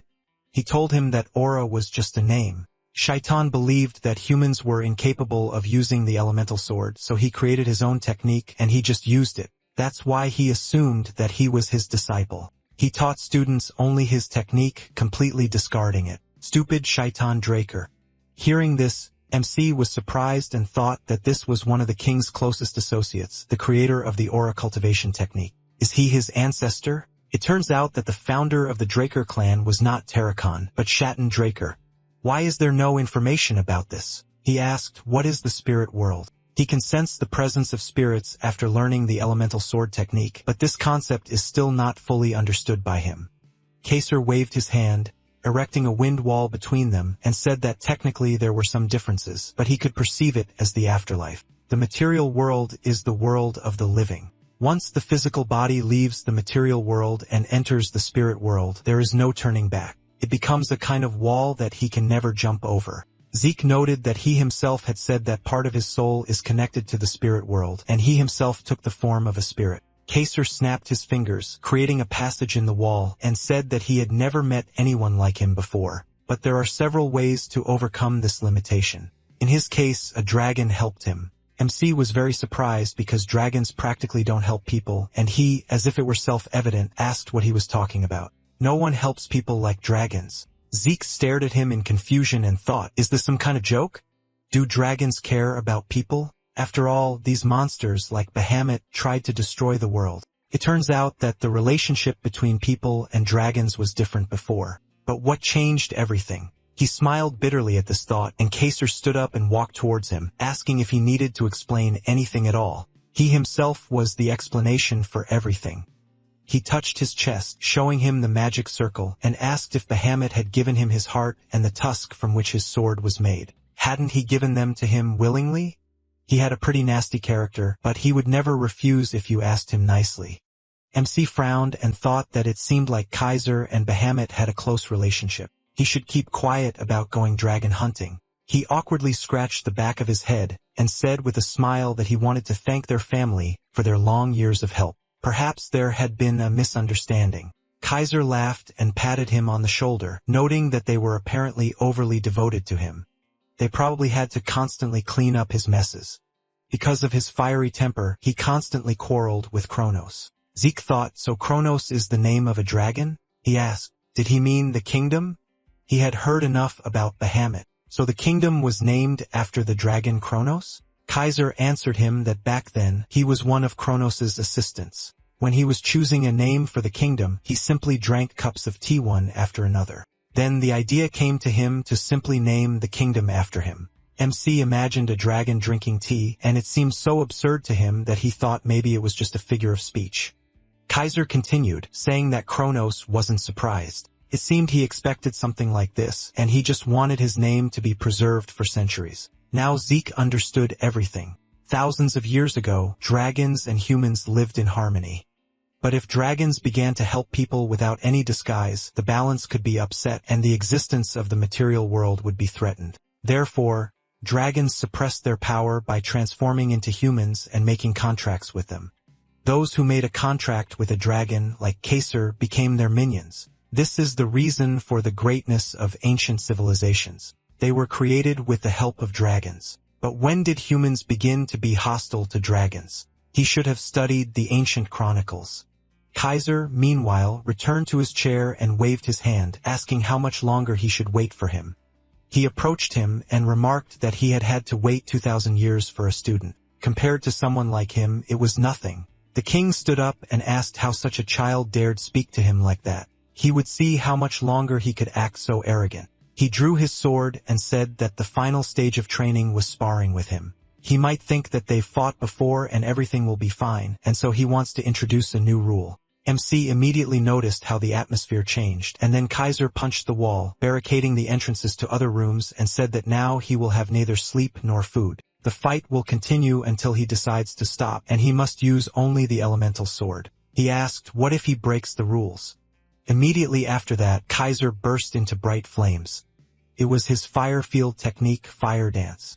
Zeke was able to block the blow, and he seriously replied that if he considers himself immortal, he can try to break the rules. The elemental sword technique is divided into 4 chapters according to the number of elements. The first of them is based on the element of fire, the chapter of fire. This allows you to create intense flames and heat representing a powerful destructive force. The fire completely covered Zeke, but he survived thanks to his healing factor. Next is the chapter of earth. Kaiser leaped and delivered a powerful blow, crushing the floor. This technique provides suppression and restraint by controlling the density of weight. Despite this great pressure, MC stood firm, and now for the next chapter. Before he could take a step, a cut appeared on his face, and then streams of wind lashed out at him, cutting like blades. This chapter is based on the element of air, the chapter of wind. He swung his sword, parrying the blows, and then moved behind his opponent. Wind is weaker in power than fire, but it provides greater flexibility in combat thanks to quick attacks and lightning-fast movements.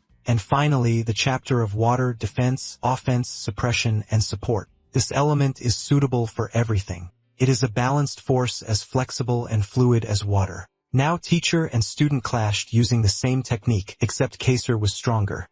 Zeke was thrown aside, and he, feeling the burning sensation from the wound near his shoulder, thought, what's wrong? He's stronger than him in all stats. Why such a big difference? Some time ago, when he just managed to replicate the water technique, he brought down a huge waterfall in front of him and was overjoyed at his success. But the teacher had immediately brought him back to his senses with a blow to the head. He called him an idiot and said that it was the power of the waterfall, not water. And he'd asked if it wasn't enough to simply learn to use the element's power. He told him that was how the other chapters worked. He could simply swing his sword and the power would flow through him. But how many times did he have to tell him the water chapter is about gentleness? Gentleness defeats strength. Had he heard of such a thing? Let him try again. He frowned in displeasure and thought, what kind of nonsense is this? In his past life, he died because he wasn't strong enough and couldn't defend himself. To survive, to fulfill his dream and protect what was dear to him, he promised himself to become as strong as possible. And then he hears that gentleness defeats strength. He'll never believe that nonsense. At the moment, his blade collided with his teacher's weapon again, and he pulled himself together, wondering why he was so lost in thought in the middle of a sparring match. He blocked Kaiser's strike, was thrown back, and he thought that after 15 days here, he had stopped counting. This frantic training had begun at least a month ago. No food, no water, only endless sparring. Thanks to this, he realized something. The power of the energy recovery skill is also not limitless, especially in a battle with an opponent who surpasses all his abilities. Noticing that he was attacking, he prepared himself, and then their swords clashed. But MC could no longer hold his sword. His arm barely moved. His feet also slipped because of the water, and then a huge splash of water appeared in front of him. Despite his fatigue, he still managed to parry this powerful blow, which made him very happy. He remembered the words, softness conquers strength, and smiled. Now he understood it. When he had no strength left to hold the sword, no strength left to stand, no strength left to do literally anything, he understood what Kaiser meant. His training, his attempts to control the sword's movement, and the form he used were restricting his movements. He needed to break these chains, simple and free movements like a stream of water forcing its way through. He rushed toward the king and remembered feeling something similar in a past life. When the line between him and the sword was erased, he was able to feel one with it. It was eerie and at times incredibly beautiful. Right now, they were both spinning around the hall, parrying each other's blows. And at one point, Kaiser stopped and exchanged a smile with his student. Then he swung his sword, the entire hall filled with water, and Zeke increased the distance between them and prepared to attack. Kaiser was doing the same now, and then their swords clashed again, a water technique, a cut through the horizon, and then a deafening roar and splash. The blow cut through the ceiling, and sunlight now filtered into the hall, illuminating the falling drops of water. Kaser looked contentedly at his unconscious student and recognized him as a worthy successor to the warriors of the past. After some time, MC finally woke up. He grabbed his head and thought that this was the second time he lost consciousness. The first time had happened during a sparring match with Duke. That time, he'd overused his dragon skill, causing him to lose consciousness, and this was the first time he'd fainted due to physical exertion.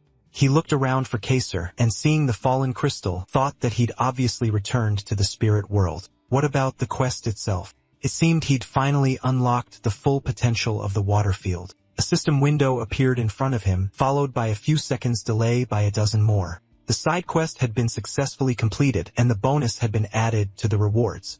He received 500 karma points and 3 random skill cards. The bonus was an increase in administrator rank and the unlocking of new features. The entry-level quest book was upgraded to a mid-level quest book. The number of slots was increased and the portal minimap was activated. Increasing the administrator's soul level partially unlocked the heart of Bahamut. Currently, 90% of it was locked. He thought this was pretty good. Took him quite a while just to read all of this. First, he should check the heart's lock level. When he had just absorbed the heart, it was 95%. He tried to unlock this skill, but the system blocked it again. Of course, he knows what happens when you use power beyond his capabilities. Now he can only safely use 10%. Even dragon language cannot be fully unlocked with karma points, just like domination. That too is apparently too powerful a skill. Now it's time for the reward. 3 boxes contained meteorite iron leg armor and greaves, as well as crystal earrings that increase the wearer's mana regeneration rate by 15%.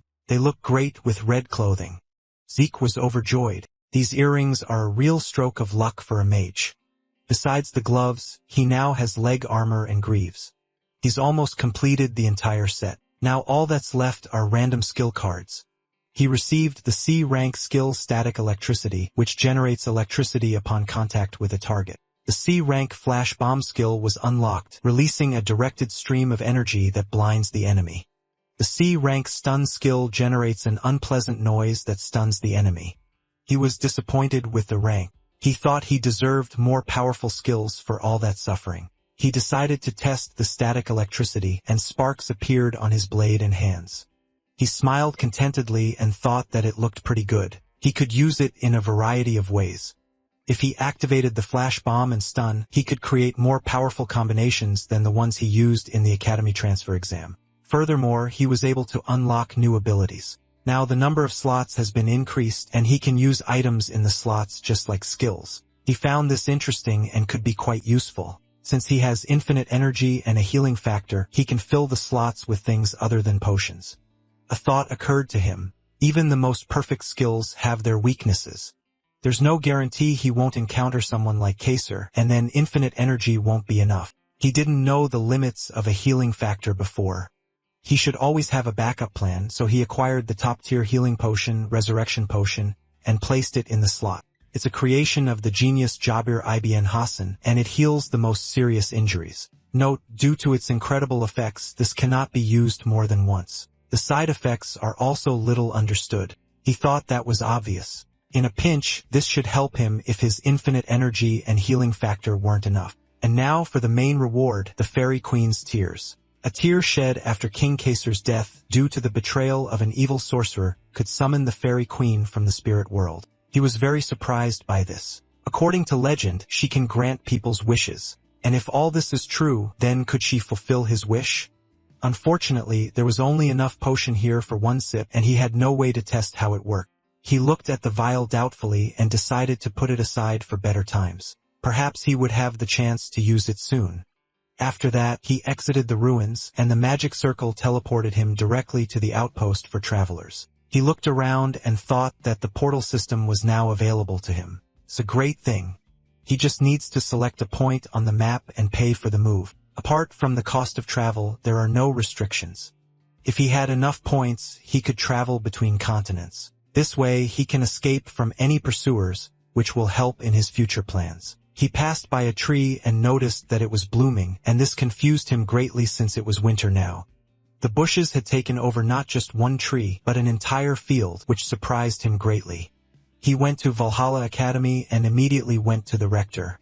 He said that in his 10 years as the head of the academy, he had never seen anyone like him. He was a whole month late for the start of training. Zeke apologized to him in his thoughts. He didn't think he would be stuck there for 4 whole months. The addition to the letter of recommendation stated that being late for the entrance ceremony could lead to trouble, including being summoned to the head of the academy. He couldn't wait until next year. He urgently needed access to the Terracon Draker archives. He must resolve this problem at any cost. He bowed to him and said that, in fact, he really wanted to improve his weak points. So he went into a trance and lost consciousness for a very long time. The rector turned to him and asked with displeasure, was that an excuse for skipping the ceremony? The rector of Valhalla Academy, Flaubert Borges, had long served as captain of the Royal Guard of the Kingdom of Tibia and was one of the most respected knights on the continent. Arthur Draker had offered him the position of head of the academy 3 times. Honor and principles were paramount to him, so any unnecessary displays of emotion would only make matters worse. He said he knew nothing justified such tardiness, but he was telling him the truth. The rector measured him with a glance and, after a short pause, said that achieving a trance was indeed difficult. If it had been another student, he would have ordered him to stop talking nonsense, but he had received a recommendation personally from the headmaster of the Draker Academy, so he would make an exception. He would review what he had learned and whether it was truly worth missing a month of studies at Valhalla. And if the results satisfied him, he would forgive him. MC thanked him and thought that even though it was incredibly annoying that Howard himself had spoken for him, he didn't have to worry about justifying it now. After that, Flaubert called his subordinate and said he needed any available training hall. He should order the professors to conduct an additional entrance exam. He agreed and left, and after a while Zeke was brought to the training hall. Looking at the teacher, he became nervous. As he thought, all the academy professors were the most famous knights on the continent. Flaubert took his seat and said that now that everyone was gathered, he should show them what he had learned. He took the sword and wondered what he should show them. Perhaps he shouldn't demonstrate the power of the elemental sword. He prepared himself and felt the pressure emanating from the professors. It was too great. These people trained the strongest knights on the continent, so some mediocre technique wouldn't impress them. Then he decided to take it seriously and released powerful streams of energy. He was about to demonstrate some kind of strike, but he stopped when he heard the professor's admiring exclamation. He said in surprise, "It's simply incredible. Could that really be an aura blade?" Another professor asked, "He's only 15, and he's already reached the level of the Blue Knights." His colleague said that before that, the Knight Abel at 19 had reached this level before anyone else, which is why he's called the Golden Awakened. MC cursed in his mind and remembered what Kaiser had told him when he asked him what he thought about aura. In his opinion, it was for weaklings. After months of training with Kaiser, he'd already forgotten that he needed to control his aura. The only thing that would help him was that they thought he'd reached the blue level. Before meeting him, his aura was indeed at the level of the Blue Knights. But after learning the wind field technique and the elemental sword, his aura reached the red level. The main difference between the Red Knights and the Blue Knights is their ability to control their aura blade. Blue Knights can create and maintain this blade, while the more powerful Red Knights can change its shape, increasing its destructive power. Because of the aura blade, he feels even more exhausted now. The rector's enthusiastic voice pulled him out of his thoughts. He said that it was simply amazing. It was definitely worth a whole month of absence. Something like this could be waited for not just several months, but several years. He mentally noted that he had become a completely different person. After which he put away his sword and bowed to him, apologizing for being late. He laughed and told him not to worry, then turned to the professors and asked their opinion. Did anyone object to accepting him into the academy? They noted that he truly was a unique talent. There were no objections since even seasoned knights could not boast of such an aura. What they saw was quite enough. Flaubert turned to Zeke and said that they had made a decision. He was now a student at Valhalla Academy. After that, he went to Atlas, the capital of the kingdom located in the center of the Middle Lands. Valhalla, the best academy for training future knights, is also the city of the 4 seasons of the Draker clan. Moreover, this city is the permanent residence of the Drakers and their closest associates. It is a true stronghold of the Draker family. He looked around his estate and was amazed by its scale, then headed inside, thinking that perhaps this was too much even for a black card holder. As soon as he opened the doors, confetti shot into his face, and the voice of Duke was heard congratulating him on entering the academy. He and instructor Andre had come especially to surprise him and even dressed as clowns. He was very surprised by him, and Duke, patting him on the shoulder, said he was crazy. It was the first time he had seen anyone skip an entrance ceremony. Since the main star has arrived, they can begin. After arriving at the Atlas estate, Duke and Andre decided to throw a party in honor of the entrance, and he couldn't understand what the teachers from the academy were doing there. Duke received an invitation from the head of the Draker family, and he returned to Atlas. He began managing the estate about a month ago. Andre apparently also decided to follow him. He sheepishly said that he got a job as an instructor in Valhalla, so they might as well congratulate him too. After that, he and Duke laughed, and MC, looking at them with disgust, thought, what are they doing here? They didn't even ask him? That night, the party finally ended. Andre and Duke slept, and Zeke went to some bar. He gave the bartender a coin and asked him for a dark beer and a meeting with Key. And Key, seeing the emblem on his glove, was very surprised. After that, all the patrons in the bar fell silent and took out their weapons. Seeing this, the MC chuckled, then threateningly showed them the gauntlet and advised them not to interfere. Seeing the Draker family emblem, they immediately calmed down and returned to their seats, and the bartender awkwardly apologized, saying he should have stopped them. He pulled a special bottle from the shelf, revealing a secret passage, and invited him inside where the branch leader was. He led Zeke through a long corridor, and he assumed it was a secret door hidden by protective magic, which was obvious. Before the regression, there were two most influential organizations on the continent, the Draker Darkness and the Imperial Mind Guild. However, there was another lesser-known organization, the Syndicate. Initially, it was simply a group of smugglers, but one of its low-level members, Key, created an entire information network based on smuggling routes. At this time before the regression, he had already been expelled from the academy and joined the McLean cartel. He managed to survive and make a name for himself as a professional assassin. Then Key, the branch leader at the time, approached him. He asked him to clear out one of the main routes. Key then took control of these routes and made the Syndicate a third force in addition to the two aforementioned organizations. Thanks to his knowledge and skills, he completely seized power within the Syndicate. And when the Empire stripped him of everything, he brought him information about the artifact the Emperor was seeking and warned him that it would not be an easy task. He actively helped carry out his revenge. Even if he simply wanted to use it to increase the Syndicate's power, without it, he would never have gotten his hands information as power. Indeed, the future can change at any moment. The bartender led him to the end of the corridor, knocked on the door, opened it, letting Zeke into a spacious room with a table and Key in the middle.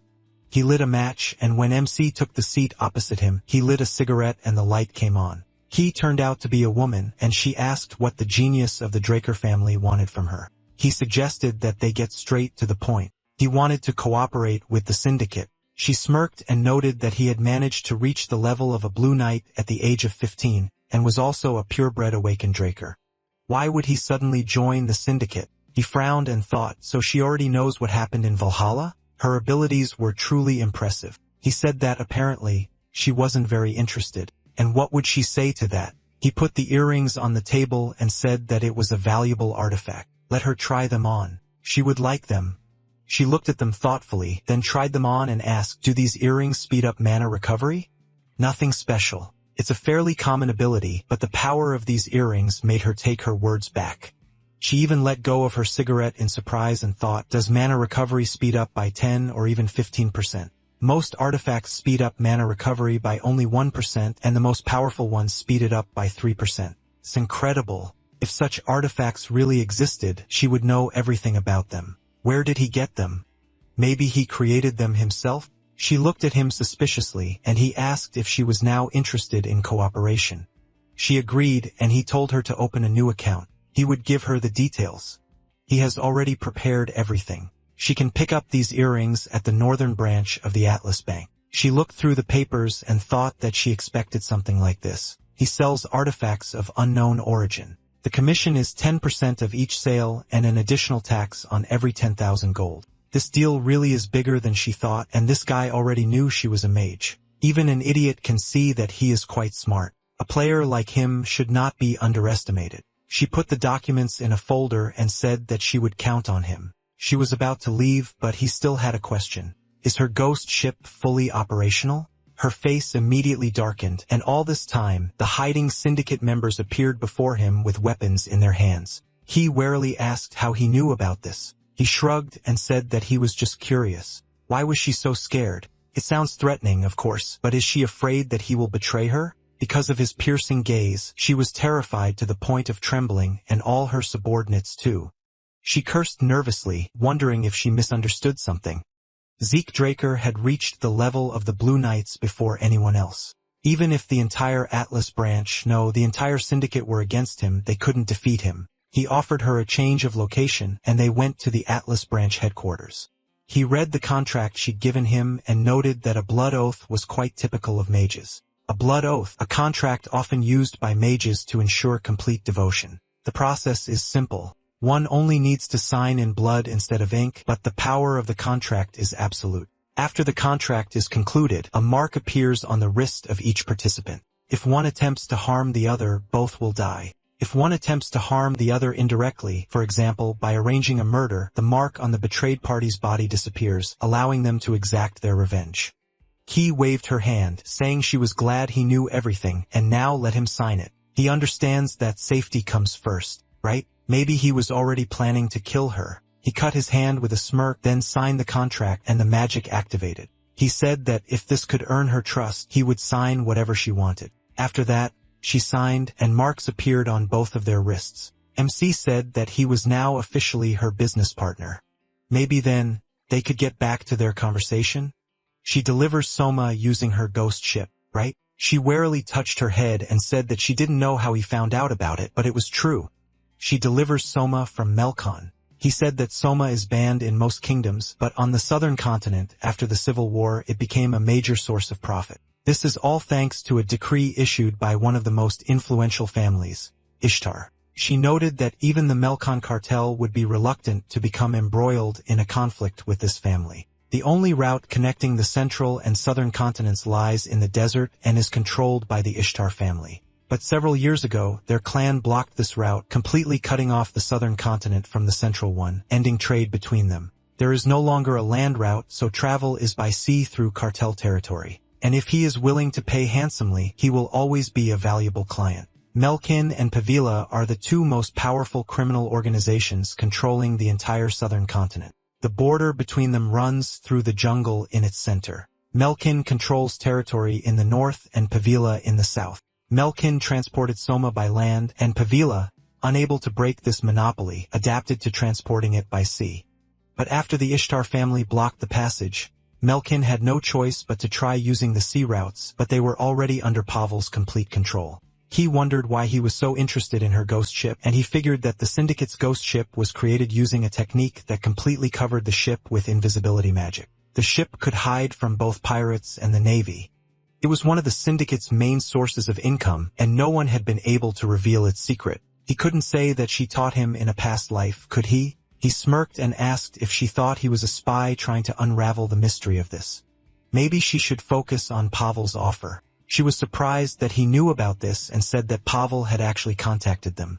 They offered them to switch sides if things got really bad for Melkin. The leadership was still considering it. He told her to give it up. The Syndicate believed that this was Pavel's way of limiting Melkin's growing power. If they left Melkin, they would have no channels left to deliver Soma. But then Pavela will show her true colors and completely destroy the pirate fleet. She stood up indignantly and waved her hand, exclaiming that Pavela values honor above all else. They are not the type to break oaths.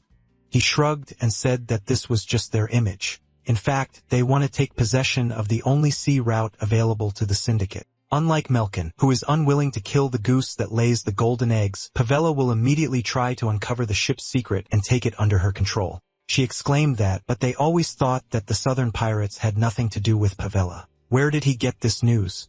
He interrupted her and said he wanted to pay for all this information. He only wanted one thing, a meeting with the head of the Melcham cartel, Don Juan. In gratitude, he would make her the head of the Syndicate. She was interested in this offer. And by the time Zeke left the headquarters, it was already night. He thought Key already wielded considerable power, but it wasn't enough. Before his regression, the fastest way to increase the Syndicate's influence was to completely seize power on the southern continent. The spark he struck would turn into a flame that would consume Don Juan.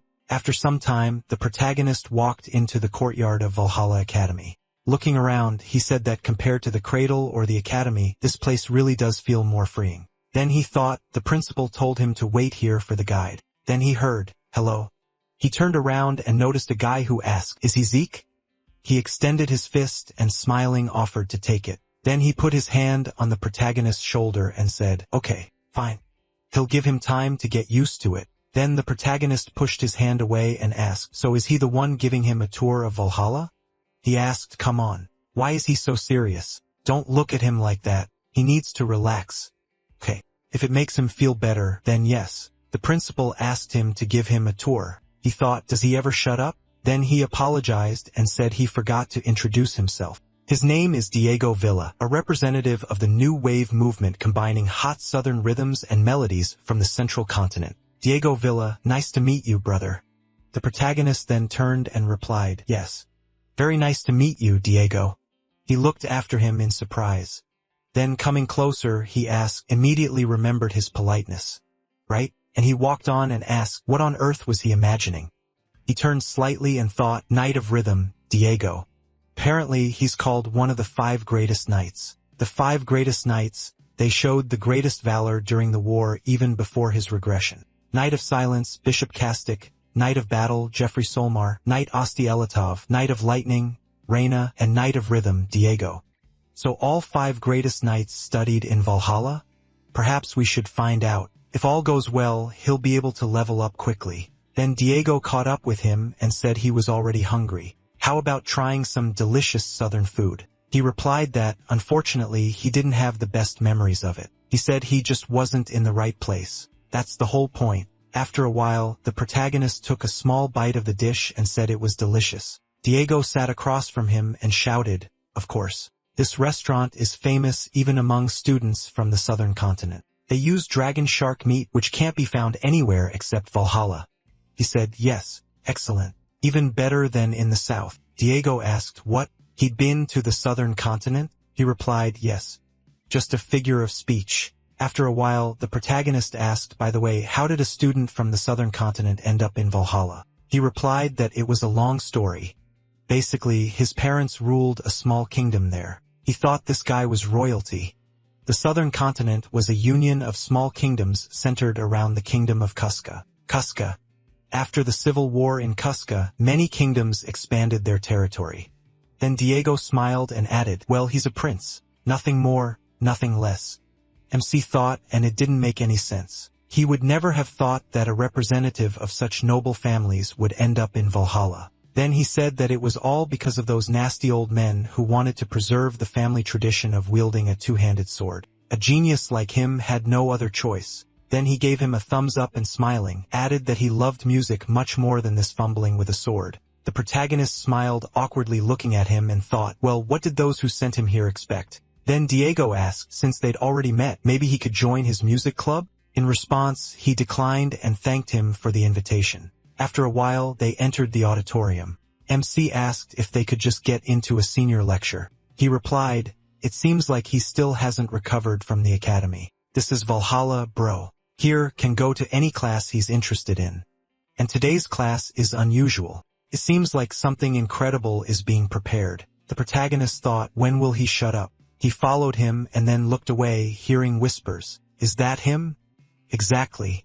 Zeke is the youngest person to ever enroll in Valhalla. He's from the main branch of the Draker family. He even managed to defeat the instructor. Incredible. Then they went to their seats where Diego, turning to the protagonist, was surprised. What? So he's from the Draker family?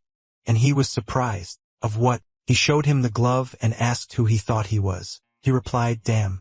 Then the protagonist indignantly added, "Idiot. This is the armor and symbol of the Draker family." He was surprised of what? What the hell? He didn't take it off even while eating. He thought it was some kind of joke. Damn.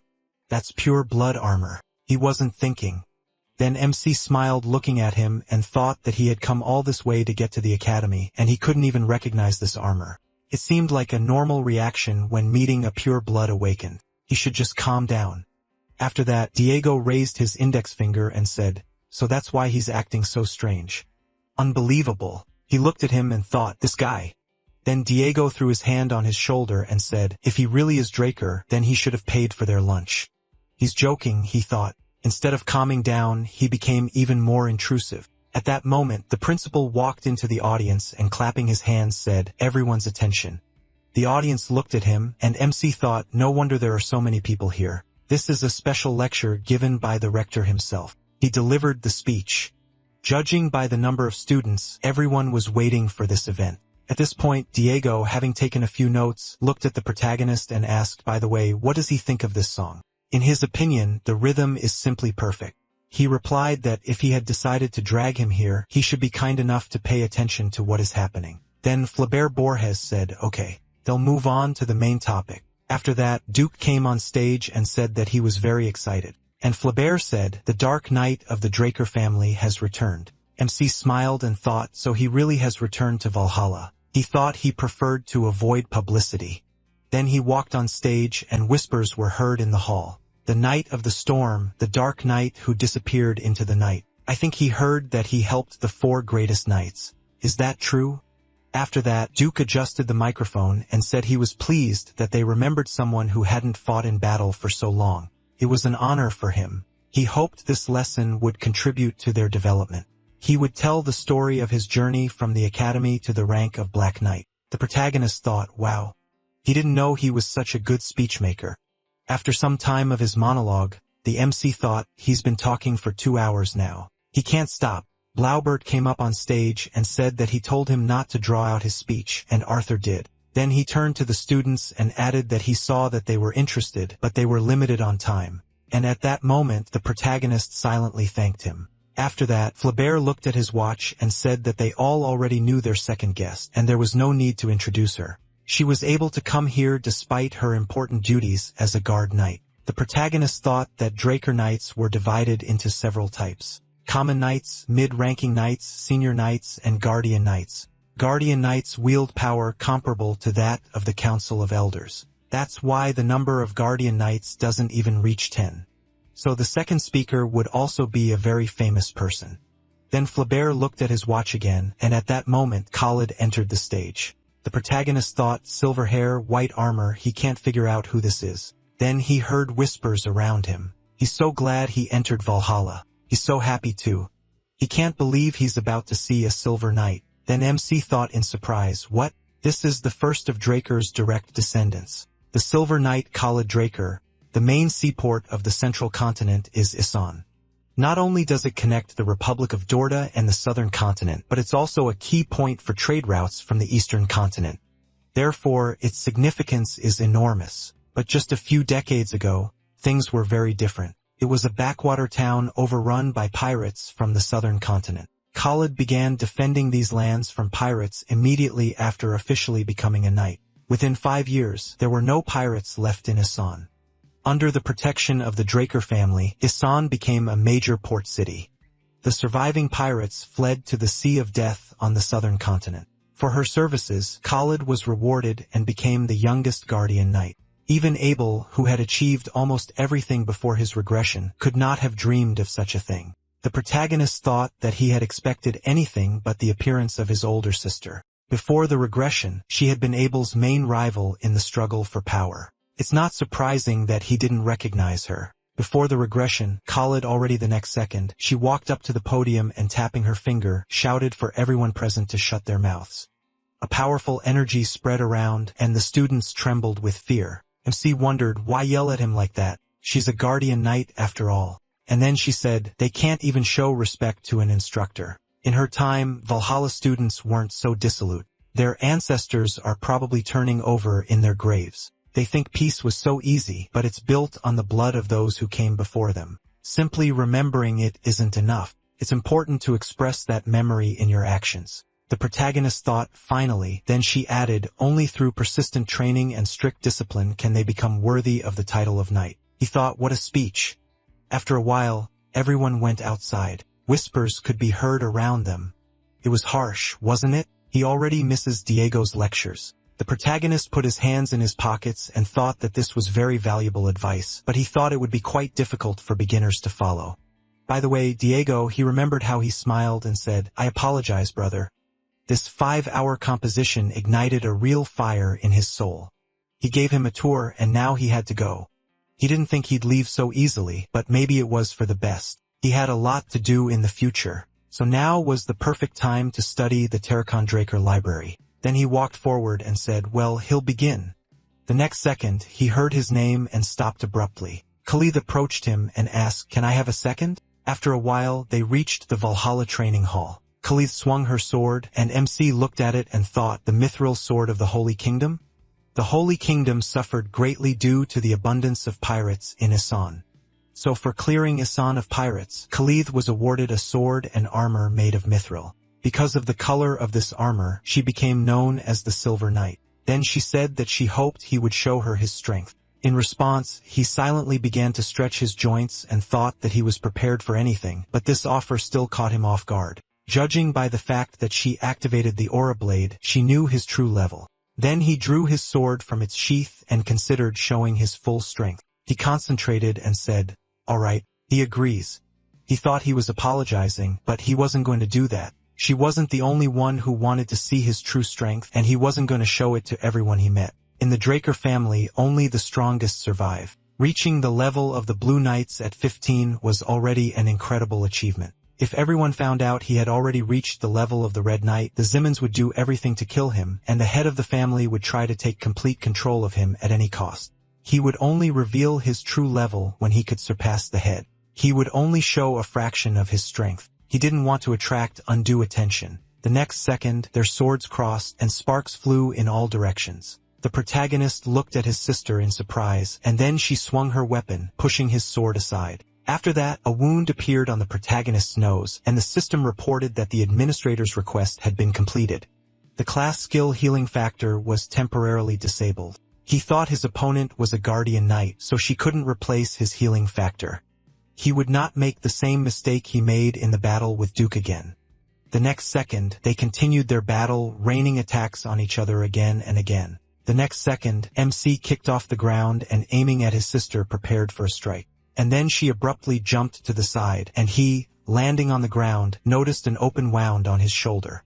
He thought it really was a red level, limiting himself to a blue level. He was barely able to deflect her blows. The next second, she kicked off the ground and jumped to attack, but the protagonist held his sword out in front of him, blocking it. Clouds then rose above the arena, and Khalid said, a normal sword would have broken long ago. It's an excellent blade. MC, gritting his teeth, continued to hold back her blows and wondered what it would be like to hold back his aura in a fight with the Red Knight. Then she looked at him and asked if he'd decided to relax after creating some distance between them. He looked at her in surprise, then smiled, thinking he'd completely forgotten. Before earning the name Silver Knight, she was known by another nickname given to her because she could use her aura to significantly increase the size of her sword, a gigantic blade. At that moment, a long weapon came toward him, and he gritted his teeth noticing it. Powerful energy spread around, destroying walls and ceilings. The protagonist's sword sank into the ground, and Khalid said, damn, I think she overdid it. Then she looked ahead in surprise, noticing the protagonist emerge from the hole in the wall. He placed his hand on the wall and thought it had turned out well. So is she satisfied? She sheathed her sword and said, not bad, Zeke. He managed to parry her blow, which she hadn't expected. At that moment, his body began to tremble, and then she added, actually, she wanted to ask him something. But suddenly, he fell to the ground, and she cried out in alarm. Is he okay? She ran up to him and lifting him by the shoulders thought, damn. The internal injuries are pretty serious. Did he use his aura too much? Then she reached for her bag, opened it, and pulled out a vial. She began pouring the contents into the protagonist's mouth, saying that this was the best healing potion, and that he should drink it. The next second, his body began to recover, and the system reported, the administrator's request has been completed, and the class skill healing factor has been reactivated. Khalid thought this should be enough, right? MC thought the activation of the healing factor happens in stages. Apparently, he didn't hold back enough to create the illusion that he had just reached the level of the Blue Knights. But after such a blow, he couldn't do anything to counter it. For some reason, there was a slight delay before the blow was delivered, which is why everything went smoothly. He allowed Khalid's aura to penetrate his body despite the fact that he himself cannot use aura. That's why it caused internal damage. Now Khalid is confident that he can use aura. She thinks his injuries were caused by overusing aura. After that he sat up, clutching his head, and she asked, "Is it better now?" He replied, "Yes, Miss Khalid. It's better now." After that, she bowed and told him to simply call her sister. He looked at her in surprise. Sometime later, an alley on the outskirts of Atlas. They were in a carriage, and Khalid, holding cups of drink, said that she heard that he liked tea, so she brought some. He came to them from the eastern continent. She hoped he would like it. In response, he looked at her and said, of course, he was grateful. He thought that in their family they liked to say something like that. Had this story really spread that far? Then he asked, "Is all this inside the carriage?" He would never have thought so. And she said that it was ordinary camouflage. The carriage and the guard knights attract a lot of attention. He thought, first the duel, now the strange ride. He asked, perhaps she wanted to talk about something in private? And then she said, the Blood Knight. He must help her stop Abel. He asked why. Abel is the second son of the Draker family. And she said that she apologized for not explaining. She suggested starting over. Now Abel has decided to violate one of the most important principles of their family, maintaining neutrality. He entered the conflict between the Empire and Elencia on the Empire's side. After that, the protagonist took a sip of his drink and, putting the cup on the saucer, thought, Abel, has he already started acting? Then he asked what the Order thinks about this. She answered, nothing. They are simply inactive. Now the Order is in a state of schism. Some on the Council of Elders decided to support Abel and the Empire. He asked, does she mean that they were bribed? She said, some still remain neutral. He said, maintain neutrality. It's a matter of time until they do something wrong. She noticed a fair point. They are trying to figure out how he was able to influence the council and are waiting for Abel to make a mistake. If they do nothing, then everything that is happening will be the beginning of a major war. MC looked at her and thought that she was absolutely right. Almost 3 years had passed since his regression. 7 years from now, the Empire will wage war against the Draker family, engulfing the entire continent. Countless lives will be lost, the skies will darken, and the earth will turn red with blood. Afterward, Khalid declared her decision. She needed to build a force strong enough to stop Abel. He was gradually establishing control over the higher-ups of the Draker family, believing that those below him would automatically follow his lead. But true knights cannot be won over by force alone. They have stronger moral principles, so she wants to rely on the lower-ranking knights of the Order. But she wasn't forcing him to join her. As a purebred awakened, he had a bright future ahead of him. He took another sip of his drink and thought that he was beginning to understand what kind of person Khalid was. She had strict principles, but she was willing to bend them for the greater good. A truly noble woman. The fact that he had gotten off easy during the massive sword technique was because she was worried about him. Like any Draker, she was strong and straightforward and at the same time very noble. Then she added that if she failed, she might be called a traitor, so he should think about it. He then set his cup down and thanked her for her suggestion. After that, he rose from his seat and said that he had already made up his mind, sister. He dropped to one knee before her and added that even though he had little experience, he hoped she would allow him to join her, and she smiled and thanked him. Sometime later, the Valhalla research facility. The protagonist walked forward looking at the system window and reflected that in his past life, he had received information from the family, thanks to Kai. But now he was convinced that the rot had begun to spread in this one even before the war. The reason he had tried to leave the family as soon as possible was to prevent Abel from interfering with his gathering strength for the coming war. But now that there was someone who shared his intentions, he had no reason to leave. It was the perfect solution. If he remained within the family, it would be easier for him to monitor Abel's actions, and he wouldn't be under such intense pressure. All he had to do was assist Khalid in everything.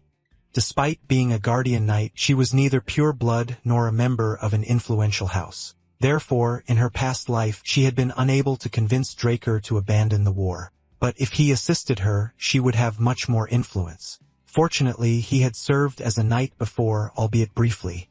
Afterwards, he looked at the system window and said, by the way, they're almost there. He approached the central library of the Valhalla research complex. The main reason he came to Valhalla was to search for the Terracon archive. After some time, he walked inside, and the system announced that he had arrived at his destination. He asked, is this the secret archive? He had imagined it to be something more grandiose. With these words, he ran his hand over the bookshelves and thought, it turns out that only useless old books are stored here. This place was marked by the system.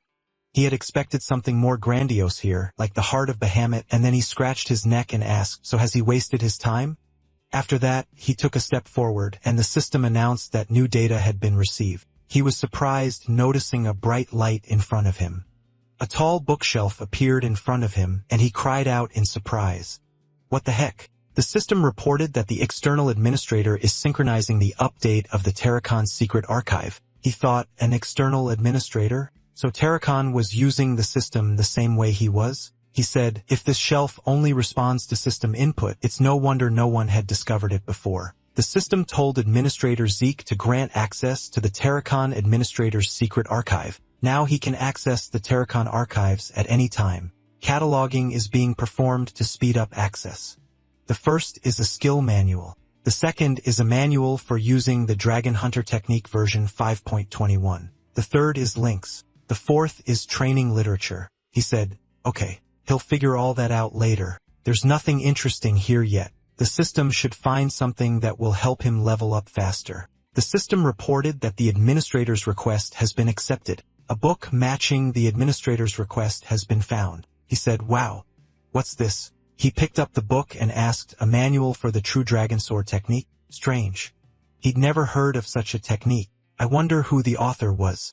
At that moment, his eyes widened in surprise, and he wondered, King Kaiser's closest follower, Shaitan?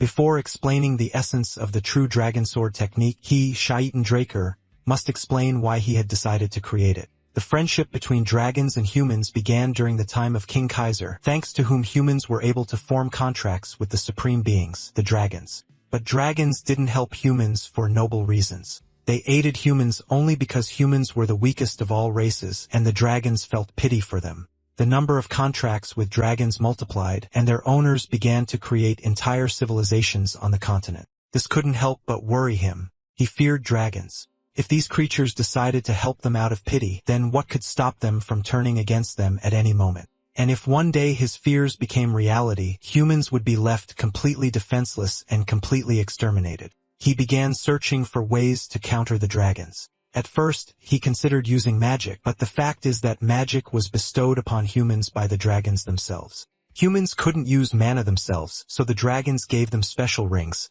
Trying to use magic against dragons was simply foolish. After that, he considered using King Kaiser's elemental sword against the dragons, a sword that even they feared, but this power was only available to those with his blood in their veins. He devoted all his efforts to finding a way to counter the dragons that would rely solely on human strength. He studied the ancient swordsmanship techniques of the north, the mystical powers of the east, and the most amusing thing is that the dragon who helped him most in his search was Kronos, with whom King Kaiser had a contract. He decided to help simply for fun. After some time, he and Kronos discovered an aura. It was a power that had nothing to do with the elements or mana. He continued his research into the aura after King Kaiser passed into the spirit world. Soon his efforts bore fruit. He was able to formulate the principles of aura use and a special sword technique. Thus, he created the true dragon sword technique. But in a world where it was possible to form contracts with dragons and level up much faster, no one took his technique seriously. Fortunately, by this point, he had already lost his fear of dragons, but he knew that his technique would come in handy one day. If he was reading this, he should try to study it as thoroughly as possible. Then the protagonist looked in surprise at the system window, which said that a new quest had been received. Heir of Chatan, he must learn the secret sword technique of Draker, the true dragon sword technique. Time limit 3 months. The reward, the coordinates of the treasures of the Kronos kingdom, he said, just in time. He put the book back on the shelf and added, the treasures of the Kronos kingdom must be artifacts like the ones in there he had never seen before. He thought the problem was that he only had 3 months. Perhaps learning this is even more difficult than the elemental sword. He will have to completely focus on learning this technique for some time.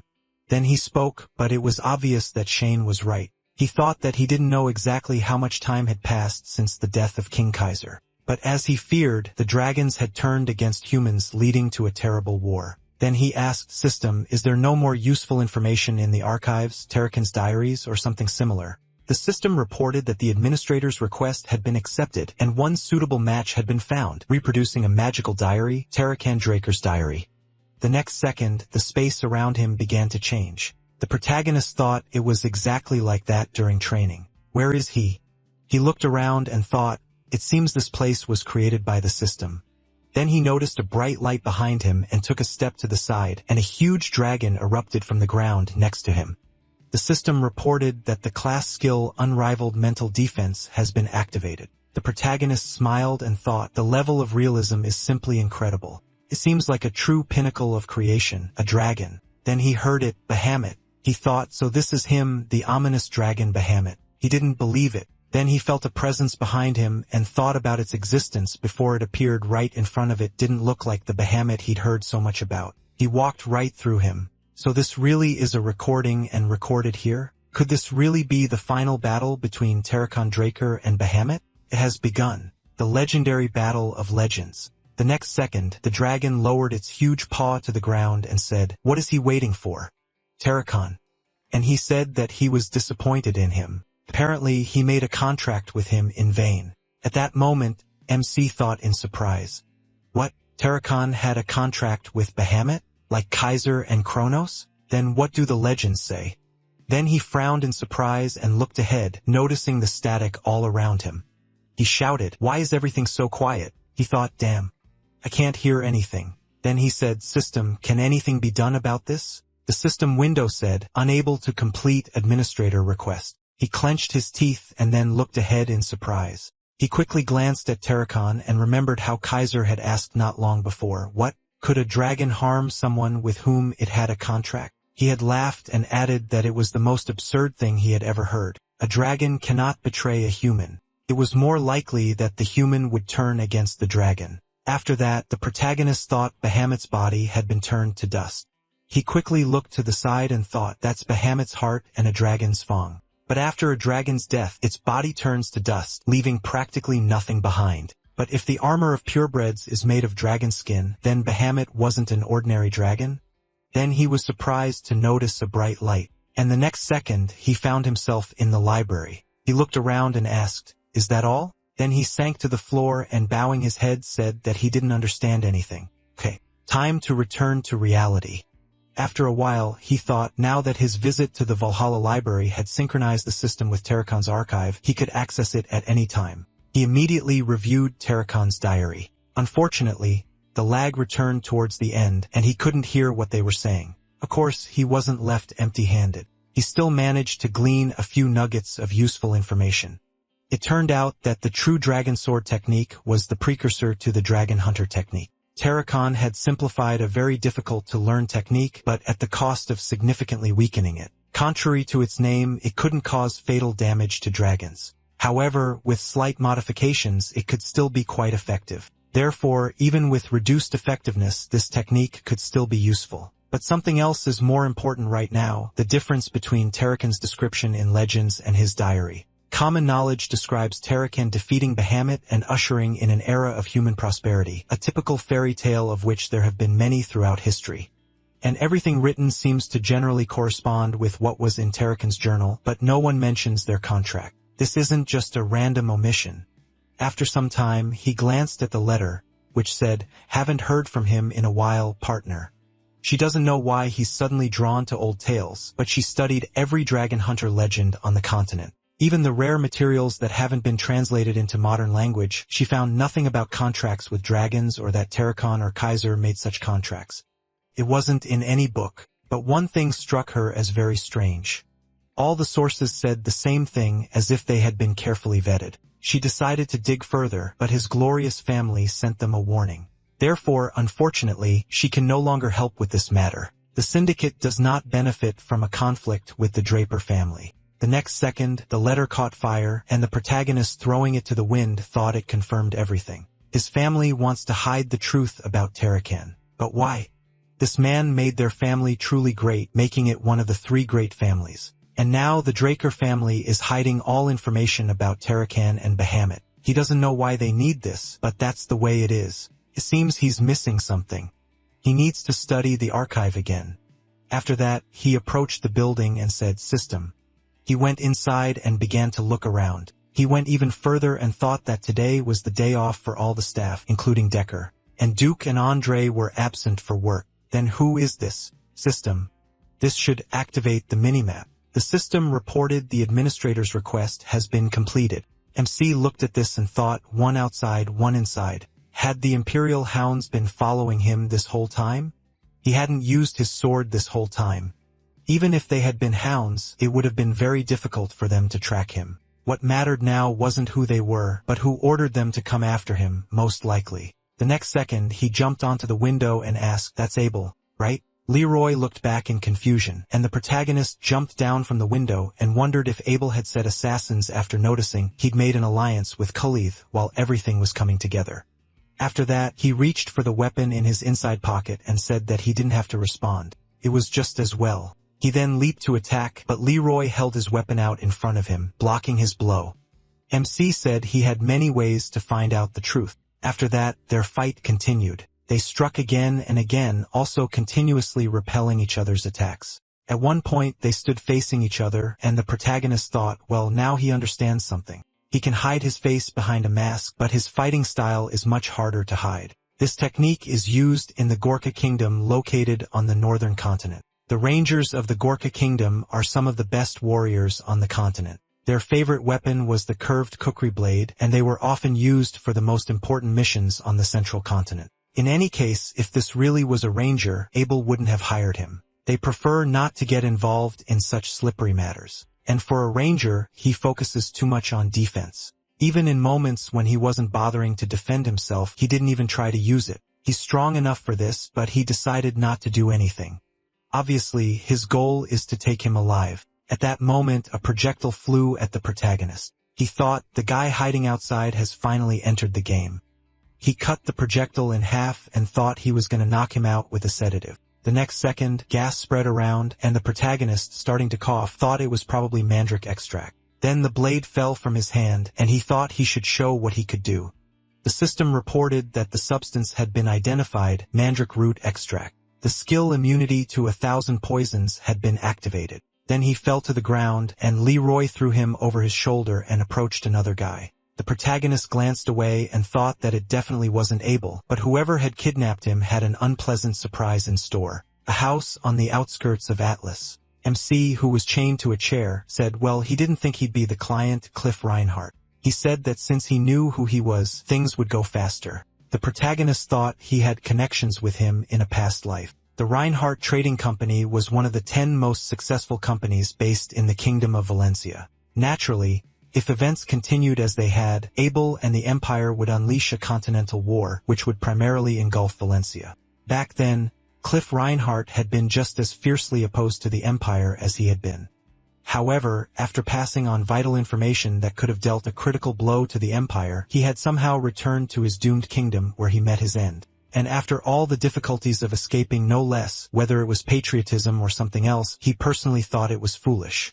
Then Cliff waved his finger and said, be that as it may, he apologizes for the rudeness of his escort. The guild will convey a formal apology for the discourteous treatment, so he suggests they discuss this matter at their leisure. In response, the protagonist, freed from his chains, rubbed his wrist and said he didn't care, but they needed to get down to business. What did he want? Cliff thought. Draker will be Draker no matter how young.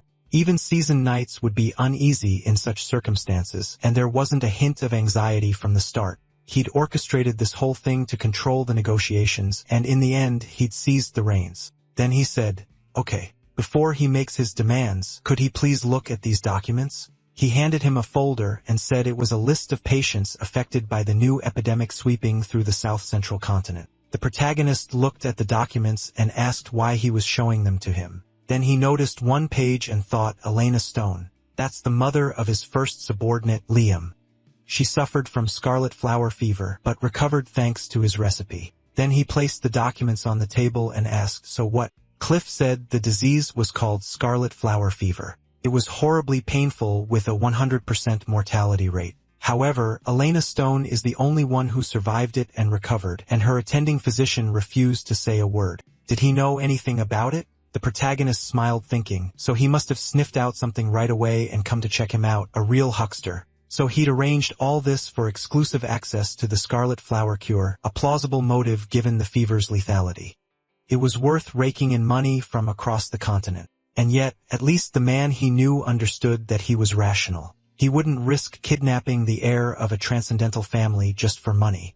So he said, of course he knows. After all, he was the one who gave her the medicine. Cliff looked at him in surprise, then abruptly stood up from his seat, throwing his chair back, and shouted that he was asking him to sell it to him. He only had to name the price no matter what it cost, but the protagonist smiled and holding out his hand asked why he was so excited. This was not at all businesslike of him. Cliff frowned and thought that he was not here for the money. After that, the protagonist said so they should make a deal like businessmen. He thought that he wanted to save someone's life. After that, he asked, was he asking for 3 favors in exchange for the medicine recipe? He replied, sounds simple enough? He asked, could he please elaborate on these favors? The protagonist replied, not yet. He was going to use it depending on the situation. He shouldn't worry. He wouldn't demand anything his guild couldn't handle. Cliff replied, as long as they could clearly define what was reasonable. After that, the protagonist signed the document and handing it to Cliff, told him to simply follow these instructions. He said, here it is. After that, the MC snatched the prescription back and added. But first, he had a personal question. He asked, who is it? Who is in such desperate need of this medicine? Cliff, becoming visibly nervous, asked, what do you mean? The deal was simply for his company to receive a valuable commodity. The protagonist said he sent the Northern Rangers to kidnap a member of a transcendental family, and yet he's still acting completely unreasonably. The famous Reinhardt Guild doesn't usually act like this, do they? After that, he lowered his gaze and said, a member of the royal family of Valencia. He asked, who exactly? He replied that he couldn't say, and the MC asked, what? Does he even understand how many of them there are in Valencia? At that moment, he remembered how he had asked. Was he going to return to Valencia? No point. It was the end of both the kingdom and his guild. He would return and die. Fleeing north would be the best solution. Then Cliff had said he was grateful for the offer, but he was already tired. He just wanted to spend his last days at home. He was changing. In the present tense, he said he couldn't say more. The protagonist looked at him seriously and thought that his gaze was completely different from when he was barely alive. Someone close to his heart, right? Be that as it may, the kingdom of Valencia still stands against the empire. The border is already in chaos due to disputes over territory occupied by refugees of various races. And the monarchy is weakened, so a power struggle is surely in full swing within. But apparently, there is still time before the Continental War begins. Forming a connection with the royal family of Valencia now could be useful later. After that, he handed over the recipe again and said, okay. If he doesn't want to, he doesn't have to say. Then it's a deal. At that moment, Cliff's hands began to tremble. He pressed the recipe to his heart and then the protagonist said he apologizes. He didn't mean to interrupt such an emotional moment, but would he mind if he asked for his first favor right now? He answered, of course not. He can ask for anything within the company's power. He said, great. Then first, he needs to find him a job in the guild. Cliff asked, a job? He wants to start his own business here? He answered, not exactly. He just needs a fake identity, one that he can safely use for a while. He asked, and that's it? He doesn't think he would get involved with them just for that. He answered that he was right. He plans to use this identity on the southern continent. This place is known for being literally teeming with all sorts of criminal elements and bandits of varying degrees of recklessness. Therefore, a poorly made fake identity will be exposed very quickly. But his trading company, Reinhardt, even deals with cartels from time to time. Right? He replied that they weren't particularly proud of that part of their history, but he wouldn't deny the obvious. Okay, now he understood what he needed. Perhaps he could pretend to be one of his nephews. It was unlikely they would dare to undermine such a man. In response, MC smiled and said, great. He would also need transportation and a fairly large storage facility. That was the first part of his offer, but there was more. Oh, and since they had kidnapped him, they would also arrange for his passage home. Right? Cliff smiled and thought, what a shameless man. Then he said, okay, when everything is ready, he will let him know. His security escorted him. He thought that he found it hard to believe that Reinhardt had agreed to such a thing so easily. After all, even a fake identity requires a hefty fee. After that, Cliff and his entourage headed for the exit and Leroy, turning to the protagonist, told him to follow them. After that, they approached the horse. The protagonist said, it's a fine horse. He'll take good care of it. He then mounted the horse, and Leroy said that they had completed everything they were assigned. The protagonist asked so he could consider the contract with Reinhardt fulfilled. Leroy asked, does he speak the dialect of the Gorka kingdom? Did they really teach that at the Draper Academy? He replied that they could consider languages a hobby for him. But since we're on the subject, how would they feel about him hiring them? Leroy asked to extract someone from the Melkon cartel. Then he looked at his comrade. The protagonist asked, is something wrong? Hasn't he offered enough? He replied that that wasn't the problem.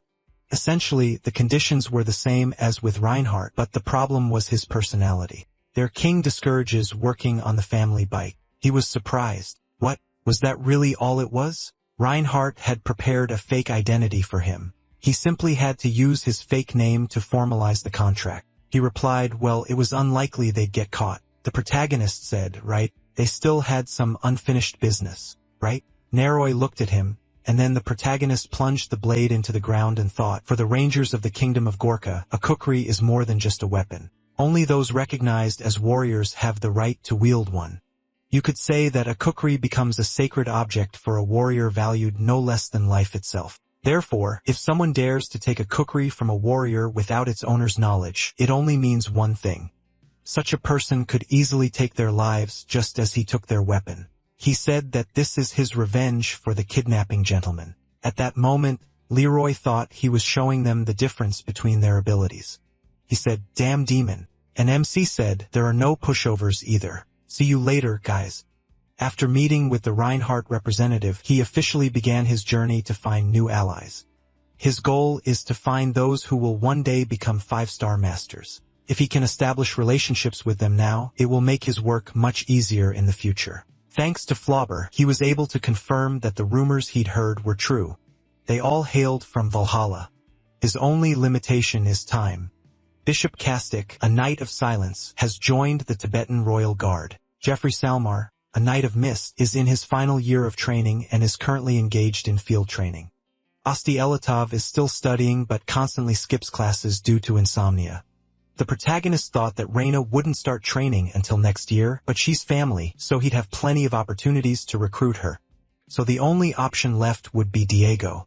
Right? After a while, the MC sat at the drums while Diego sang a song. He thought, what the hell is going on? He seemed to have come here to talk to Diego, but not long before, Diego put his hand on his shoulder and made him bump fists. He said, bro, we had a great time. He should listen. They've been looking for a drummer for a long time. Doesn't he want to join them?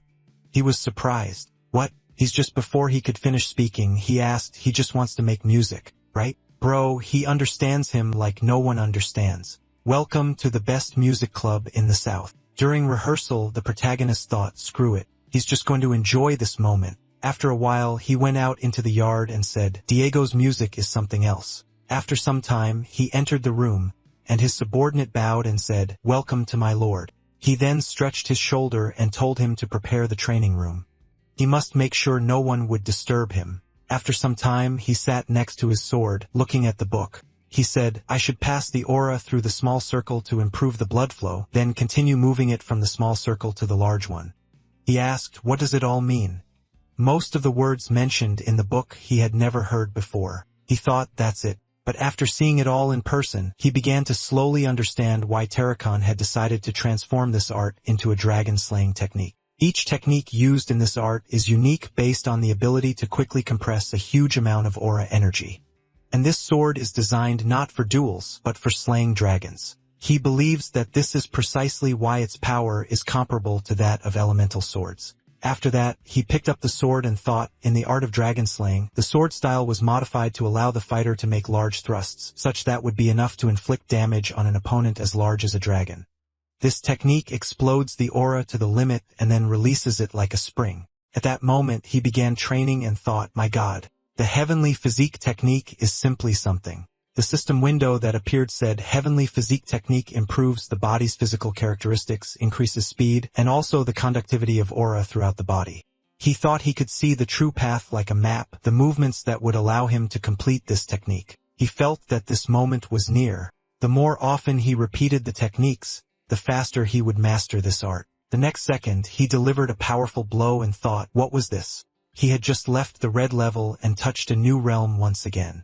Was he really close to the black level? but they say that if you develop too quickly, each subsequent rank will become increasingly difficult. But Bahamut's heart resonated with the true technique of the dragon sword. It seemed to urge him to continue working the blade, to strike again and again, to never let go of this feeling. After that, he continued striking and thought, even if he could only manage one more blow, he must strike it. Then he felt a powerful energy and a pattern appeared on his chest. After that, he put his hand to his face, which was covered in veins, and a system window appeared in front of him, which said, Bahamut's heart is entering into resonance with the technique used. The memories sealed in Bahamut's heart are being played, he thought. Bahamut's memories.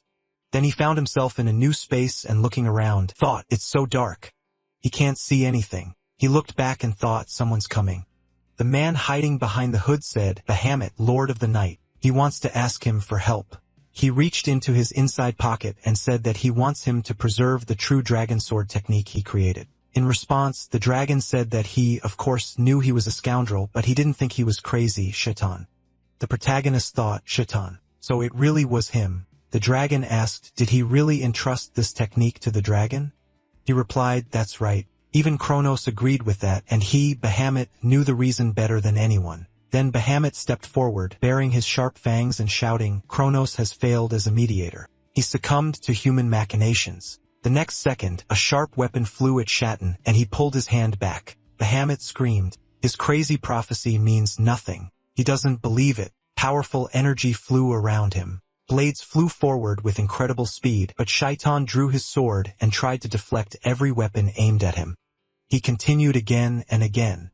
And watching what was happening, the protagonist thought, this is the true pinnacle of creation. Dragon magic. The power of it is simply incredible. He could only have deflected one or two such attacks, but Shaitan deflected them all. Impossible. This monster defies classification. Then Bahamut shouted, he must get out of here, Shaitan. Otherwise, he will destroy Kronos' kingdom. And he asked, is he sure? The karma for that would be too severe. He shouted, karma? He shouldn't make him laugh. What do they humans even know? He concentrated energy in his paw and added, no matter how many worms like him, he will destroy. He will not suffer for this. After that, Shaitan thrust his sword into the ground and said, in the end, everything happened as Kronos said. He took out his watch, and Bahamut looked at him in bewilderment, then created a sword aimed at him and shouted, does he think Kronos' power can harm him? The huge sword moved forward, but Shaitan opened his pocket watch, and a huge magic symbol appeared underneath it. MC thought in surprise, has Bahamut stopped attacking? No. Shaitan used magic to stop Bahamut? What a strange spell. Perhaps its power was contained in this watch. And the dragon shouted, is Kronos' power really greater than his? The protagonist thought, judging by Bahamut's previous reaction, part of Kronos' power was stored in this watch. Then he grabbed his head and thought, did he just neutralize the spell's power? The dragon dug its claws into the ground and shouted, Shaitan, is this an illusion? He answered, that's right, this is Kronos' prophecy. Now he understands why he shared the information about the dragon sword technique with him. He said, damn. Making contracts with humans was their biggest mistake. He replied that he agreed. Humans should have used their own power. Then the dragon said, okay, it's time to finish. This dragon slaying technique is the true dragon sword technique. The next second, the huge book began to turn its pages by itself. Bahamut said he really did create a terrible thing. Shaitan said that it was necessary to protect the world. He replied, that's nonsense. He doesn't want to protect the entire world, just people. He'll use it anyway. What if the prophecy doesn't come true? Then the dragon pressed its claw to the book that appeared, and it began to dissolve. He said everything would be fine, and Shaitan turned around and said that even without this technique, people would still start using aura one day. The dragon laughed and said that if that day came, he would personally incinerate all of humanity. Such power shouldn't be used by such insignificant creatures. And he said, it's funny. Even though he feared dragons so much that he created this technique, he still trusted both Kronos and him. Kronos liked to repeat that one day he would have to share his heart. He would find someone to make a contract with. At that moment, Bahamut thought, will he find someone to make a contract with and give him his heart? No way. That would never happen. Meanwhile, MC returned to the training grounds, crouched on the floor and looked up. He thought he hadn't understood a word, but it was obvious that Bahamut distrusted humans at all. After absorbing Bahamut's heart, he was able to understand this feeling. But because of this, he couldn't understand what had driven him to form a contract with Tarakan. It simply didn't fit. After reviewing his memories, he began searching for answers. But all he could figure out was that the Draker family had always tried to hide information about Tarakan. But at the time Tarakan formed a contract with Bahamut, the dragon was considered absolutely evil. Naturally, no useful data was found, so he decided to spend his time training his true dragon sword technique and searching for other sources of information. Then he received a message from Reinhardt informing him that his first request had been fulfilled. He said that he had asked for a new identity to be created for him that would not raise questions, but perhaps the identity of the head of the Reinhardt Company's branch on the southern continent was too much. After that, he looked to the side and noticed a dove outside the window, he said, and Key finally made a decision. Sometime later, the hotel is a mysterious garden controlled by one of the branches of the syndicate, the VIP room of the hotel. The protagonist went inside, and Key said, "Welcome, partner." He sat down on the sofa opposite her and said, "Finally," she started calling him partner. "This is some new feeling." Then he looked to the side, and Key looked at him in surprise. He thought that he hadn't been in Atlas for quite a while, so he wasn't used to this view yet. Much more often, he saw it destroyed as a result of a brutal war. Then he closed his eyes, and Key began pouring drinks into glasses. He said that he didn't even know that Atlas had the place he was in now. He asked, was he so struck by this view? This hotel is just one of their syndicate's businesses, and those who are sometimes forced to conduct dirty business need a place to talk without prying ears. He said, "Okay, just no alcohol." And she giggled and asked, "Is he embarrassed to drink in front of his elders?" "He's such a cutie." He said, "It's fine. He just doesn't like alcohol." He thought he tried to drink something at the Valhalla entrance party. But because of the 1000 poison immunity, alcohol is immediately recognized as poison and immediately neutralized. Before the regression, he never refused to drink, often getting completely drunk. Then the system reported detected alcohol. Thanks to the 1000 poison immunity effect, the poison will be immediately neutralized. He thought, if he can never feel the effects of alcohol again, he'd rather drink tea. Then Key smiled and said, "Great, so he doesn't like drinking?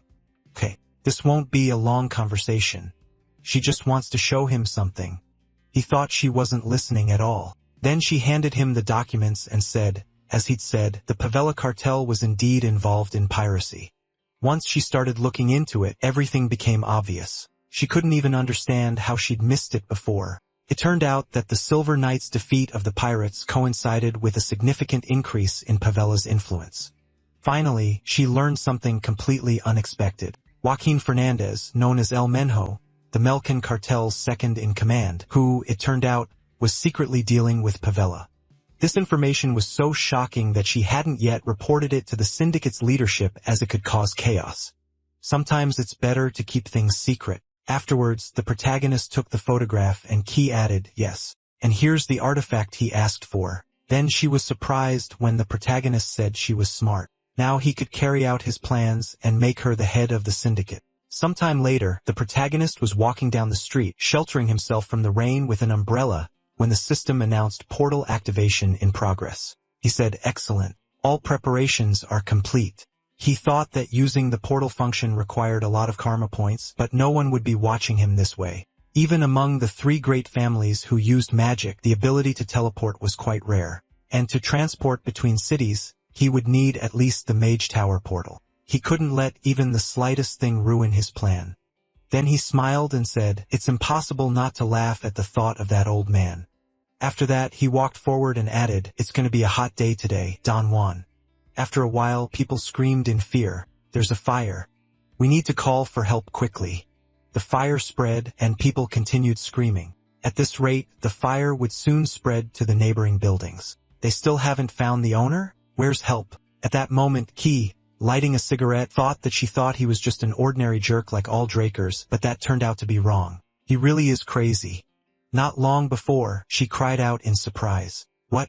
He really wants to burn down all the Melcham cartel warehouses on the central continent." He answered, "That's right. She just needs to tell him where it's located." She replied that only the cartel, the top officials of the syndicate, and she have this information. If he tries anything, he'll be caught on the spot. And he said, "Great." He wasn't trying to hide. He wants to make sure everyone thinks El Menjo is involved. The fewer people know about the warehouses, the better. Then he pointed at the photo and asked, is she saying that no one knows Pavila is connected to pirates, right? She answered, that's right. She hasn't reported it yet. Then she added in surprise.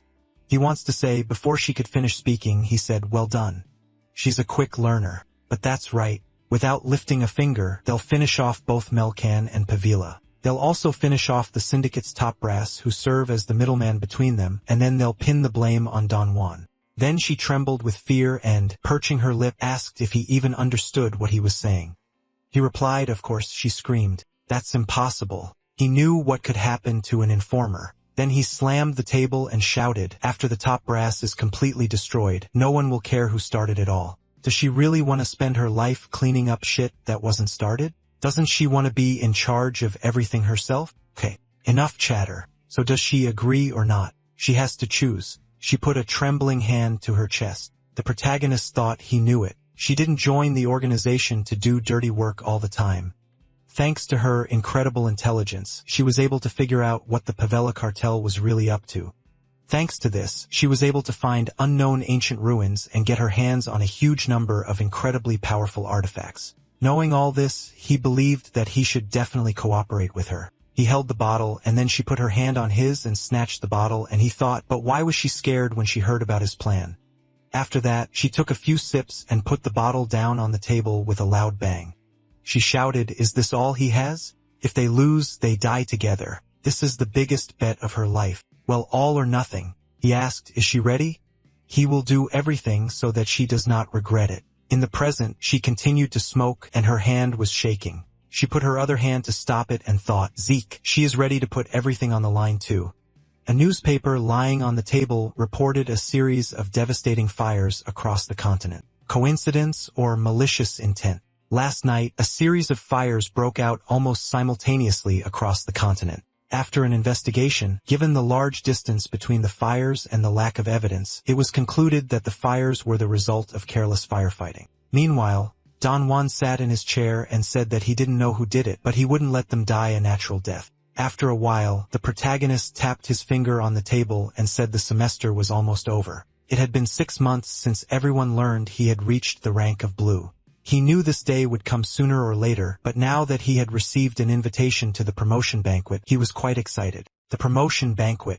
It was a celebration for the young members of the Draker family who had been promoted from the rank of Yellow Knight to the rank of Knight. Reaching the level of Purple or Blue Knights usually occurs around age 20, so this event is often called a debut.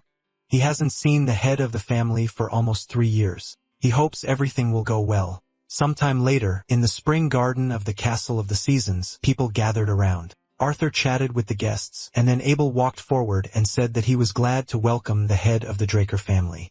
He looked at him and said, he has arrived, Abel. He asked, is everything all right, Lord? He had never seen so many guests. Arthur agreed with him. Indeed, he is the youngest Blue Knight on the continent. Everyone wants to meet him. At this moment, Abel frowned and thought, he knows Zeke has already surpassed him, but he still says it. Then he added, their Zeke should arrive soon. They need to finish the preparations. It's a pity they didn't get to talk longer. And he bowed and said, everything is all right, Lord. Arthur smiled and told him to enjoy the banquet. Abel. He thanked him in return. After Arthur walked further, he glared after him. After a while, MC walked into the corridor and, adjusting his clothes, said he was breathing heavily. He barely managed to find time to meet them, and Duke walked forward and told him to shut up. They don't let him rest properly at all. They dragged him out of his well-deserved retirement and drove him like a dog. Sometimes he can't even get home. Because of this idiot, Arthur has a lot of work, and now he has to accompany him. A master must accompany his student, they say. The protagonist thought, no wonder he looked so bad. He was just tired. Then he asked, so they were going to the spring garden? He answered, right. This is the only place in the castle where outsiders are allowed. But the protagonist thought the castle is divided into 4 main sections.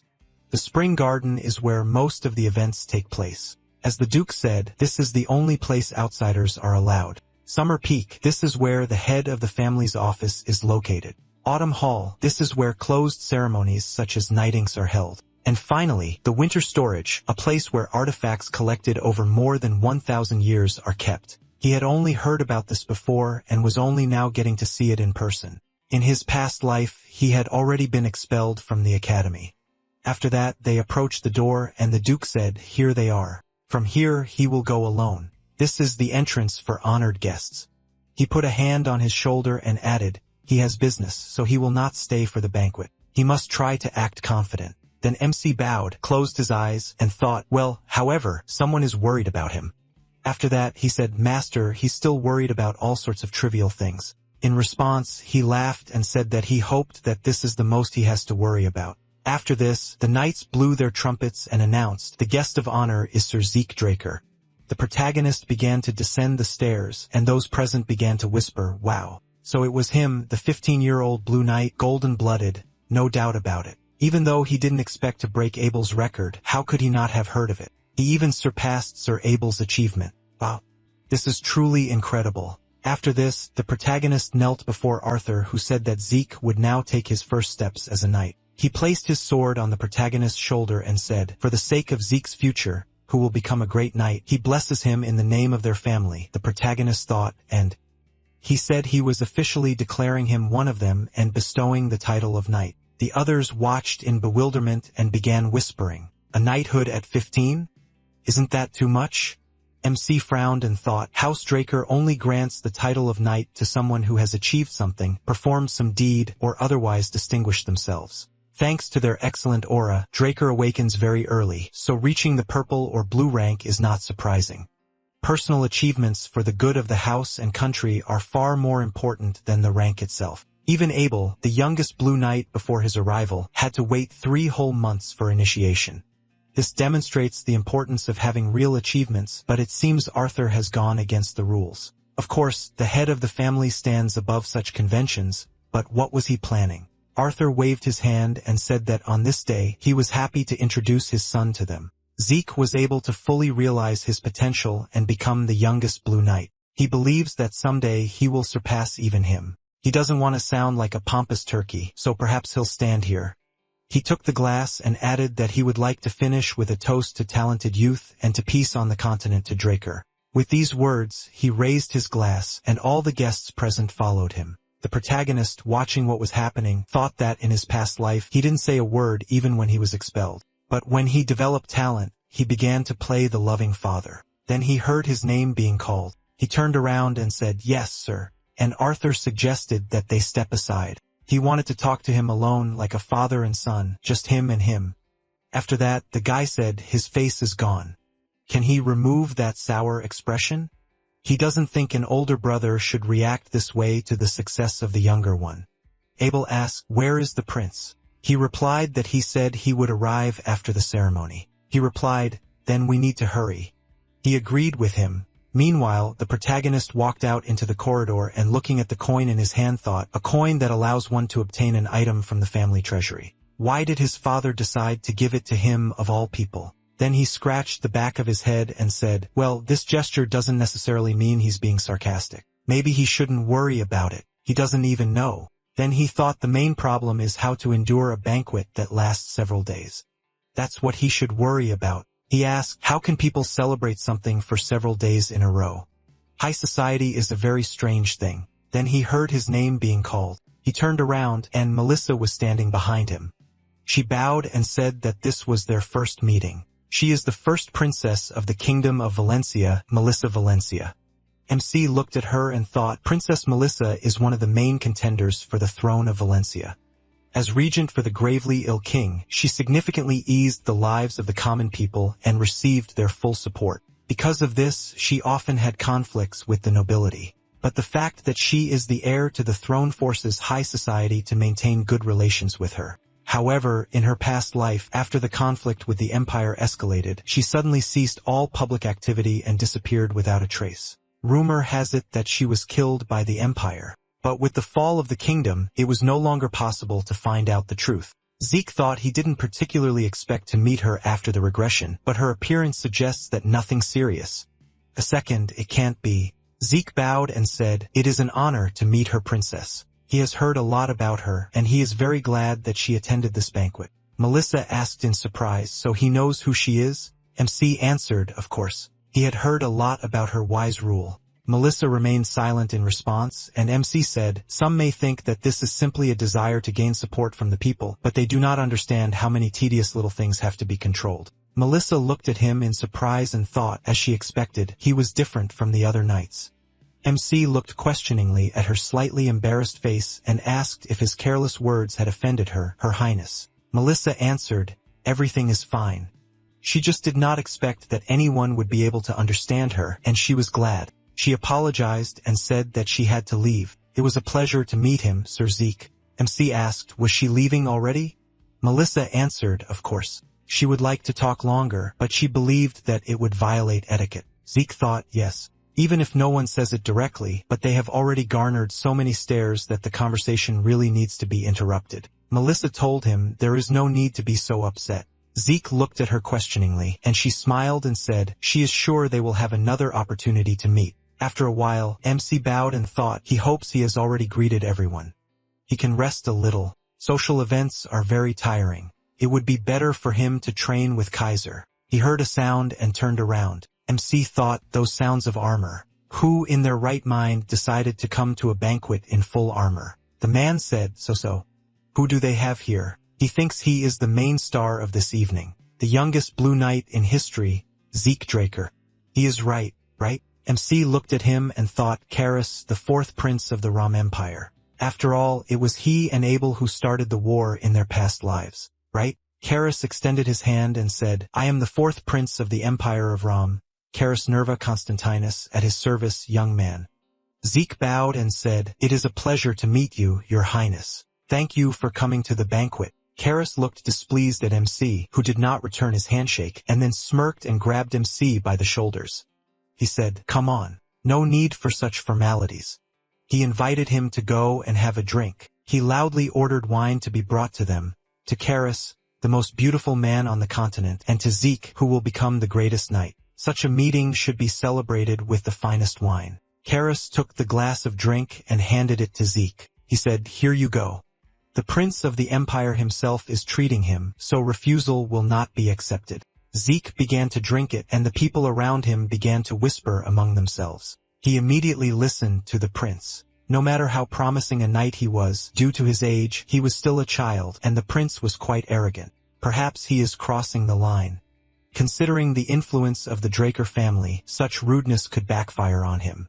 Karis cried out, excellent. He already likes him. They will drink until they drop. Abel approached them and said, Your Highness, he is glad to greet the rising sun of the empire.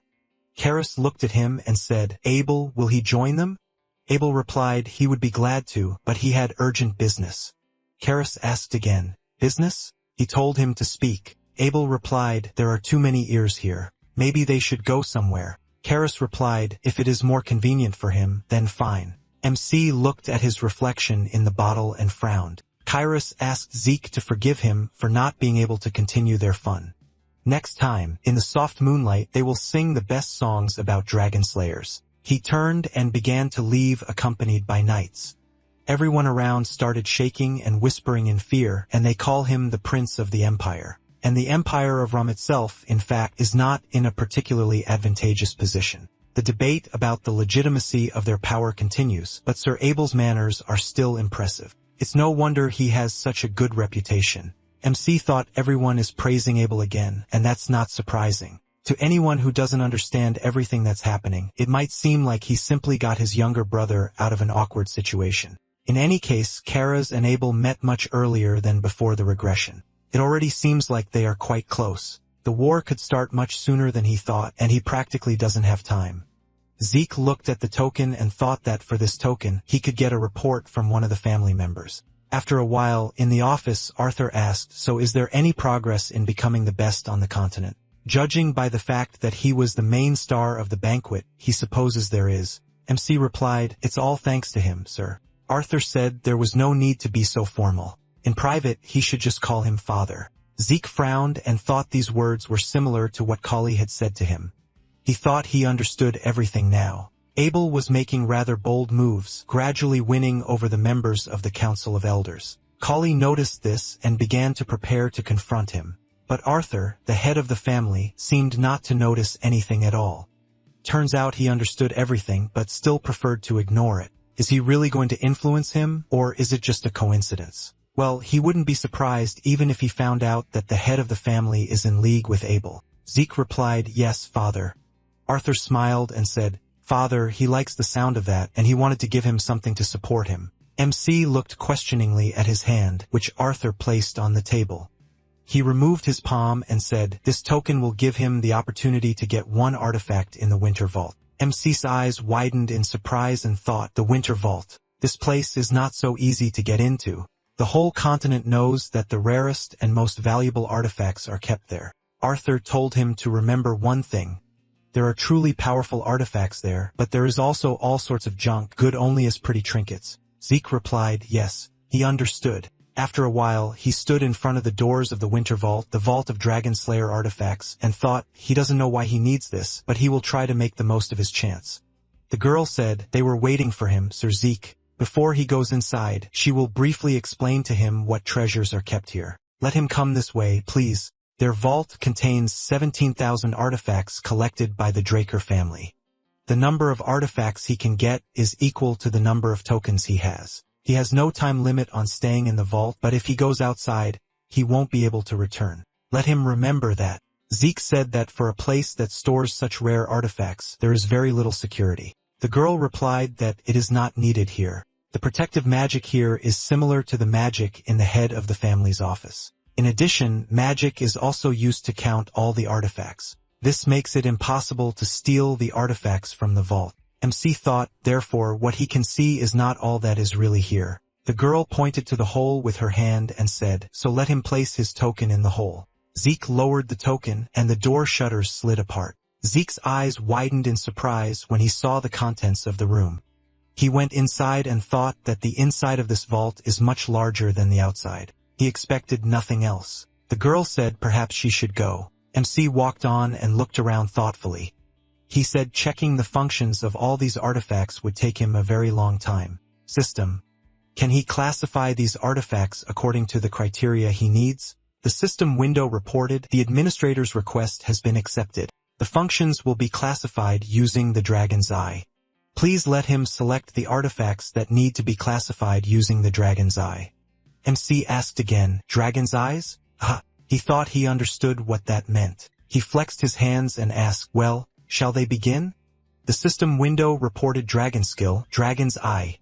This allows for more complete information about the target. When requested by the administrator, it displays information about the selected object. Zeke pushed himself off the floor and rushed forward. He moved very quickly from place to place, examining everything in the room.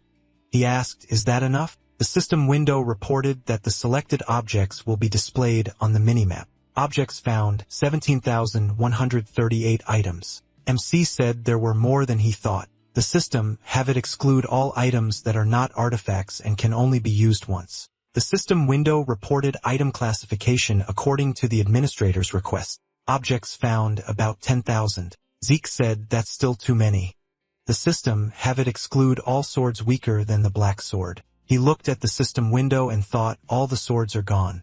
Perhaps the black sword really is the most powerful of them all. He looked at it thoughtfully and asked, "What? Why is there no information about this item?" He walked past the shelves and muttered, "It should be somewhere around here." The system window reported that he had arrived at the point specified by the administrator. Zeke looked at the artifact and asked, "Is this a bracelet?" He paused, wondering if it looked quite ordinary despite the lack of information about it. He froze and looked questioningly at the system window. It reported that this item corresponds to the title hair of Terracon Draker. Zeke wondered if this meant that this was Terracon's legacy. He picked up the bracelet and looked at it carefully. The system window reported Sacred Guardian Stone. A bracelet with this stone allows you to summon allies. Its unique effect is the user's soul. Note, the blessing of the Fairy Queen is contained within this stone. The Sacred Guardian Stone is now available to the administrator. With it, he can summon allies. MC shouted, "Stop." He didn't confirm the choice. "Is there any way to cancel this?" The system window reported. The administrator's request has been accepted. That artifact is associated with the title hair of Terracon Draker. The choice cannot be cancelled. Zeke thought, oh my god, he hasn't even finished examining the vault yet. This has ruined all his plans. Okay. He needs to think positively. If this truly is Tarakan's legacy, then it must suit him best. MC commanded the system to activate this artifact's unique effect. The system window reported, administrator's request accepted. The sacred guardian stone has been activated. A bracelet appeared on his wrist and a bright seal appeared beneath it. The system window reported, due to the blessing of the fairy queen, the artifact's level has been increased. A spirit beast compatible with the artifact's owner's soul has been found, summoning a spirit beast. A bright glow illuminated everything around, and a creature appeared in front of Zeke.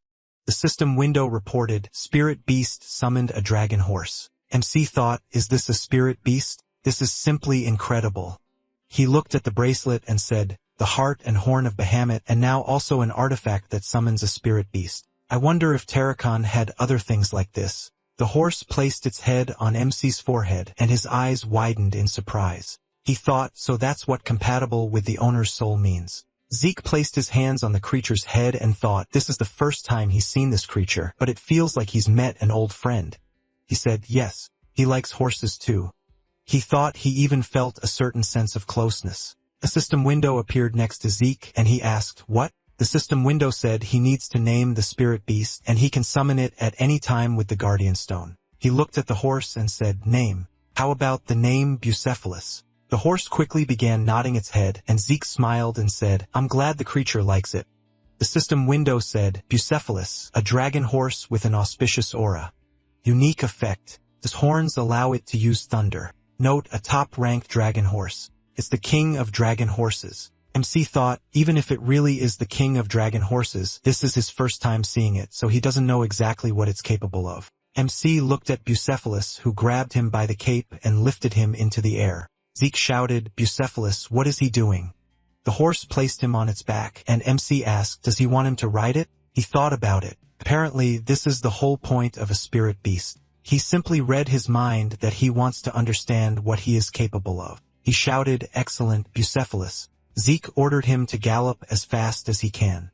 Bucephalus quickly rushed forward, and MC thought, despite the fact that he is galloping so fast, the clatter of hooves is almost inaudible. This is truly an incredible creature. MC's eyes widened in surprise when Bucephalus jumped. He laughed loudly and shouted, Bucephalus, he is great. After a while, the carriage was driving along the road, and MC remembered how the girl asked, is he sure this is what he wants to take? Zeke looked out the carriage window and thought about how the vault keeper had been so condescending when she'd learned he wanted to take the bracelet. He remembered Arthur's words. There were some truly powerful artifacts there, but there was also some junk, good only for pretty trinkets. Zeke thought Arthur had meant junk, something like this bracelet. After all, even the system hadn't provided any information about it until it reacted to his title. That's why they hadn't been able to understand its true value. He previously thought he could only find the Tarakan legacy in the dungeons the system sent him to. Fortunately, it hadn't turned out to be that difficult. MC said, in any case, he's glad he got his hands on this thing. Excellent. He thinks he can rest a bit after the banquet today. After a while, MC entered the palace and heard a voice congratulating him on being promoted to knight, Sir Zeke. MC said, such formalities are very annoying. Cliff Reinhardt. He replied he became a knight, so he should address him more formally. Zeke sat down on the sofa and said, well, he would be grateful if he didn't appear so suddenly again. If anyone found out about their connection, all their plans could go to hell. Cliff apologized, but someone really wanted to meet him. He pointed to the chair in front of MC where the person was sitting. The girl removed her hood and asked to allow herself to be introduced again. She is the head of the Reinhardt Guild. Melissa, the first princess of the Elencia Kingdom. Melissa Elencia sat in front of MC, her hand on her chest. MC frowned and said, the first princess of the Elencia Kingdom, Melissa Elencia. So she is the real head of the Reinhardt Guild. She smiled and asked, he had already guessed everything? Not long ago, Princess Elencia's public activity had decreased, but she unexpectedly appeared at the last banquet, and the timing coincided with him giving Cliff the medicine for one of the Elencia royal family members. Zeke thought if he knew about this, he would be smart enough to put these facts together. He said, yes, that's right. Melissa said, great, then they'll get straight to the point. She decided to have this meeting because she needed his help. MC asked again, help? What did she mean? Melissa asked him to first look at what she brought. Red blossom fever is spreading throughout the kingdom. Judging by the research results of the Nirvana family, Zeke picked up the research results and started reading them. His eyes widened in surprise and asked, "Is what's written here true? Red blossom fever? Was it created with magic?" Melissa replied, "This analysis was done by members of the family most versed in magic, so there should be no mistake." MC thought about it, so this disease was artificially created, and it's spreading much faster than before his regression. Does that mean his regression changed something in this world? Melissa said, "That's not all." He looked up at her. Melissa picked up some pins and started marking areas on the map. She said, "This disease first appeared in a village on the border of the Rom Empire and the Kingdom of Valencia. However, not a single case of the disease was recorded in the empire. It was spreading only in the Kingdom of Valencia." MC spoke up, she wants to say. Melissa interrupted him and replied, "Yes. That's exactly what she means, Sir Zeke. The Rom Empire created the red blossom fever and they infected their country with it." MC wondered if the reason why the Kingdom of Valencia fell so quickly to the Empire's blows before the regression was the red blossom fever. Now he understood why she was asking for his help. MC picked up some sheets of paper and said, "Does that mean she wants him to let her start mass-producing the cure?" Melissa replied, "Yes. That's right. According to their last agreement, he only allowed them to produce this medicine. Distributing it nationwide requires additional permission." MC said he's sure the terms will be attractive, but even so, he doesn't want to break the agreement. Melissa said, of course, she doesn't want that either. Obviously, for the dealer, revealing his true intentions is tantamount to failure, but the opportunity to collaborate with him can't be called a failure. MC smiled and thought, not bad. He expected nothing less from her. It's no wonder the Reinhardt Trading Company is among the 10 most influential trading companies. Melissa said she plans to use the medicine as humanitarian aid, so there's no risk of the recipe leaking. And, of course, she'll pay a fair price. She's willing to give him 20% of their company's income. Zeke's eyes widened in surprise, and he considered the matter. The Reinhardt Guild is one of the 10 largest on the continent. If it isn't destroyed along with the Kingdom of Valencia, it will only grow. It's already 20% of their income, which is several million in gold. And if he manages to avoid war, that amount could increase to 10 million. He paused thoughtfully, then said, "It's definitely a tempting offer. But first, he'd like to ask her a few questions. Why did she tell him everything? He could have been on the Empire's side, and why is she willing to pay him such a large sum if he plans to use the medicine for charity?" Melissa said thoughtfully, "She'll answer each in order. First, Sir Zeke. She was sure he wasn't cooperating with the Empire. Besides her status as a princess, she had some advantages. Thanks to personally managing the Merchant Guild, she was able to develop excellent observation skills. After they said goodbye at the banquet, she didn't leave. She decided to observe him for a while. It was almost imperceptible, but she realized he treated the representatives of the Empire quite coldly. What struck her most was that he declined the handshake of the Prince of the Empire himself. To others, it might have looked like common courtesy, but she realized that he instinctively didn't want to interact with him. From these observations, she concluded that he wasn't affiliated with the Empire. MC looked away and thought, "This is very creepy." Melissa said, "The answer to the second question is also very simple. 20% of the company's profits is a small price to pay for saving the lives of her subjects." Zeke looked at her in surprise and remembered the past. A cry rang out in his past life. "Alicia, he's asking her to stop. Even if they defeat the Empire, the Queen's death will be too high a price to pay." She replied, "He's right, Zeke. Retreating really would be a good idea." Zeke spread his hands and said, "Yes, he knows. That's why." The girl interrupted him and replied, "But Zeke, if she needs to give her life to buy time for her people to retreat, shouldn't she do it?" Currently, he clutched his head, and Melissa looked at him questioningly. MC thought, a nightmare. He wanted to forget this so much, and she started talking just like Alicia. He said, "Okay." He agrees? Melissa asked again, "Really? He definitely won't regret it." MC asked her to please let no one know his identity. Melissa promised him. 2 weeks later in the underground training hall, MC was practicing, swinging his sword. He quickly moved from place to place, cutting chunks of stone from the platform. Z created a magical vortex, then stopped and closed his eyes. A system window appeared in front of him, informing him that he had successfully learned the true dragon sword technique, rank S, beginner.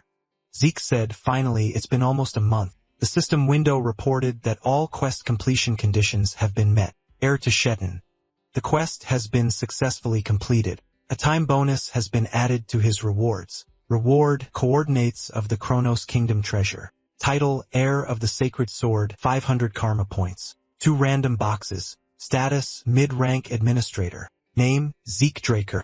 Class, immortal, unique. Title, one who has received the blessing of the ancient dragon. Heir of Terracon Draker, heir of the sacred sword.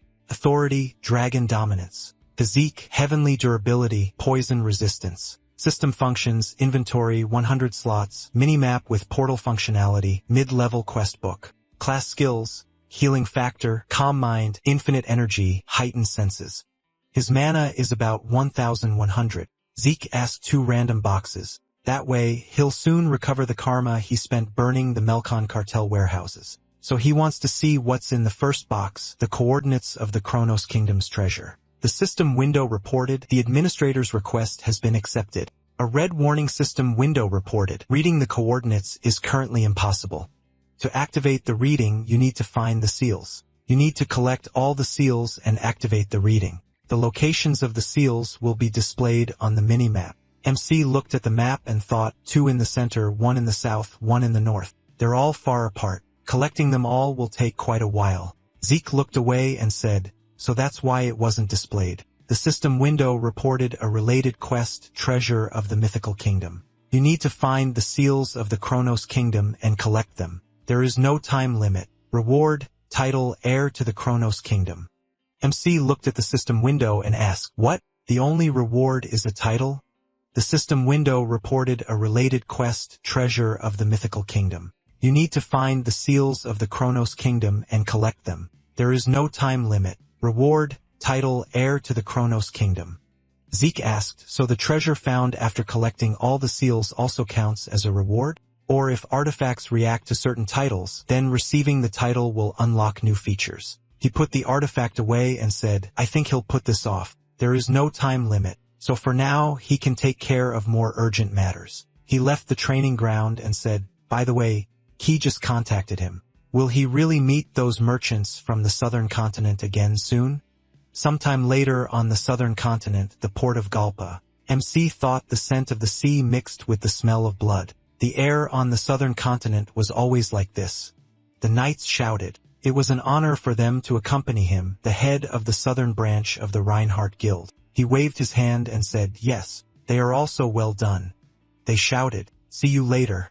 MC mentally asked them to calm down. Everyone was already looking at them. He looked around and thought it was not only the smell of the sea that had remained unchanged. They must not let their guard down under any circumstances. The guy waved his hand and said, Murray. He looked at the guys and thought he was just in time. He remembered the guys' faces and thought, the Northern Ranger. MC said, the merchants' clothes suited them very well. The guys thanked him. He asked, have they familiarized themselves with the operation plan? Leroy answered, of course. After they create chaos, they'll need to rescue a girl from a Melkon cartel prison. MC punched him in the chest and said, great, but they need to remember that they'll need to escort the target to safety, so they should be ready at all times. Leroy replied that he understood everything, but he had one question. Zeke asked again, what? Leroy replied that he assumed he hadn't specified what kind of chaos awaited them for the sake of secrecy. Will it be some kind of festival? MC smiled and replied, no. The chaos will be much larger. On that day, the Melkon cartel will be completely destroyed. Leroy looked at him puzzled when suddenly a voice came from the side greeting him, the branch leader. He asked to be excused. It seems he interrupted. MC turned and asked, a guide from the trading company? Everything is fine. They are already finished. Let him lead them. The guide replied, okay. He will take them to the pre-prepared cargo. They moved forward a little and he asked, is he going to fight the Melkon cartel? Zeke waved his hand and said, it's just a joke. No need to pay attention. The way he speaks makes it sound like a joke. The conductor replied he agreed. After a while, a voice was heard.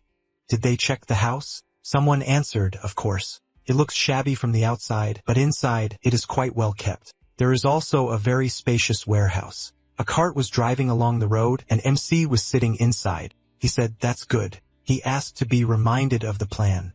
Today is Don Juan's birthday. He said, however, there will be not only a celebration, but also a meeting of all the main people in the cartel, where they will discuss future deals. MC said, Key, of course, will be there, and her assistant, Zeke Murray too. Right? He answered, yes, he is right. MC asked how many times she had repeated their plan to him. At least the fifth. Even any local inadequate would have remembered everything by now. He screamed, she can't help herself. She's not as cold-blooded as he is. Of course, she is worried. He got her into this himself. He can't leave her. MC thought she was acting unusual. So Key asked, what if they find out they were the ones who burned down Soma's warehouses? She heard that as punishment for betrayal. They inject you with paralyzing poison and throw you right into the jaws of shark dragons. No, they'll never find them again. Zeke looked at her frightened face and thought that she was fussing so much that he wanted to tease her. He asked Key not to worry. She was a mage. No one would dare do that to her. He asked again, what do you mean? MC smiled and said that on the southern continent there is a belief that a mage's body can bring a curse. That's why they won't feed her to the dragons. Her body will be dismembered and scattered all over the southern continent. He was very scared by what she heard and screamed. So these Melkin cartel necklaces, aren't they fake? Are those real fingers? She laughed and asked. She wonders, how many necklaces will her fingers be enough for? If it came down to it, then let him collect her body parts and bury them somewhere. Wait, how did he even know all this? MC looked out the window and thought, how could he not know this? In his past life, he was the key to the rise and fall of the Melkin cartel. That's why no one knows the southern continent better than him. His relationship with the cartel began when he was expelled from the academy and ended up in the hands of a slave trader. After that, he was sold to Soma's farm. This farm didn't just grow this plant. Sometimes, the farm workers had to act as human shields in cartel wars. He was the only one who managed to survive. At that moment, he was simply glad to be alive and didn't ask unnecessary questions. Now he realizes that he unconsciously used a healing skill. After he managed to survive all the wars, the cartel began using him as an assassin, and they were right. This role suited him perfectly. By lulling the enemy's vigilance and using poison, he managed to deal with even the Purple Knights. But the Blue Knights were completely different. No matter how he concealed his presence, he was still discovered. Even if they were wounded or poisoned, thanks to the use of aura, they managed to heal.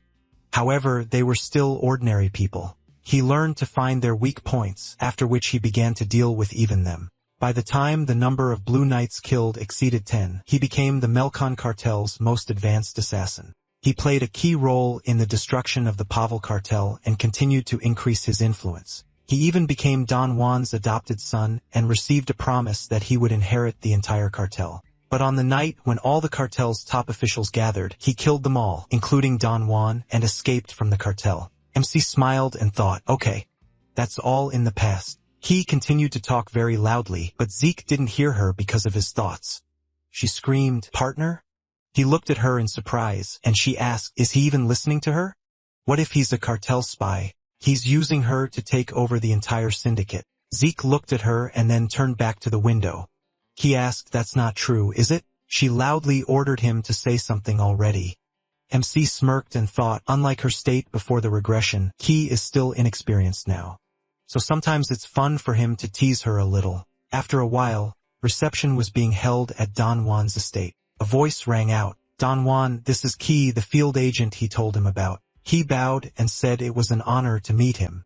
MC looked around and thought, money really does work wonders. Not only cartel assassins, but also hardened criminals, and even rangers agreed to take part in this diversion. Many people gathered around the table in the secret meeting room behind the banquet. Don Juan said, welcome, Key. He didn't expect such a girl to be a mage. A beautiful mage is the best treasure. He can't wait to hear what wise words she will tell him. She can begin. He sighed and asked, did he remember the Soma warehouse that burned down a few months ago? Everyone stared at her in surprise, and Don Juan put out his cigar and replied, of course he remembers. It's simply impossible to forget. But why did she suddenly bring this up? He looked at him in fear and said, because one of those here was recruited by Pavel's cartel. It was he who set the warehouse on fire. The guy screamed, is she an idiot? What is she talking about? Let her be taken away immediately. Don Juan slammed his fist on the table and asked, could she answer for what she just said? Key nodded her head in response, and Don Juan waved his hand and told her to continue. Who dared betray the cartel? Everyone stared attentively to the side where MC held a knife to Joaquin's throat. He said, "It is an honor to meet him, Don Juan. He is Zeke Murray. He believes he can help him sort out this problem." Don Juan said, "Zeke Murray, he's glad to meet him." He didn't expect that instead of a birthday present, he would bring a sword to his house. Zeke grabbed Joaquin by the hair and said, he didn't understand. "This is the gift." Don Juan lit a cigar and asked, "Does he mean to say that his dear brother Joaquin turned out to be a traitor?" MC replied, "Yes, that's right. Joaquin, also known as El Menjo. He himself should understand the situation he's in. Maybe he'll tell you everything?" Joaquin frowned and thought, how did this guy manage to find out something that even the boss doesn't know? He looked at the guys and shouted, "Useless idiots. What are they looking at?" He ordered to do something. The guy replied, "They can't do anything anyway. Unfortunately, they have no way to get to him. If they try, he'll just use Mr. Joaquin as a shield. He must be a spy sent by Pavel." MC said he expected something like this, but he is a real spy, but he is trying to divert suspicion from himself. Joaquin smirked and said he finds it funny. He's just hiding behind it. Zeke said that this is extremely short-sighted of him. They think he would make such serious accusations without evidence? Joaquin's eyes widened in fear, and MC turned to Key. She put her hand forward and activated the seal. A document appeared in front of Don Juan, which he looked at questioningly. Don Juan took it in his hands and began to read, frowning deeply. He said, "This is truly interesting, Zeke Murray. Not only did Joaquin betray them by allying with the syndicate, but the members of the Pavel cartel turned out to be real pirates." MC smirked and thought, as expected, the mention of pirates immediately changed the atmosphere. Nobody likes pirates, but the hatred of the inhabitants of the southern continent is especially great because the pirate fortresses have been located right under their noses for years. MC thought, besides, Don Juan's entire family died at the hands of pirates, and he won't tolerate any cooperation with them anyway. What will happen next? Joaquin looked at the photo in the documents and thought, what a nightmare. Where did he get this photo? In this report, it contains his secret agreement with the Pueblo cartel that they would burn down Soma's warehouses. Now everything is too obvious. Don Juan said, "Good job, Zeke Murray," but he thinks this will make him doubt his own brother? MC thought. He didn't believe it. He thought so. Well, he didn't want to use this method, but he would have to. A whisper del Nenjo. He whispered something in his ear, and Don Juan said, if this is all the evidence he has, then he can't believe him. Joaquin said, "Boss, it's all true. He really did deal with the Pueblo cartel." Don Juan got up from the table and said, "I see. He never thought he could betray him. He has no choice. He will have to be punished." He grabbed an axe and threw it towards Joaquin. He flew back, leaving a trail of blood behind him. MC looked at him and thought, this is a pitiful end for the second man in the Melkon cartel. The inhabitants of the southern continent are truly a very curious people. Some time ago, Zeke whispered in Joaquin's ear, "El Menjo. If he admits that he is a traitor, he swears to God that then they will not harm his family, which he hides from everyone." MC thought he hoped that it would not come to an oath even though he had no intention of doing anything to his family. In any case, he did not expect this from the leader of such a large criminal organization. Don Juan still did not believe that El Menjo was a traitor, but he could not help but execute him. The damage caused by the fire at Soma's warehouse was too extensive. After Key said the traitor was connected to the Pueblo cartel, after he confirmed that El Menjo was the traitor and revealed that the Pueblo cartel members were pirates, Don Juan still managed to maintain his composure in the ensuing chaos. However, his subordinates were unable to do so, and at that moment El Menjo himself confirmed that he was a traitor. After that, he could no longer be left unpunished. Otherwise, discipline in the organization would be shaken. His calculating mind did not waver for a second. Don removed the sword from his body and looked around. He said, but because Joaquin really betrayed everyone, it turns out that his dear friends from the syndicate were also traitors. The men looked at him in surprise, and Don Juan plunged the axe into a stack of documents and said, it says here that before contacting the Pueblo cartel with Joaquin, they burned down Soma's warehouse. If they confess themselves as his dear brother did, then he will grant them a painless death. The men screamed. They were set up. The man pointed his finger at Key and screamed. They would never do such a thing. It was all her doing. First, let him interrogate her. An axe flew towards him and blood spattered Key. She widened her eyes in fear and looked away. Don Juan asked, "What does this all mean, Zeke Murray?" MC replied, "He only helped him deal with the traitors. He himself executed the traitor, Guacan, and his friends from the syndicate were not loyal to him either. He simply carried out justice." Don Juan frowned and thought he could not understand what he was achieving. So he wanted to deal with the syndicate with his own hands? Lowered his head and said, "Yes, justice, that is certainly good. Let him tell him one thing, Zeke Murray. Was he sent to him by the gods to save him or by the devil to destroy him?" Zeke smirked and answered, "Neither one nor the other. He simply wants to offer him a deal." Don Juan asked again, "Does he want to become his partner?" MC replied, "Exactly. He completely shares his views, boss.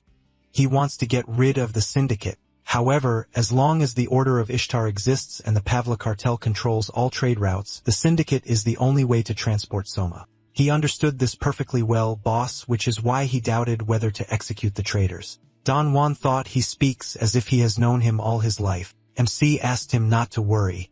He was handling all the processes of delivering Soma. He laughed fearfully, and Zeke said that now he and Key are separating from the syndicate and will handle the transportation themselves. Don Juan sat down in a chair and said, "If everything he says is true, then this is a very tempting offer. Business should be built on trust. But how can he trust such an important part of this to those he meets for the first time?" MC answered, "He is absolutely right." Dingwan asked, "And what will he do?" Zeke took an axe from a stack of documents and threw it back. He scattered the sheets of paper and grabbed his knife. He stabbed it into the image of the pirate and said, "Paulo Santos. He will destroy his domain." Paulo Santos is also known as the Coward Paulo. They called him that because he put personal safety above all else. That's why his authority in the Paulo cartel is extremely low despite his high position. The boss knows everything about him, including his nickname and position in the cartel. In any case, for now, it's to his advantage. Don Juan said, "Well, if he does this, he can trust him. Of course, he appreciates his courage, but this place is still too dangerous to go there alone. So he will send their best killers to help him." Zeke thought help, of course, but rather to finish him off when the opportunity arises. Don Juan said, "And while he is busy, this girl will be under the protection of the cartel just in case." MC frowned and thought he decided to take her hostage. He replied, "Okay." He said, "Just let them make sure she is okay." After a while, the Pavlo cartel, a Soma processing plant run by Paulo Santos. MC clenched his fist and said, "Attention." Manuel, the leader of the assassination squad, thought. Even though he was the leader of the squad, he still subconsciously waited for orders from him. However, it was difficult for him to disobey. He had twice the energy as they did, and he thought he knew the entire jungle of the southern continent by heart. But what surprised him most was his close combat skills. It was so skillful that the kid could defeat the best mercenaries from the wolf tribe. He was a real monster. MC ordered the squad to wait here. Manuel said, but Zeke replied, "They are here to observe, not to help. The farm was best seen from here." He jumped down and Manuel screamed, "Mr. Murray." He froze and asked, "What are they going to do?" Someone answered, "It's as he said. They were just sitting and waiting." There was no point in them getting into the thick of things. MC ordered to take up defensive positions. "We need to camouflage ourselves well." There was an explosion at the factory, and Manuel turned around and said, "It's getting hot." A bright fire blazed over the factory, and human corpses lay on the ground. The man screamed, "There's a mage among the enemies. They can't handle it on their own. They need the mage's help." MC gripped his sword and said, "This is a common reaction to the elemental sword." The man saw him and screamed, "He found him." Zeke said, "This is what he expected from the Melkon cartel's main enemies on the southern continent. They reacted pretty quickly." The guys rushed towards him, but MC quickly swung his sword and created several streams of fire. The elemental sword turned the ground into a field of fire and a phosphorus bomb. MC rushed forward and after a while looked around and said, "This is too easy even for a warm-up." He looked to the side and said, "Coward, Paulo." The barrel of a tank was pointed at him, and MC asked, "He even kept magic tanks here. How much money did he spend on this? Regular mercenary mages would have been much cheaper." The tanks fired and huge missiles headed his way. Zeke jumped and deftly dodged the attack. He smirked and said that even though he was a criminal, he still wouldn't dare compete with the cartel. He used the elemental sword and created a wind field and then the storm sword. He attacked the tanks and thought that before the regression he wouldn't have dared to face a magic tank, but now everything was different. He went down to the basement and dealt with the mercenaries. Zeke spoke. Now he definitely has to show himself. An arrow was aimed at MC's body, which he definitely caught right next to his head. He squeezed it and released the poison. The system window reported black mamba venom detected. Immunity to 1,000 poisons neutralizes the poison's effect. The arrow fell to the floor and the system window reported the administrator's request has been accepted. Class skill healing factor temporarily disabled. He thought, here it is. Paolo asked, what's everyone looking at? Why was he allowed to go so far? He walked towards Zeke and said, it's poisonous gas. Even an aura user can't protect themselves from its effects. If he tells who hired him, he'll give him the antidote. Alright? Paulo Santos, one of the leaders of the Pavila cartel, held a flask of antidote in his hand and said, this looks like sabotage, but it was too poorly prepared. He believed his accomplices had long since been neutralized. Let him agree before it's too late. MC thought he was trying to tempt him with something that didn't even exist. He really was a complete idiot. Any resident of the southern continent knows that there's no antidote for black mamba venom. An ordinary person dies within minutes. Exposure to this poison has severe consequences even for Blue Knights. However, with immunity to 1,000 poisons, it's completely harmless. He remembered the information on the system windows and smashed the flask with his sword. Paolo screamed, you idiot. He broke the vial with the antidote. Is he completely tired of living? He widened his eyes in surprise, and Zeke said there was no need to worry. The poison had no effect on him. By the way, they had already destroyed all his henchmen. Paolo asked in fear. What? He screamed. That's impossible. They were the cartel's elite and they had magic tanks. Zeke said he could see for himself. There you go. Paolo screamed. Who were they? Who sent them? MC replied he thought he knew it himself. Really? Paolo frowned and asked, could it really be Melkin? Zeke replied he was right. Paolo continued screaming, of course. Only they could afford to treat them so meanly. Until that moment, they had tried to maintain at least some boundaries. So why did he do all this? MC asked, doesn't he understand anything at all? Paolo asked, what the? Zeke replied, respecting these boundaries. They were simply waiting for the right moment to seize their neighbors' possessions, but now they have crossed the line. This is enough to declare war. The head of the Melkin cartel declared that he will stop at nothing to destroy the Pavel cartel. These dirty pirates must be expelled from the southern continent. Paula was about to run away and thought, so he already knows that they are connected with the pirates. He screamed nightmare. MC rushed after him and screamed, he can't escape. After a while, Zeke looked around and thought, where did he even end up? This place doesn't look like the mine he saw before. There are a lot of traps here. He decided it would be better for him to go there alone, but traveling through these ruins turned out to be very tiring. These traps, this wasn't originally part of the ruins. They were installed very recently. What idiots! What were they doing here? He walked forward, and a guy was watching him from around the corner. He grabbed the sword and swung it, and Zeke quickly dodged the attack. He grabbed the guy and asked who he was.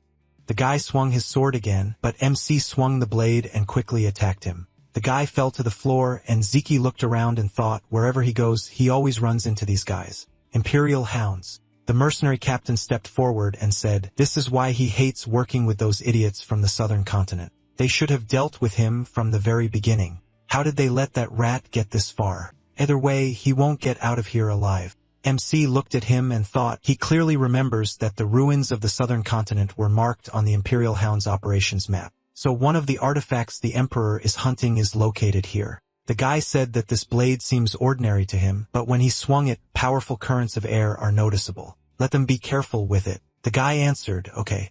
The leader frowned and thought, is this a magic scroll? He turned around and shouted, a magic scroll? Hurry.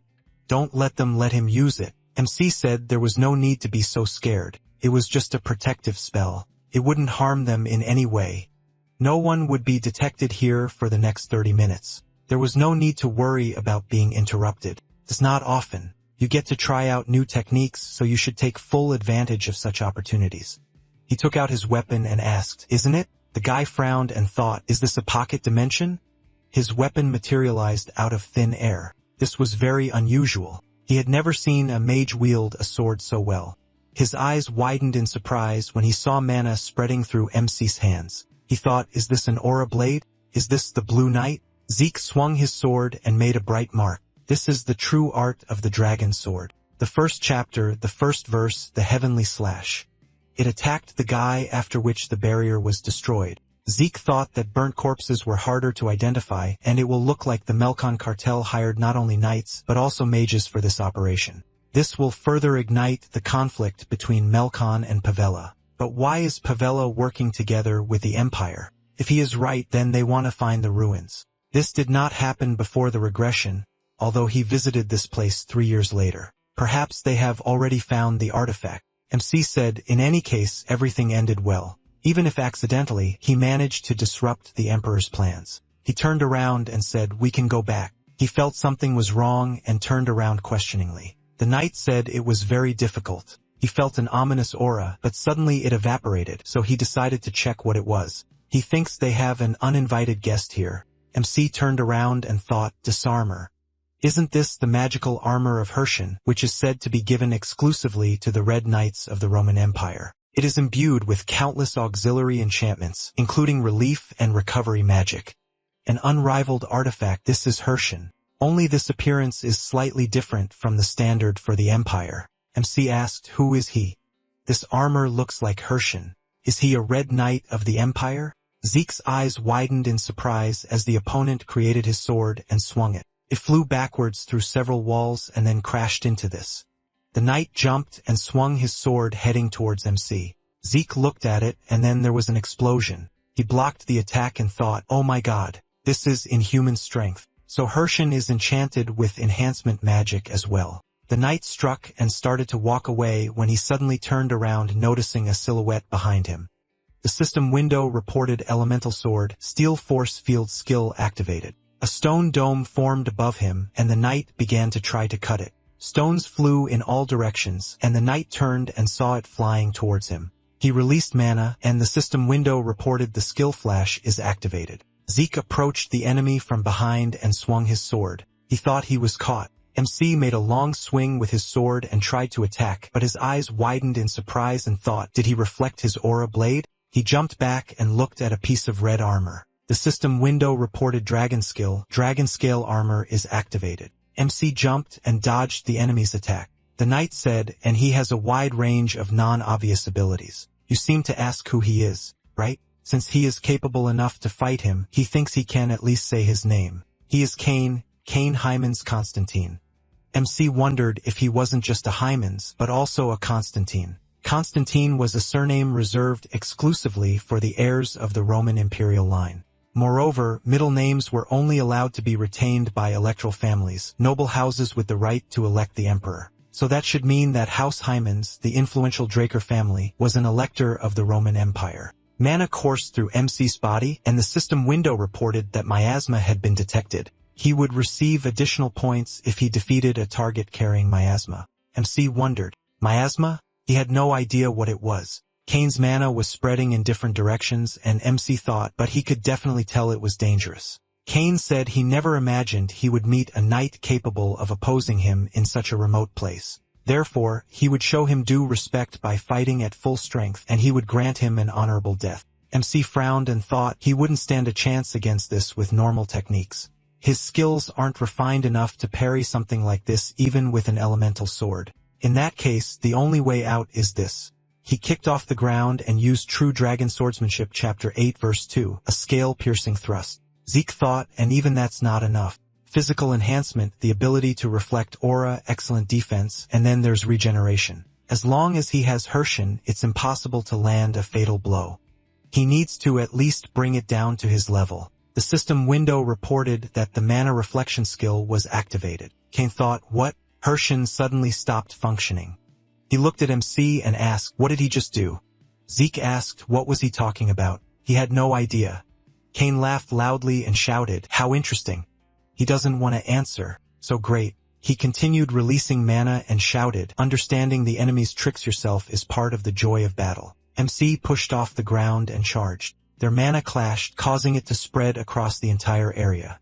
After a while, everything around was in a terrible state, and MC was sitting on the floor saying, a nightmare. The system window reported that the miasma decomposition process had exceeded the permissible limit. The effectiveness of the class skill healing factor has been reduced. He said it turns out it's really dangerous. Kane approached him and said, as expected of the Draker clan, impressive abilities. MC asked how he knew. Kane replied, the only ability that can even temporarily halt Hershen's functions is Draker's mana severance. He also mentioned the technique he used in their last clash, which was reminiscent of the art of a Dragonslayer. MC's eyes widened in surprise, and he thought true dragon swordsmanship is the root of Dragonslayer arts. So it's only natural that they're similar. Only the scale-piercing thrust he just used appears in the final section, which is strictly forbidden to reveal to anyone outside the family. The fact that Kane, a knight of the Empire, knew about this means that the Hyman idiots have already passed on the secrets of the Empire's Dragonslayer arts. Blood poured from Zeke's mouth, and Kane asked, isn't the decomposition quite advanced? It must be painful. Leaving him like this would be unworthy of the opponent who so bravely confronted him. MC looked at him in surprise, and Kane pointed his sword at him and told him to rest in peace. He pierced his body and turned to leave. Kane said that it had been a long time since he had fought such a worthy opponent, even if he was his enemy. At that moment, a blade flew past him, and Kane turned around in surprise. He saw that the spot where Zeke had just been was empty. He screamed, how? MC swung his sword and attacked him. The system window reported he used a top-tier healing potion, Salvation. Health and wounds significantly restored. Zeke killed Kane and then landed on his knees. He coughed and thought, if he hadn't thought to put this potion in his quick access slot, it would have been a disaster. Salvation is Jabir ibn Hassan's masterpiece. It instantly heals fatal wounds and restores stamina. Special properties. Due to its outstanding effect after the first use, it no longer affects the same person. Unknown effects are present. MC thought he almost died, and it still couldn't fully heal his internal damage from the aura. The system window warned that he had used too many skills. Overuse of skills had driven his exhaustion to a dangerous level. Zeke wondered if he'd collapsed right in the middle of enemy territory. The system window reported that the administrator's consciousness would be shut down for his own safety. MC thought, no. That's impossible. He must recover. He looked at the potion and thought, now. Anyway, Zeke cast Gluttony and pounced on Kane's body. The system window reported that the Dragonkin skill, Gluttony, had been activated. He had absorbed a cursed demon imbued with demonic energy. Health, stamina, and mana had been restored. He had absorbed the absorbed demon's hereditary ability. The active skill, C-rank static, had evolved into a rank thunderclap. Zeke lay on the floor and then let out a loud scream. He rose and said horror. He thought he was already a corpse. If he hadn't remembered about Gluttony, he saw armor in front of him and asked, is this Kane's armor? The system window reported he has received unknown armor. Should he register himself as the owner of this armor? MC asked, is the name not shown? He pressed the yes button on the system window. The system window reported the owner of the armor has been registered. The armor's shape can be changed according to the owner's wishes. Of the 28 higher magic circles inscribed on the armor, 3 are available for activation. Zeke happily said, this is very light armor with such characteristics. He wondered if he started walking around in this now, the people of the Empire might suspect something. It would be better for him to hide it for now. He would put it on later once he had changed his appearance. More importantly, now he needed to get out of here. He turned around thoughtfully and thought, that smell, is that the smell of blood and corpses? After a while, Zeke went down to the basement where he smelled the smell. He thought, they're experimenting on people here. Terrible imperial idiots. He saw magicians minding their own business. A magician noticed MC and shouted loudly, intruder. Another magician ordered to capture him. Zeke said, they're experimenting on people. So the system window reported a magically synthesized poison was detected. The concentration of the poison exceeded the poison resistance. A poison state was inflicted. MC took out an elixir, and the system window reported that he used a top-tier antidote. He said that they need to be prepared to die. After a while, Zeke picked up the papers and thought, I need to collect data on their research.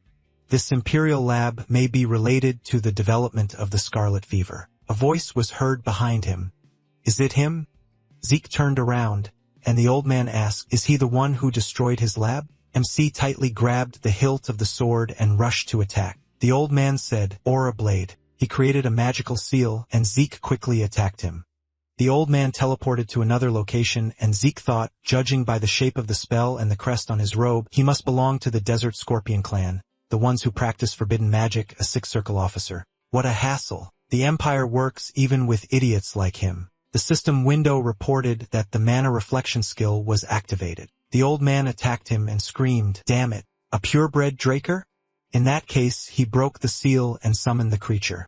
MC thought a synthetic chimera. The old man laughed and ordered them to look at his greatest masterpiece. Even Draker can't handle this. The monster extended its huge paw towards MC, who quickly swung his sword. It tried to attack the creature, moving from side to side. The old man sank to the floor, and MC used Storm Art's invisible steps. He quickly chopped off the monster's tail, but a cut appeared on its cheek. Zeke thought it has no weak points at all. He looked at the monster and thought he didn't plan on wasting time here. He began to quickly swing his sword again and strike the enemy. He thought if he hung around here too long, reinforcements would arrive. MC's eyes widened in surprise when he saw the system windows. The system window reported the unique Power Dragon command can be activated. He wishes to subjugate this dragonkin.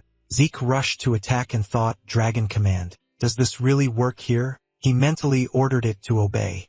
The system window reported the Dragonkin skill, Dragon Majesty, has been activated. The creature headed towards Zeke when it suddenly stopped. The system window reported he caused fear in a low-ranking dragonkin. The effectiveness of Dragon Command has been increased. MC thought, judging by how Dragon Majesty and Dragon Command were affecting him, they must have stuffed some dragon traits into this chimera as well. The system window asked, activate Dragon Command and subjugate the target. Zeke replied, yes, subdue. The creature's body began to be shackled with chains, and the system window reported that the low-ranking draconian had been subdued. MC thought, this is excellent. He reached out to the creature and said, this creature is surprisingly obedient. The old man asked fearfully why his chimera stopped obeying him. MC looked at him and ordered the chimera to bite the old man. After a while, the old man lay on the floor, and MC asked, Gurafal Ramaini? He thinks he was the second most important in the Scorpion clan. A nightmare, and why would they need it? He looked questioningly at the system window, which asked, would you like to name the subdued draconian? A named draconian can be summoned by its master at any time. Zeke asked, does it want a name? Okay, from now on, it's Gurith. The system window reported the summoned creature is registered. He looked at the creature's displeased face and asked, what? The creature doesn't like it? It's too late. All that's left is to accept it. After a while, Don Juan clapped his hands and said, that's impressive. This is truly impressive. Zeke Murray. He really dealt with that cowardly Paolo. MC nodded his head and said, he always keeps his promises. Don Juan said, really? He's proven his worth, so there's no choice but to trust him. He's a brave warrior who deserves respect. He cherishes mighty warriors like his offspring, and he'd like to start treating him the same way. Zeke chuckled and thought, offspring. He means those offspring he uses as he pleases, and he even dares to say that to him. You idiot. One day, he'll finish him off with his own hands. Don Juan asked Zeke Murray to look at it. This is his gift to him. MC looked at him carefully, and Don Juan asked, he said he wanted to be his business partner, didn't he? So he had to prove himself worthy of that level of trust. MC picked up the box and thought he had no doubt those dimensions and weight. He opened the box and remembered the guys. He thought, these are syndicate lieutenants. Don asked, did he like it? MC grinned and answered, of course, boss. He thought, great as planned. So they dealt with the entire syndicate top brass. The last thing left is to put Key in charge, Don Juan said. But did he see there was one problem? MC asked again. What was it? Don Juan sat down in a chair and said, apparently Pavila realized that the attack was their doing. They started talking some nonsense about knights and magicians. MC thought, well, it certainly could have seemed that way. Don Juan said, so he thought this is the perfect opportunity to send those dirty pirates a clear warning. McCain rules the southern continent. MC thought, does that mean he wants him to strike Pavila again? He answered, he agrees. Don Juan asked again. What? MC replied, he would go to Pavila and deliver his message clearly, but he had a request. Please let him grant Key power and his support so that she could become the new pillar of the new syndicate. Don Juan frowned and then replied, okay. He would personally become her patron. And what about him? He would give him the cartel's best hitman along with a squad of fighters. The mercenaries quickly appeared in the room out of nowhere. MC turned and looked at the guy, and Don Juan said, "They will serve him well." Zeke wondered, "Him? Pavila's cartel. Paula Santos's territory." William followed Abel saying, "The investigation is complete. The Empire's Intelligence Bureau has already checked everything. There are no clues left. They've already gotten everything they could, haven't they?" At least one squad of knights and mages entered the clash. Abel crouched down and touched the floor with his fingers. William asked, "Abel?" He replied, "No. It was just one person." Fannin stared at him in surprise and asked, "What? What do you mean? Just one?" "There are marks of swords and magic everywhere," Abel replied. "It was someone of at least the level of a red knight, and it was he who dealt with everyone." William looked at him carefully, and Abel said, "There are also traces that the Intelligence Bureau hastily cleaned everything up here, which means they want to hide something from them, and he must find out what exactly." William ran after him and told him to wait. He wants to question the Intelligence Bureau itself, and has he thought about the consequences? Abel stopped and said, "William." He turned around and screamed. He absolutely cannot turn a blind eye to what happened here. His instincts are literally screaming that something important is buried here. He understands perfectly well, doesn't he? How much he wants to take over both the Draker family and the Empire. Sometime later, in a bay controlled by the Pavel cartel, the man looked down and asked, "What? A boat? Wait, where did this come from?" MC quickly jumped onto the pier and attacked him. He rushed forward. The guy fell and Simon shot him. Zeke looked at him and thought he had done everything so quietly that not even the splash of water could be heard. He told Simon that he could get up. Simon nodded in response. Simon Zapatero, in a past life, taught him the art of assassination and the fighting techniques of the southern continent. In the Melkon cartel, he was the only one he could trust. And even after the regression, they interacted perfectly. He hoped he could win him over to his side. MC said the city was filled with enemy warriors. Simon asked if they could somehow get to the city center. MC answered, "Of course. This territory used to belong to the Holy Empire. That's why the underground passages leading there still exist." Simon extended his hand to him and said he wanted to try to find his way through this underground labyrinth. Zeke replied that he didn't need to worry. He knew what he was doing. The system window reported that a route was being plotted. Underground catacombs, Mateo's office.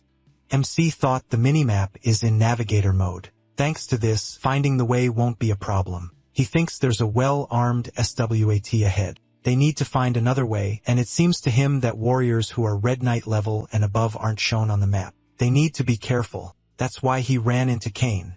Zeke said they were almost there.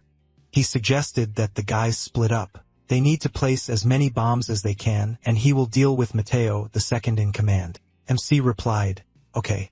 He quickly ran in the right direction but came across a dump. He climbed into the sewer and said that if he killed Mateo, Jenger, the head of the Pavel cartel, would be furious. This would lead to a war between Melkon and Pavel. Zeke quickly tore off the grate and climbed into the pipe. He thought, but why did Don Juan send him on this mission if he knew it would end in war? After all, this man is ready to kill even his own subordinates in order to maintain stability in the organization. Most likely, he thinks that everyone he sent here will simply die. Don Juan wants to stage this raid as a warning and show that losses don't matter to him. Zeke walked through the pipe and thought, but things won't go according to his plan, Don Juan, because he will really kill Mateo. He broke free from the pipe and the pirates cried out, "What? Who is he?" MC swung his blade and began to quickly attack them. He looked around and thought, strange. The Pavel cartel is allied with the Empire. Why aren't there any Imperial soldiers here? They're not even visible on the minimap. Suddenly, a bright light blinded him, and Zeke thought, were they hiding? Someone ordered to grab him. The knights rushed towards MC swinging their swords. Zeke jumped and clutched the blade in his hand. He somersaulted and moved behind the knights, quickly attacking them. The guy put his hand forward and said, "A squad of magicians." He created a magic seal and screamed, "Fire." The system window reported, "An elemental sword." ZK pushed off the ground and ran towards them.